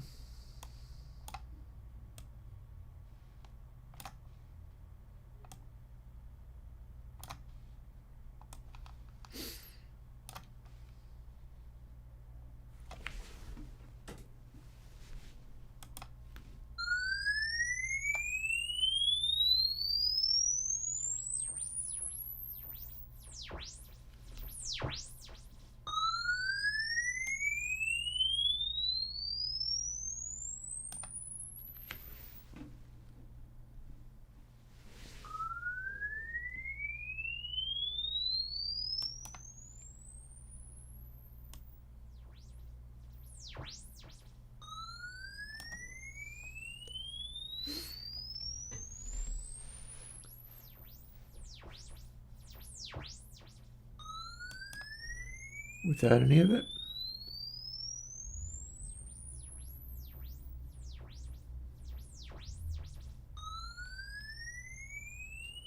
With echo? Oh wait, I gotta turn back on.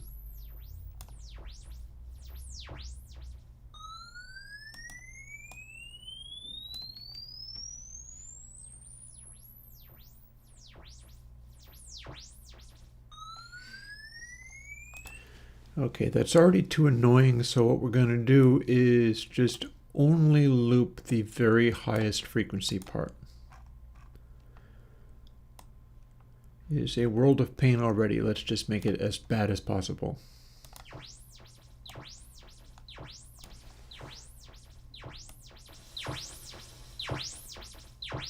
Oh, that's just my output level. That's just distortion.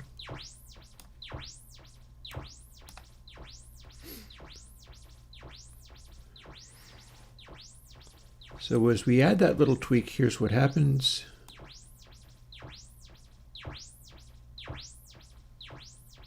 I think it made it louder. Great.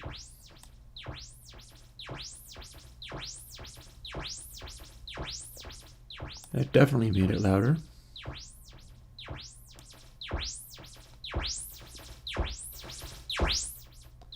So do these.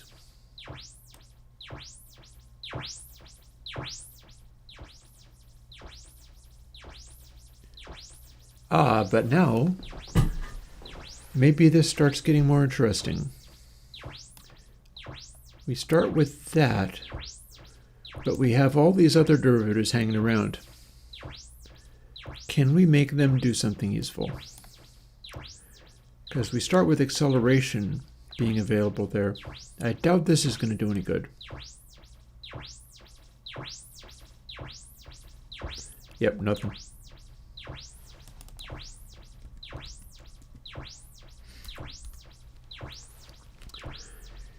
I was getting some results out of this. Something was happening.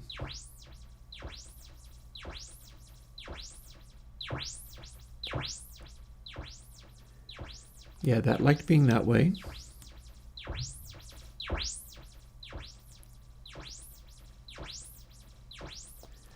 We're thinning out that birdie.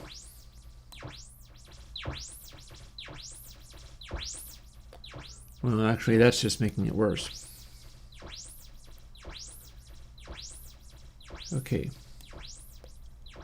532 was full crank, so therefore 564 would match apply mult being 0.5.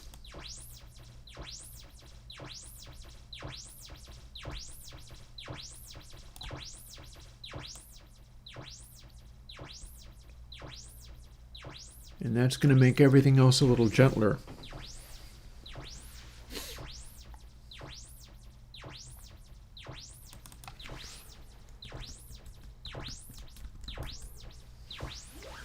Back to our native. That was 564, so let's just play a little bit.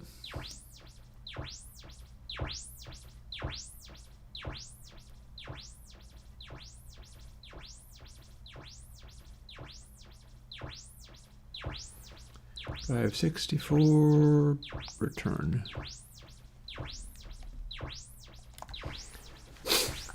Okay. Bringing in the other derivatives in weird ways was giving me something. If jerk goes higher than 0.5, it makes it worse. But if jerk goes less,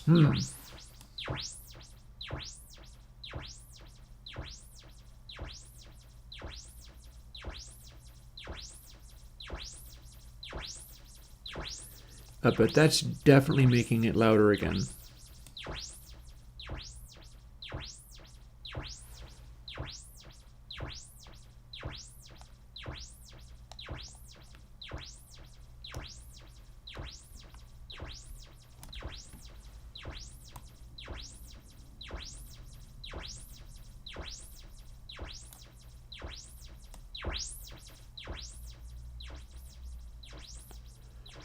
Interesting.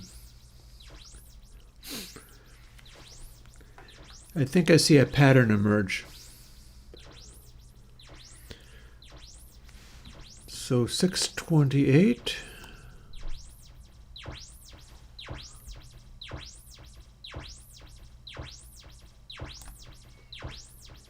And apply mult goes to 0.25. Becoming neatly a half each time. And that means we can explore the ideas of whether we're doing a sort of neat halving each time.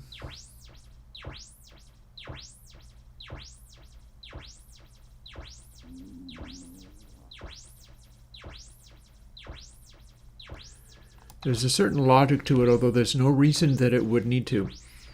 But 0.5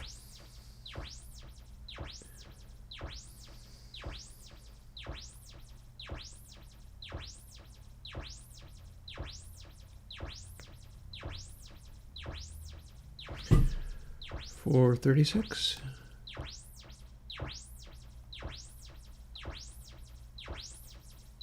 Yeah, it's louder.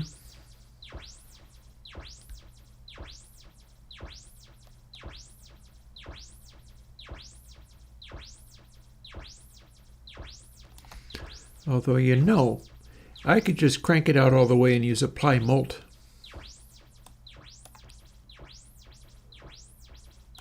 What do we get?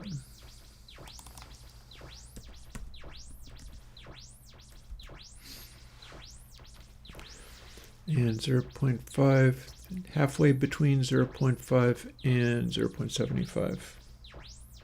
625, that should be, yeah, I think so.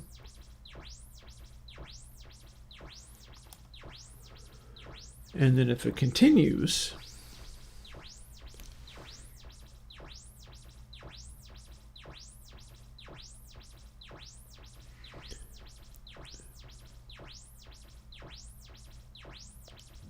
$1, 2, 5, 62.5.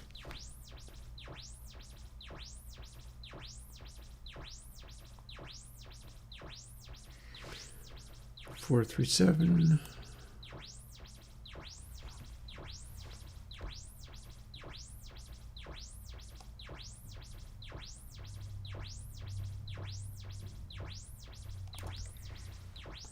Each time it's half as much as the previous one.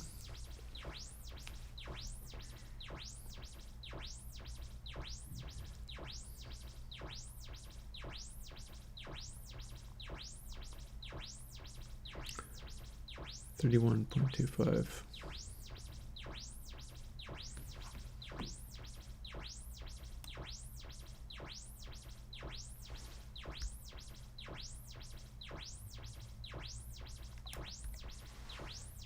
What do we got?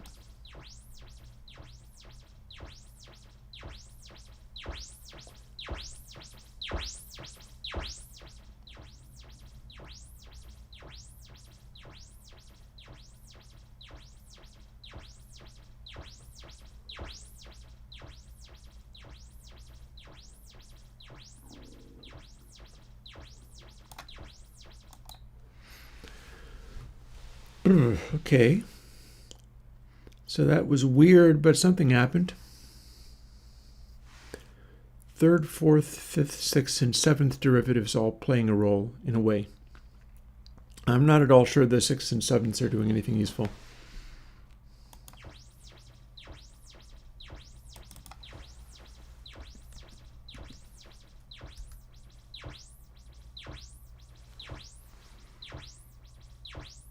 Just neutralize that one.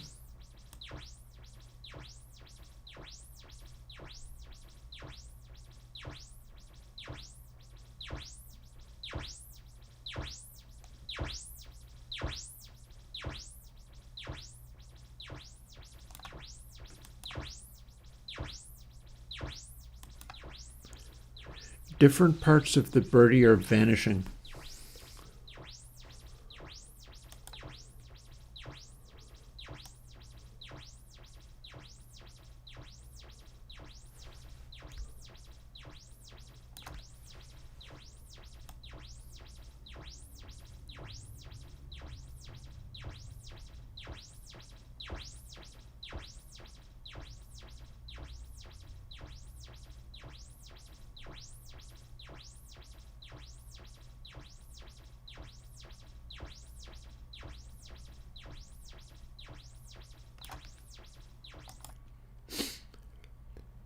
So that's why. Let's save that as it is.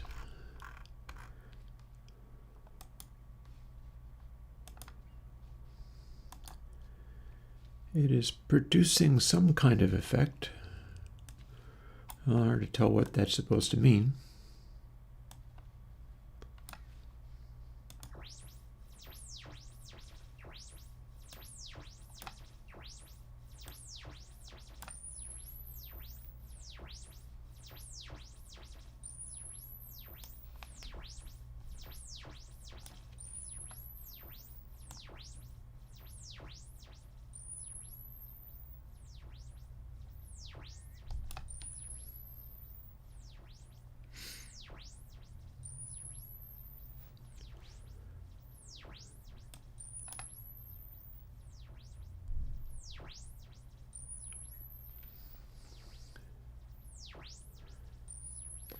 So that's as loud as that goes.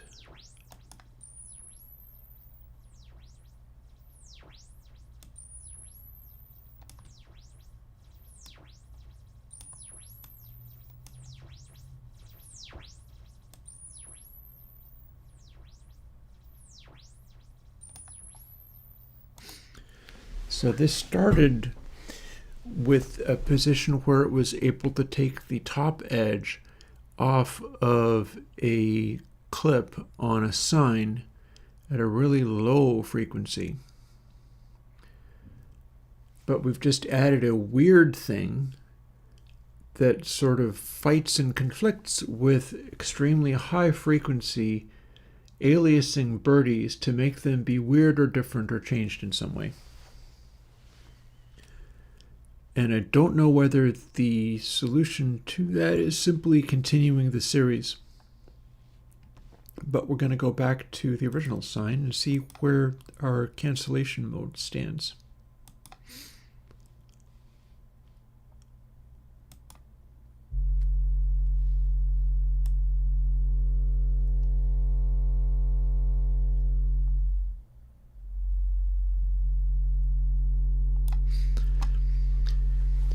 So if all of this holds, there's still going to be a zone where we can make that cancel out nicely, or something like it anyhow. And back up it comes.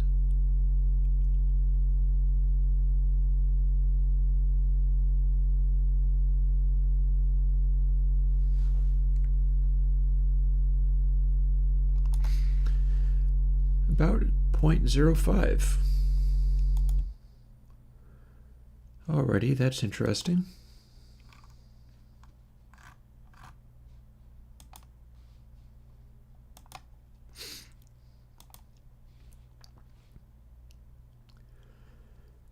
Echo proved not useful at all. That's fine. You learn something new every day.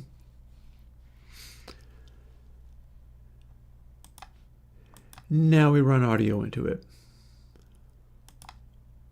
What do we got? Oh, let's do the 44.1K. It'll be easier on the computer, and if we can hear aliasing on it, it'll be easier to hear that.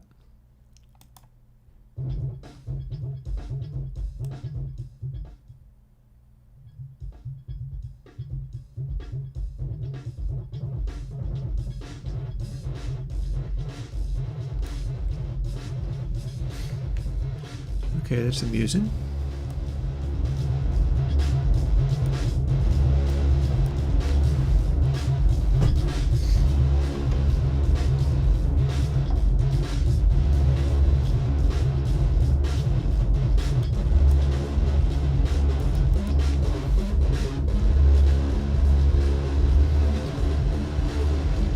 So here's our full clip with no correction whatsoever. We do this.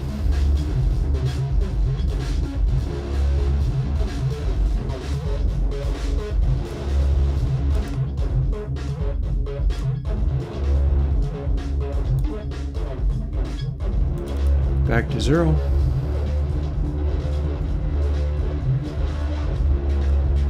I don't hear a lot.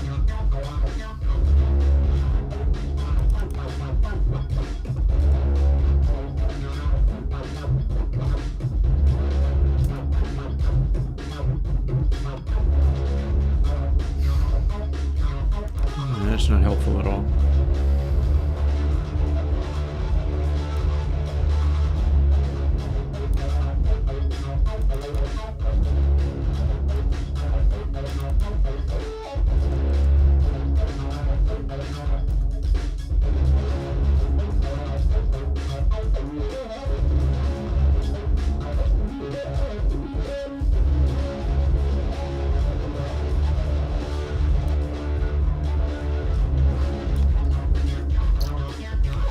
I mean, considering that this is literal digital clipping, ramming as hard as it possibly can, I'm not honestly sure what I'm expecting, but I'm expecting trouble out of the highs.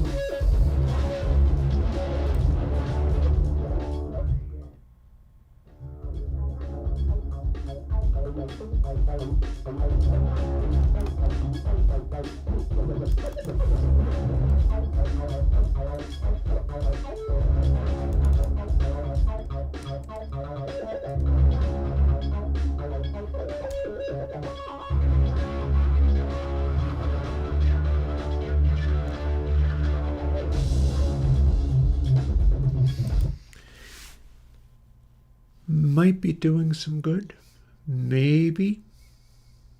It's a little hard to tell. And I have not yet experimented with this on any of the other clips. We're only doing it on the worst case scenario, which is the hard digital clip with nothing else affecting it at all. And there's very little in it with this.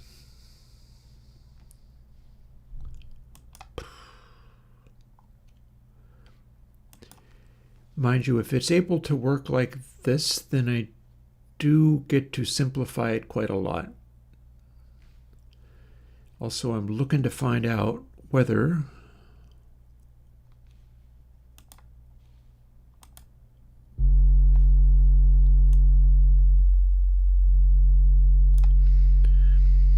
we can tweak these higher order things at all.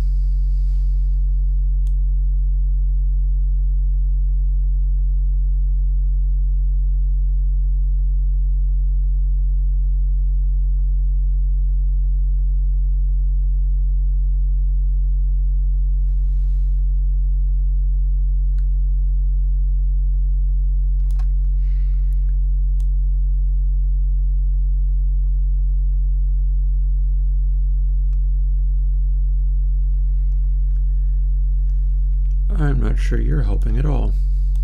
Let's take you out. How about pop?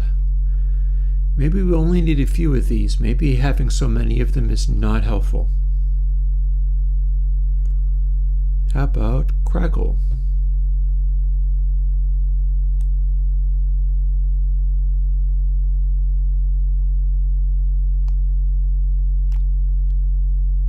Okay, that's wild. Didn't expect to see that.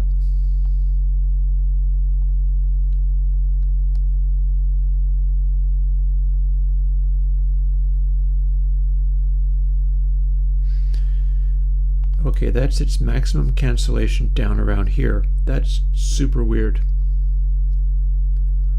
Do the rest of them follow that pattern? Doesn't look like it.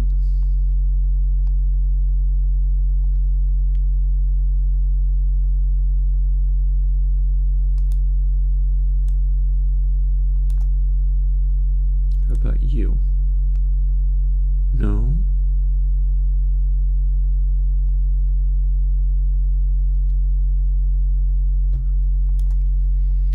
Maybe we're better off with just the one. I'm not convinced that this is doing any good. Simpler is sometimes better.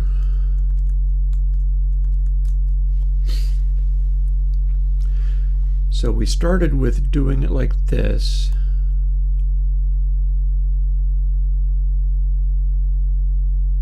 Here's our new maximum cancellation.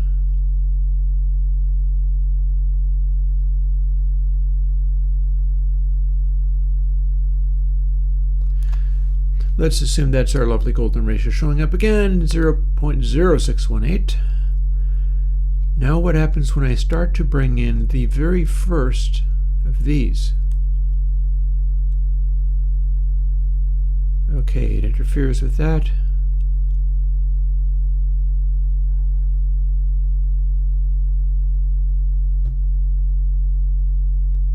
Thing hiccuped again.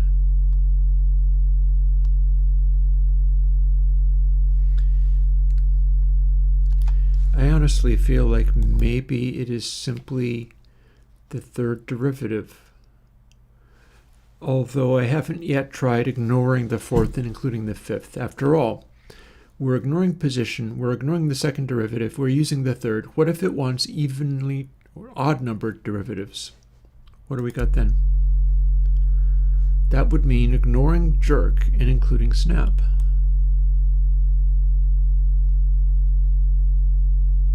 Not that way, it's not.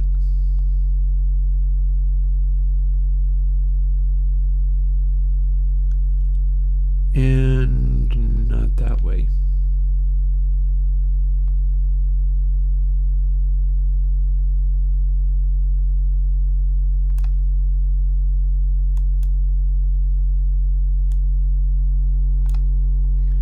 A little more distortion, see what we got.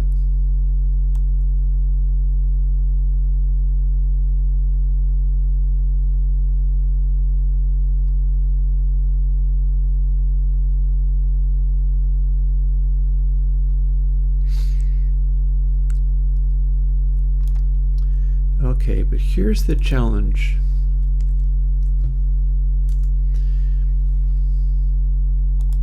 It was grappling with all those outright aliasing frequencies where this came into its own.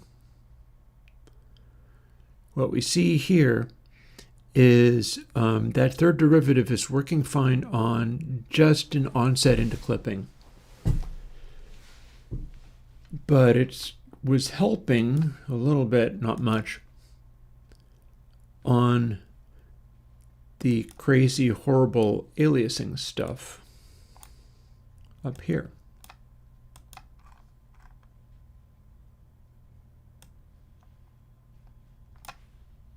Like this.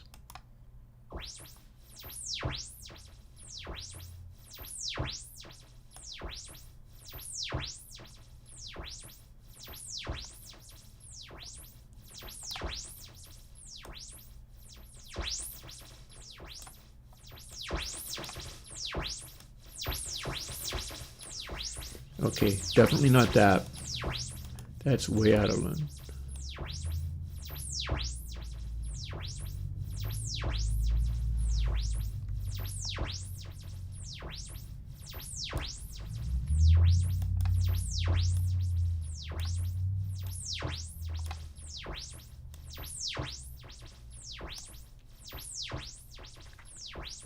Not loving it.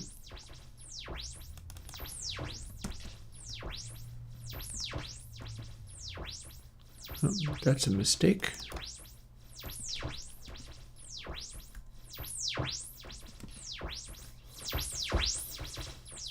That's an even bigger mistake.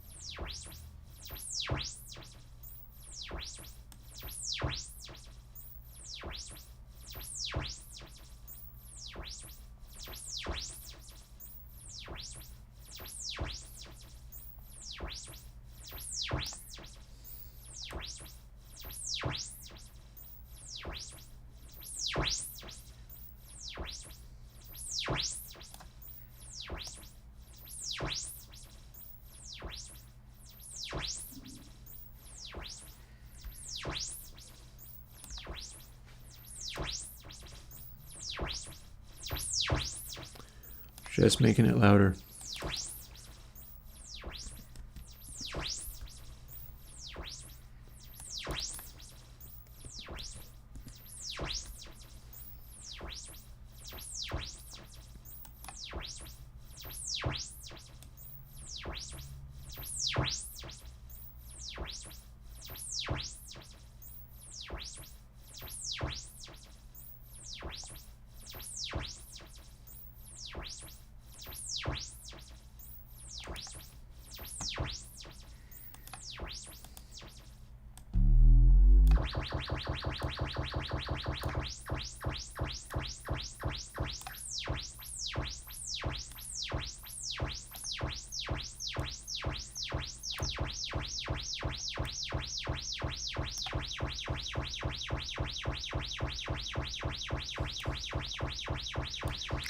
See how loud that is.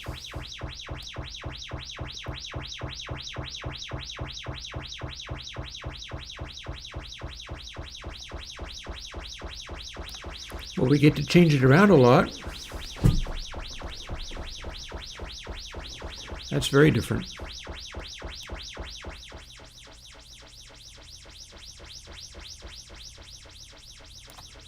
Okay, you have my interest.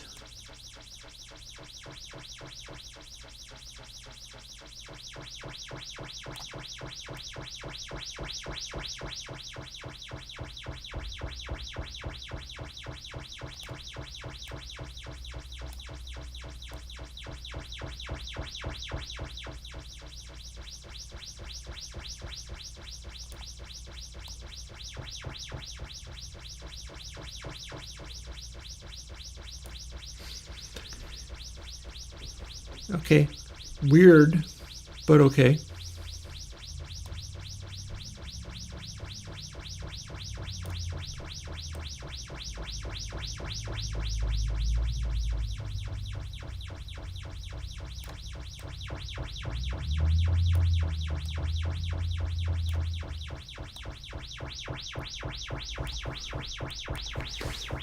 Okay, so this is where we started.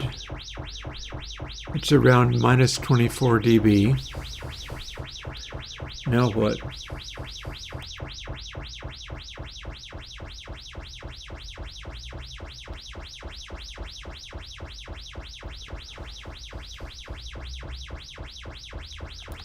Well, here's the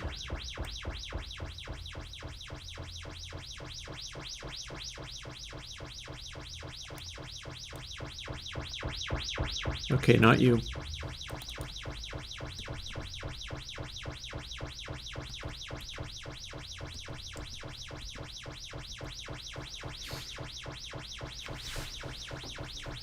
What if combination between jerk and snap? What if that?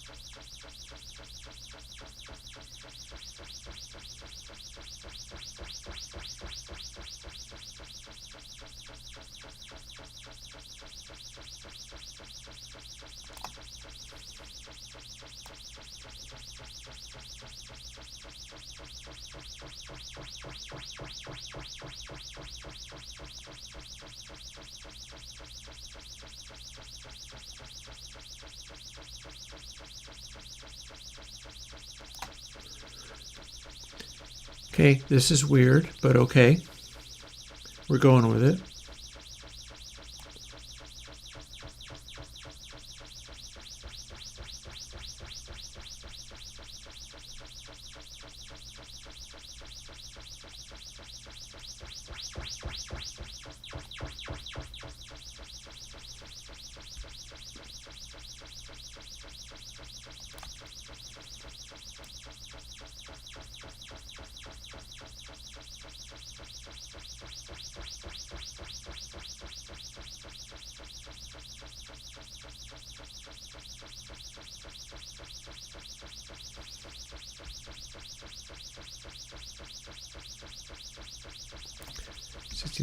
Nice.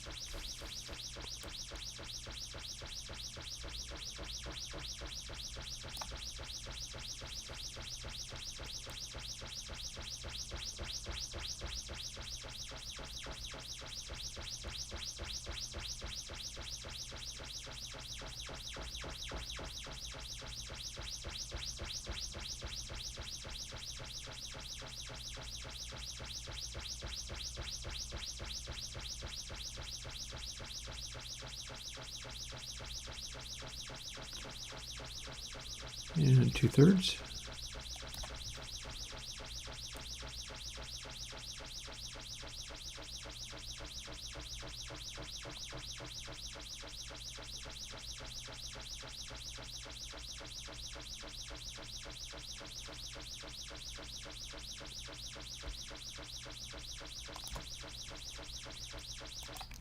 Okay, that's weird. So one of them meant 1, one of them meant 0.0, presumably 6 indefinitely. One of them meant 0.6 indefinitely. It's kind of like it's trying to make sense of some kind. Also, just for laughs. No, absolutely not.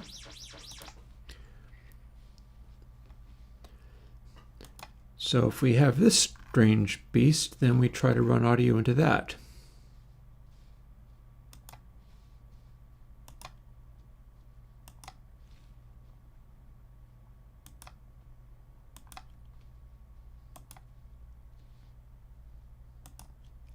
At the lowest possible sample rate to see what it does.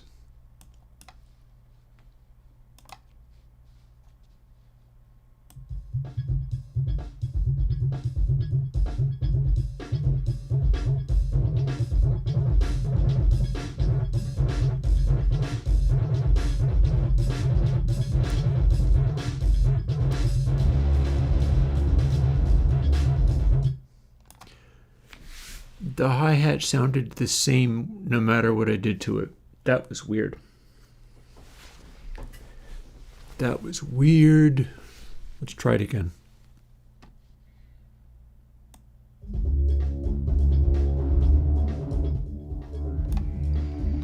In fact, let's loop a section where the hi-hat is doing that open hat thing.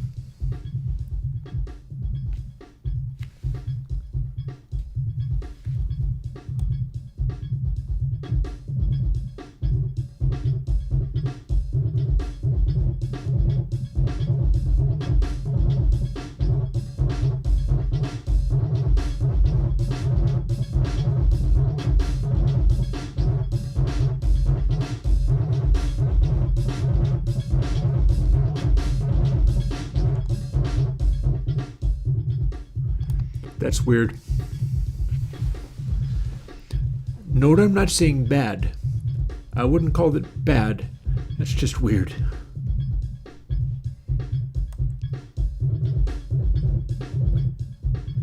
Like, I'm not sure if you can hear that hat. It's pointing at me. So you're hearing it bouncing off the back wall and stuff. Although there is mirrors there, so in theory, hi-hats could bounce off of that.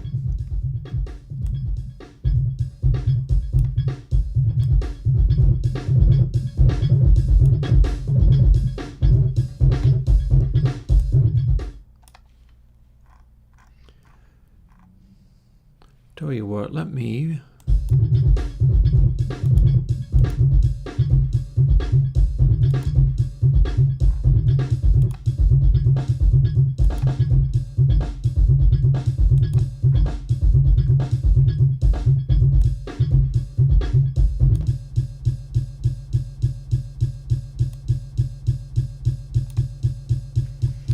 Okay, hat and only hat.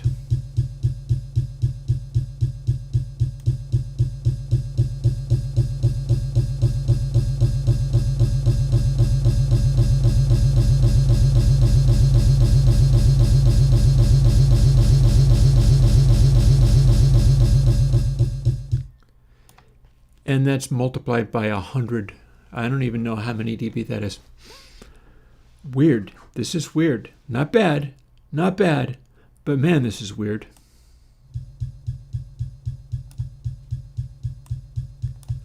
Here's my output.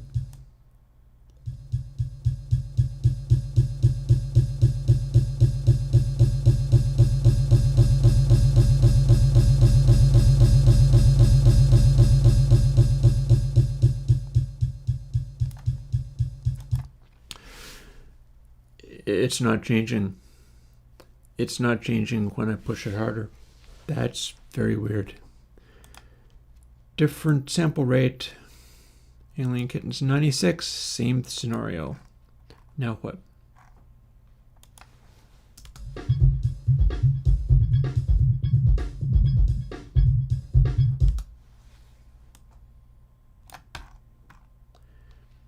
Here we are. This time it's at 96K.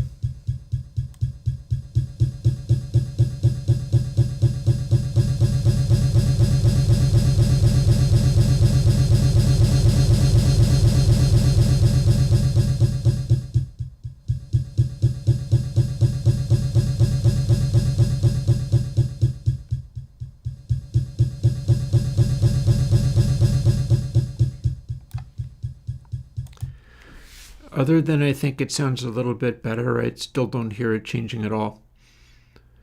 This is the discovery. So, you close. We're going to have a look at what this would actually mean.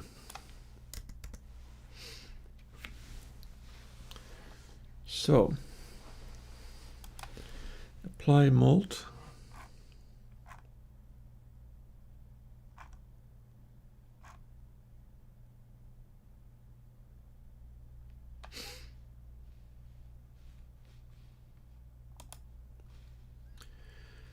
So acceleration, that's going to be at 1.0, and apply mult is at 0.618.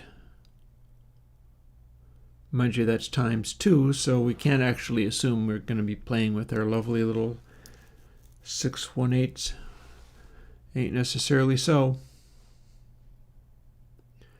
What we can do is remove that and dial it in again. That would make sense.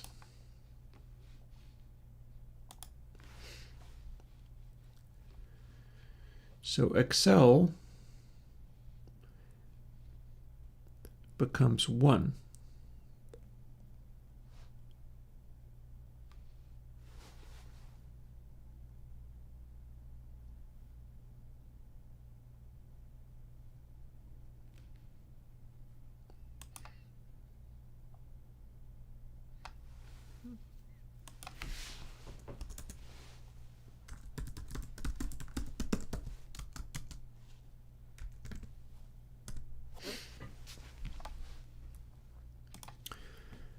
Then it is crackle and pop, do nothing.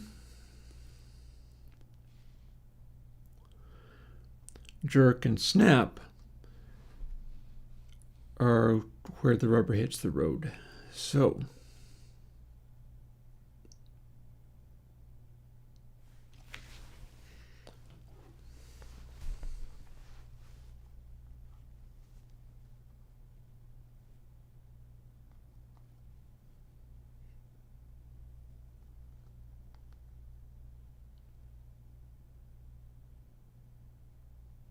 hang on. I know how to do this. I'm just getting confused. 0.066. Let's assume it keeps going. Minus 0.5.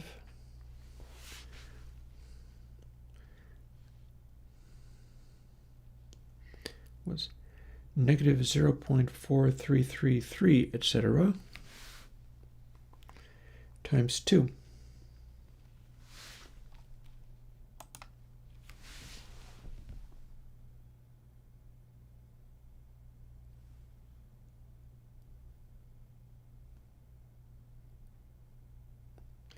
Amusing, okay.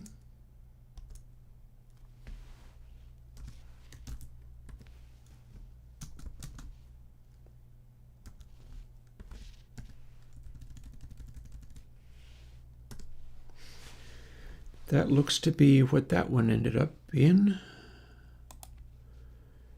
And then snap. Well, that's even weirder, but okay. We ended up there.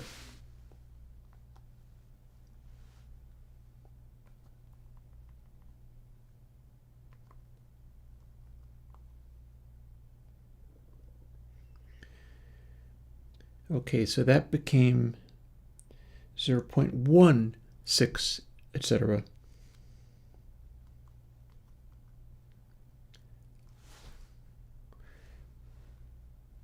It's a third.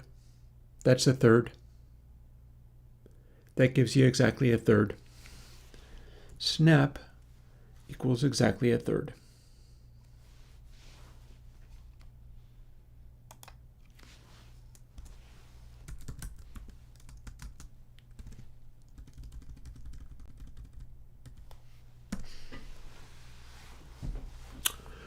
Alrighty then. Hey, Exec Breeze.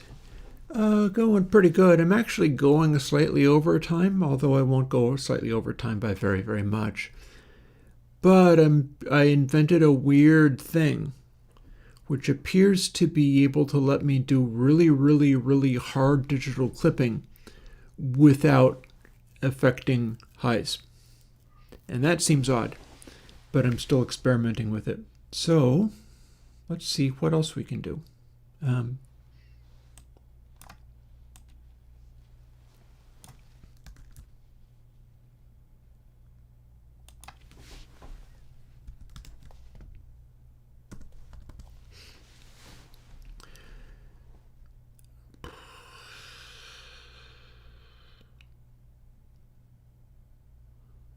Hang on, if I got these set up right.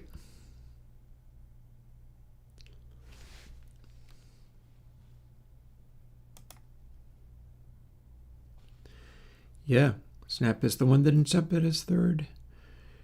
Jerk, I've just got the identity wrong, that's all. I.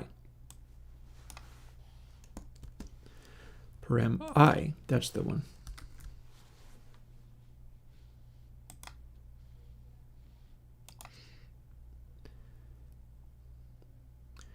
So now if I run it through with these settings, I can fine-tune just only jerk on the same thing I was fooling it with before. Oh.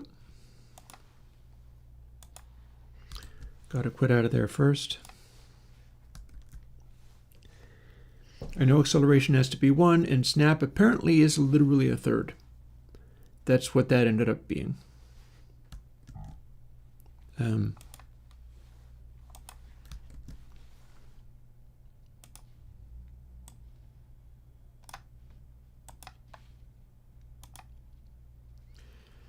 So now those guys are dialed in, and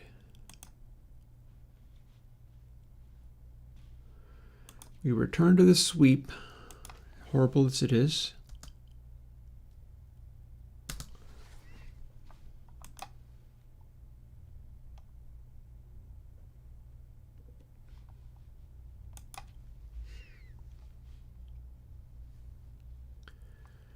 She says we left it, except for now this needs to be up here. And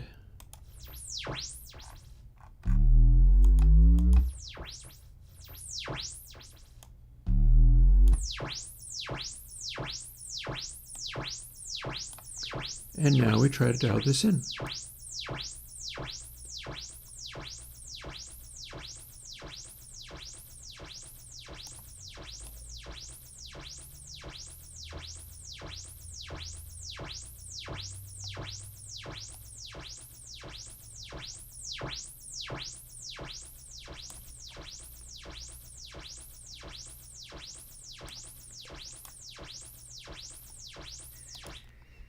Better still, let's do it on the hat.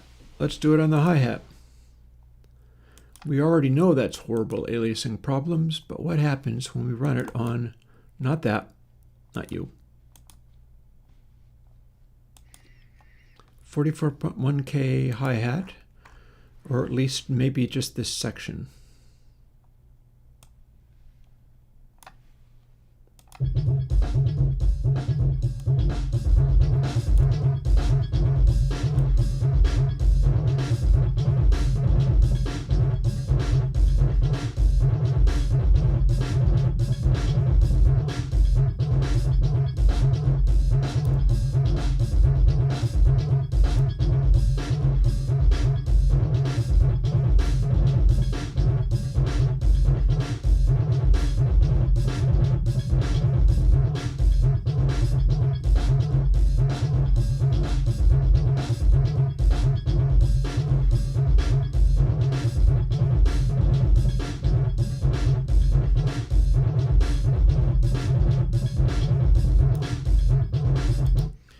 I'm hearing it more easily on that snare.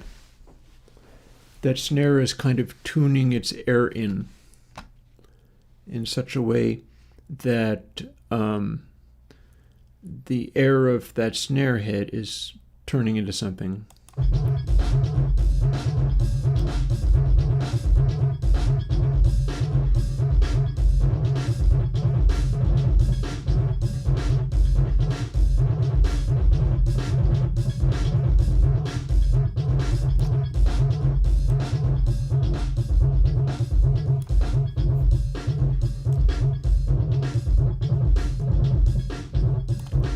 Actually, hang on.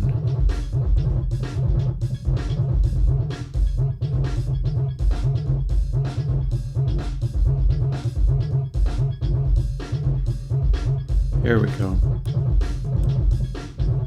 Let's hear just that bit.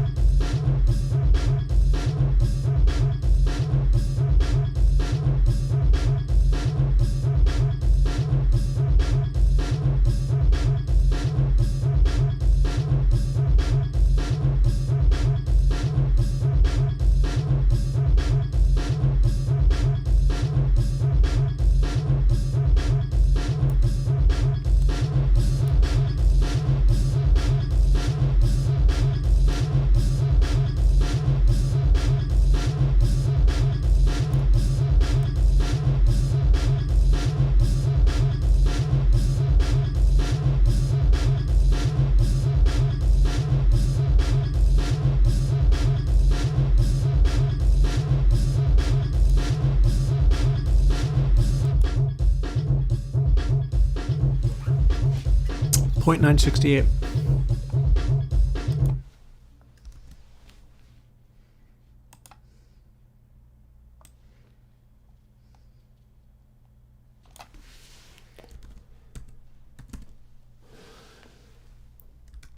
Still weird. This is all still weird, but I'm not going to fight it. Then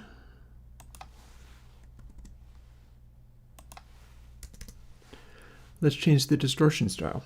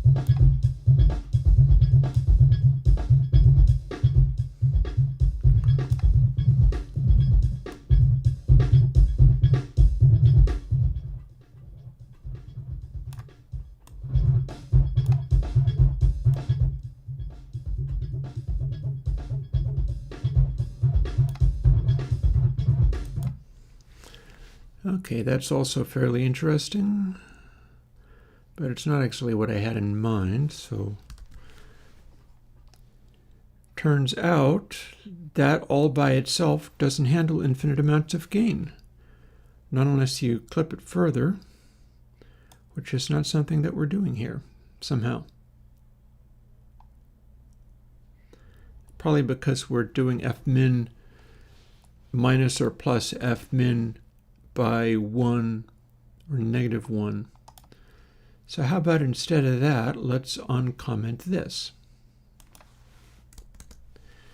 We should have longhand, semi-longhand. But we don't, because we didn't have it set up right. But that's fixable.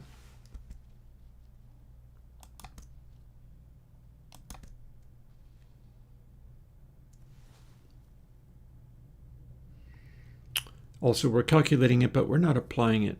That's unfortunate.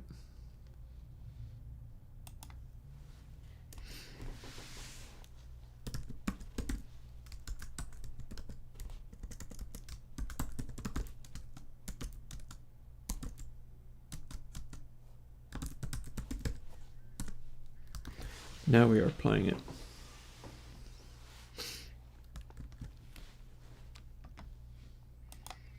Okay. Density based. So if this works, this could also work in purest saturation.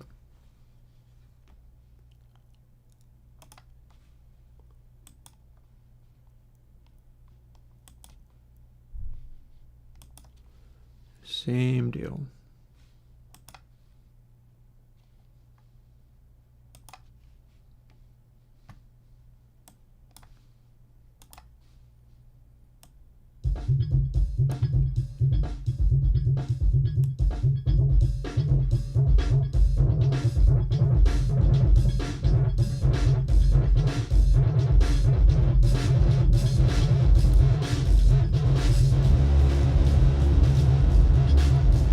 I think it worked. That looks terrifying. Close that.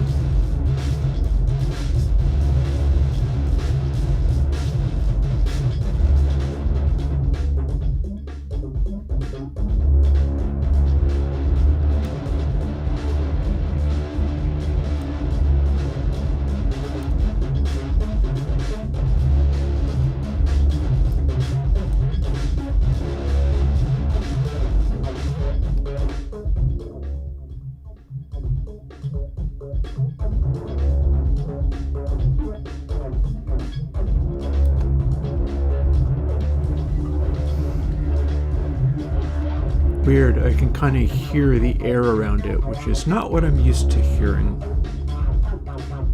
We should still be able to turn it off like this.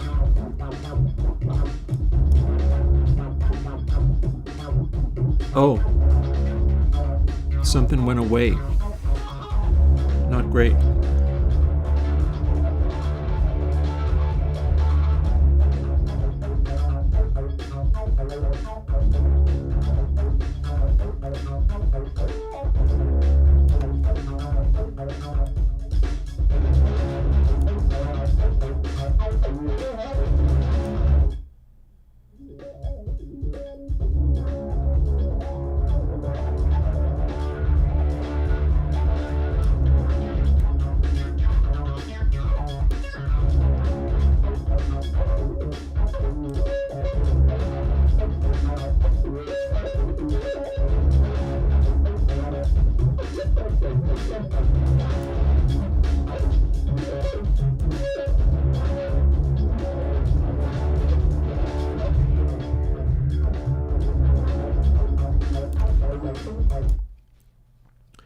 Alrighty. Now we apply it and then look at the waveform to see what this looks like, and then I go and have tacos. Boop. So we apparently get to do this. Oh, look, there's a bunch of weird hair on that one. That's funny. What's this about?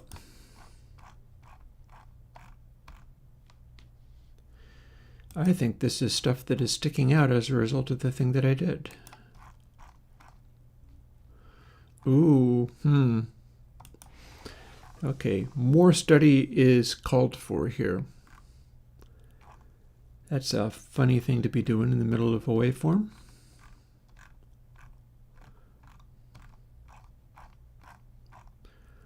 Well, it's at 5,429,000.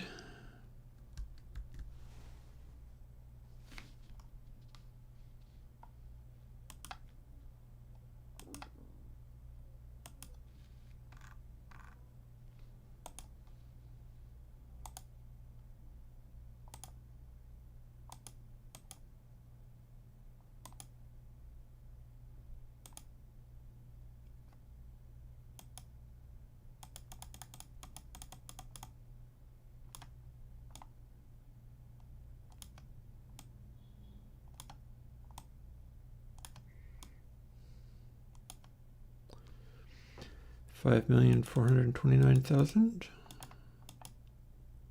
Oh, okay.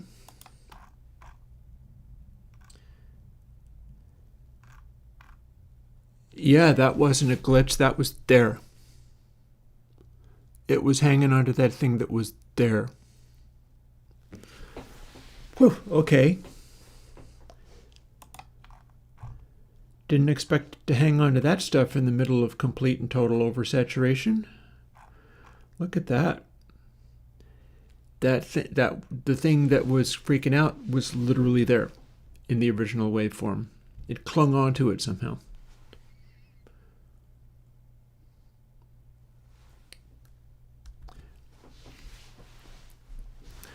Well, this has been a journey. So we've got something happening. It's hard to tell what it is. I can come back on Thursday and see what else I can do with it. All things considered, I think I have well earned my tacos today. I sure as heck didn't make elliptic blood processing.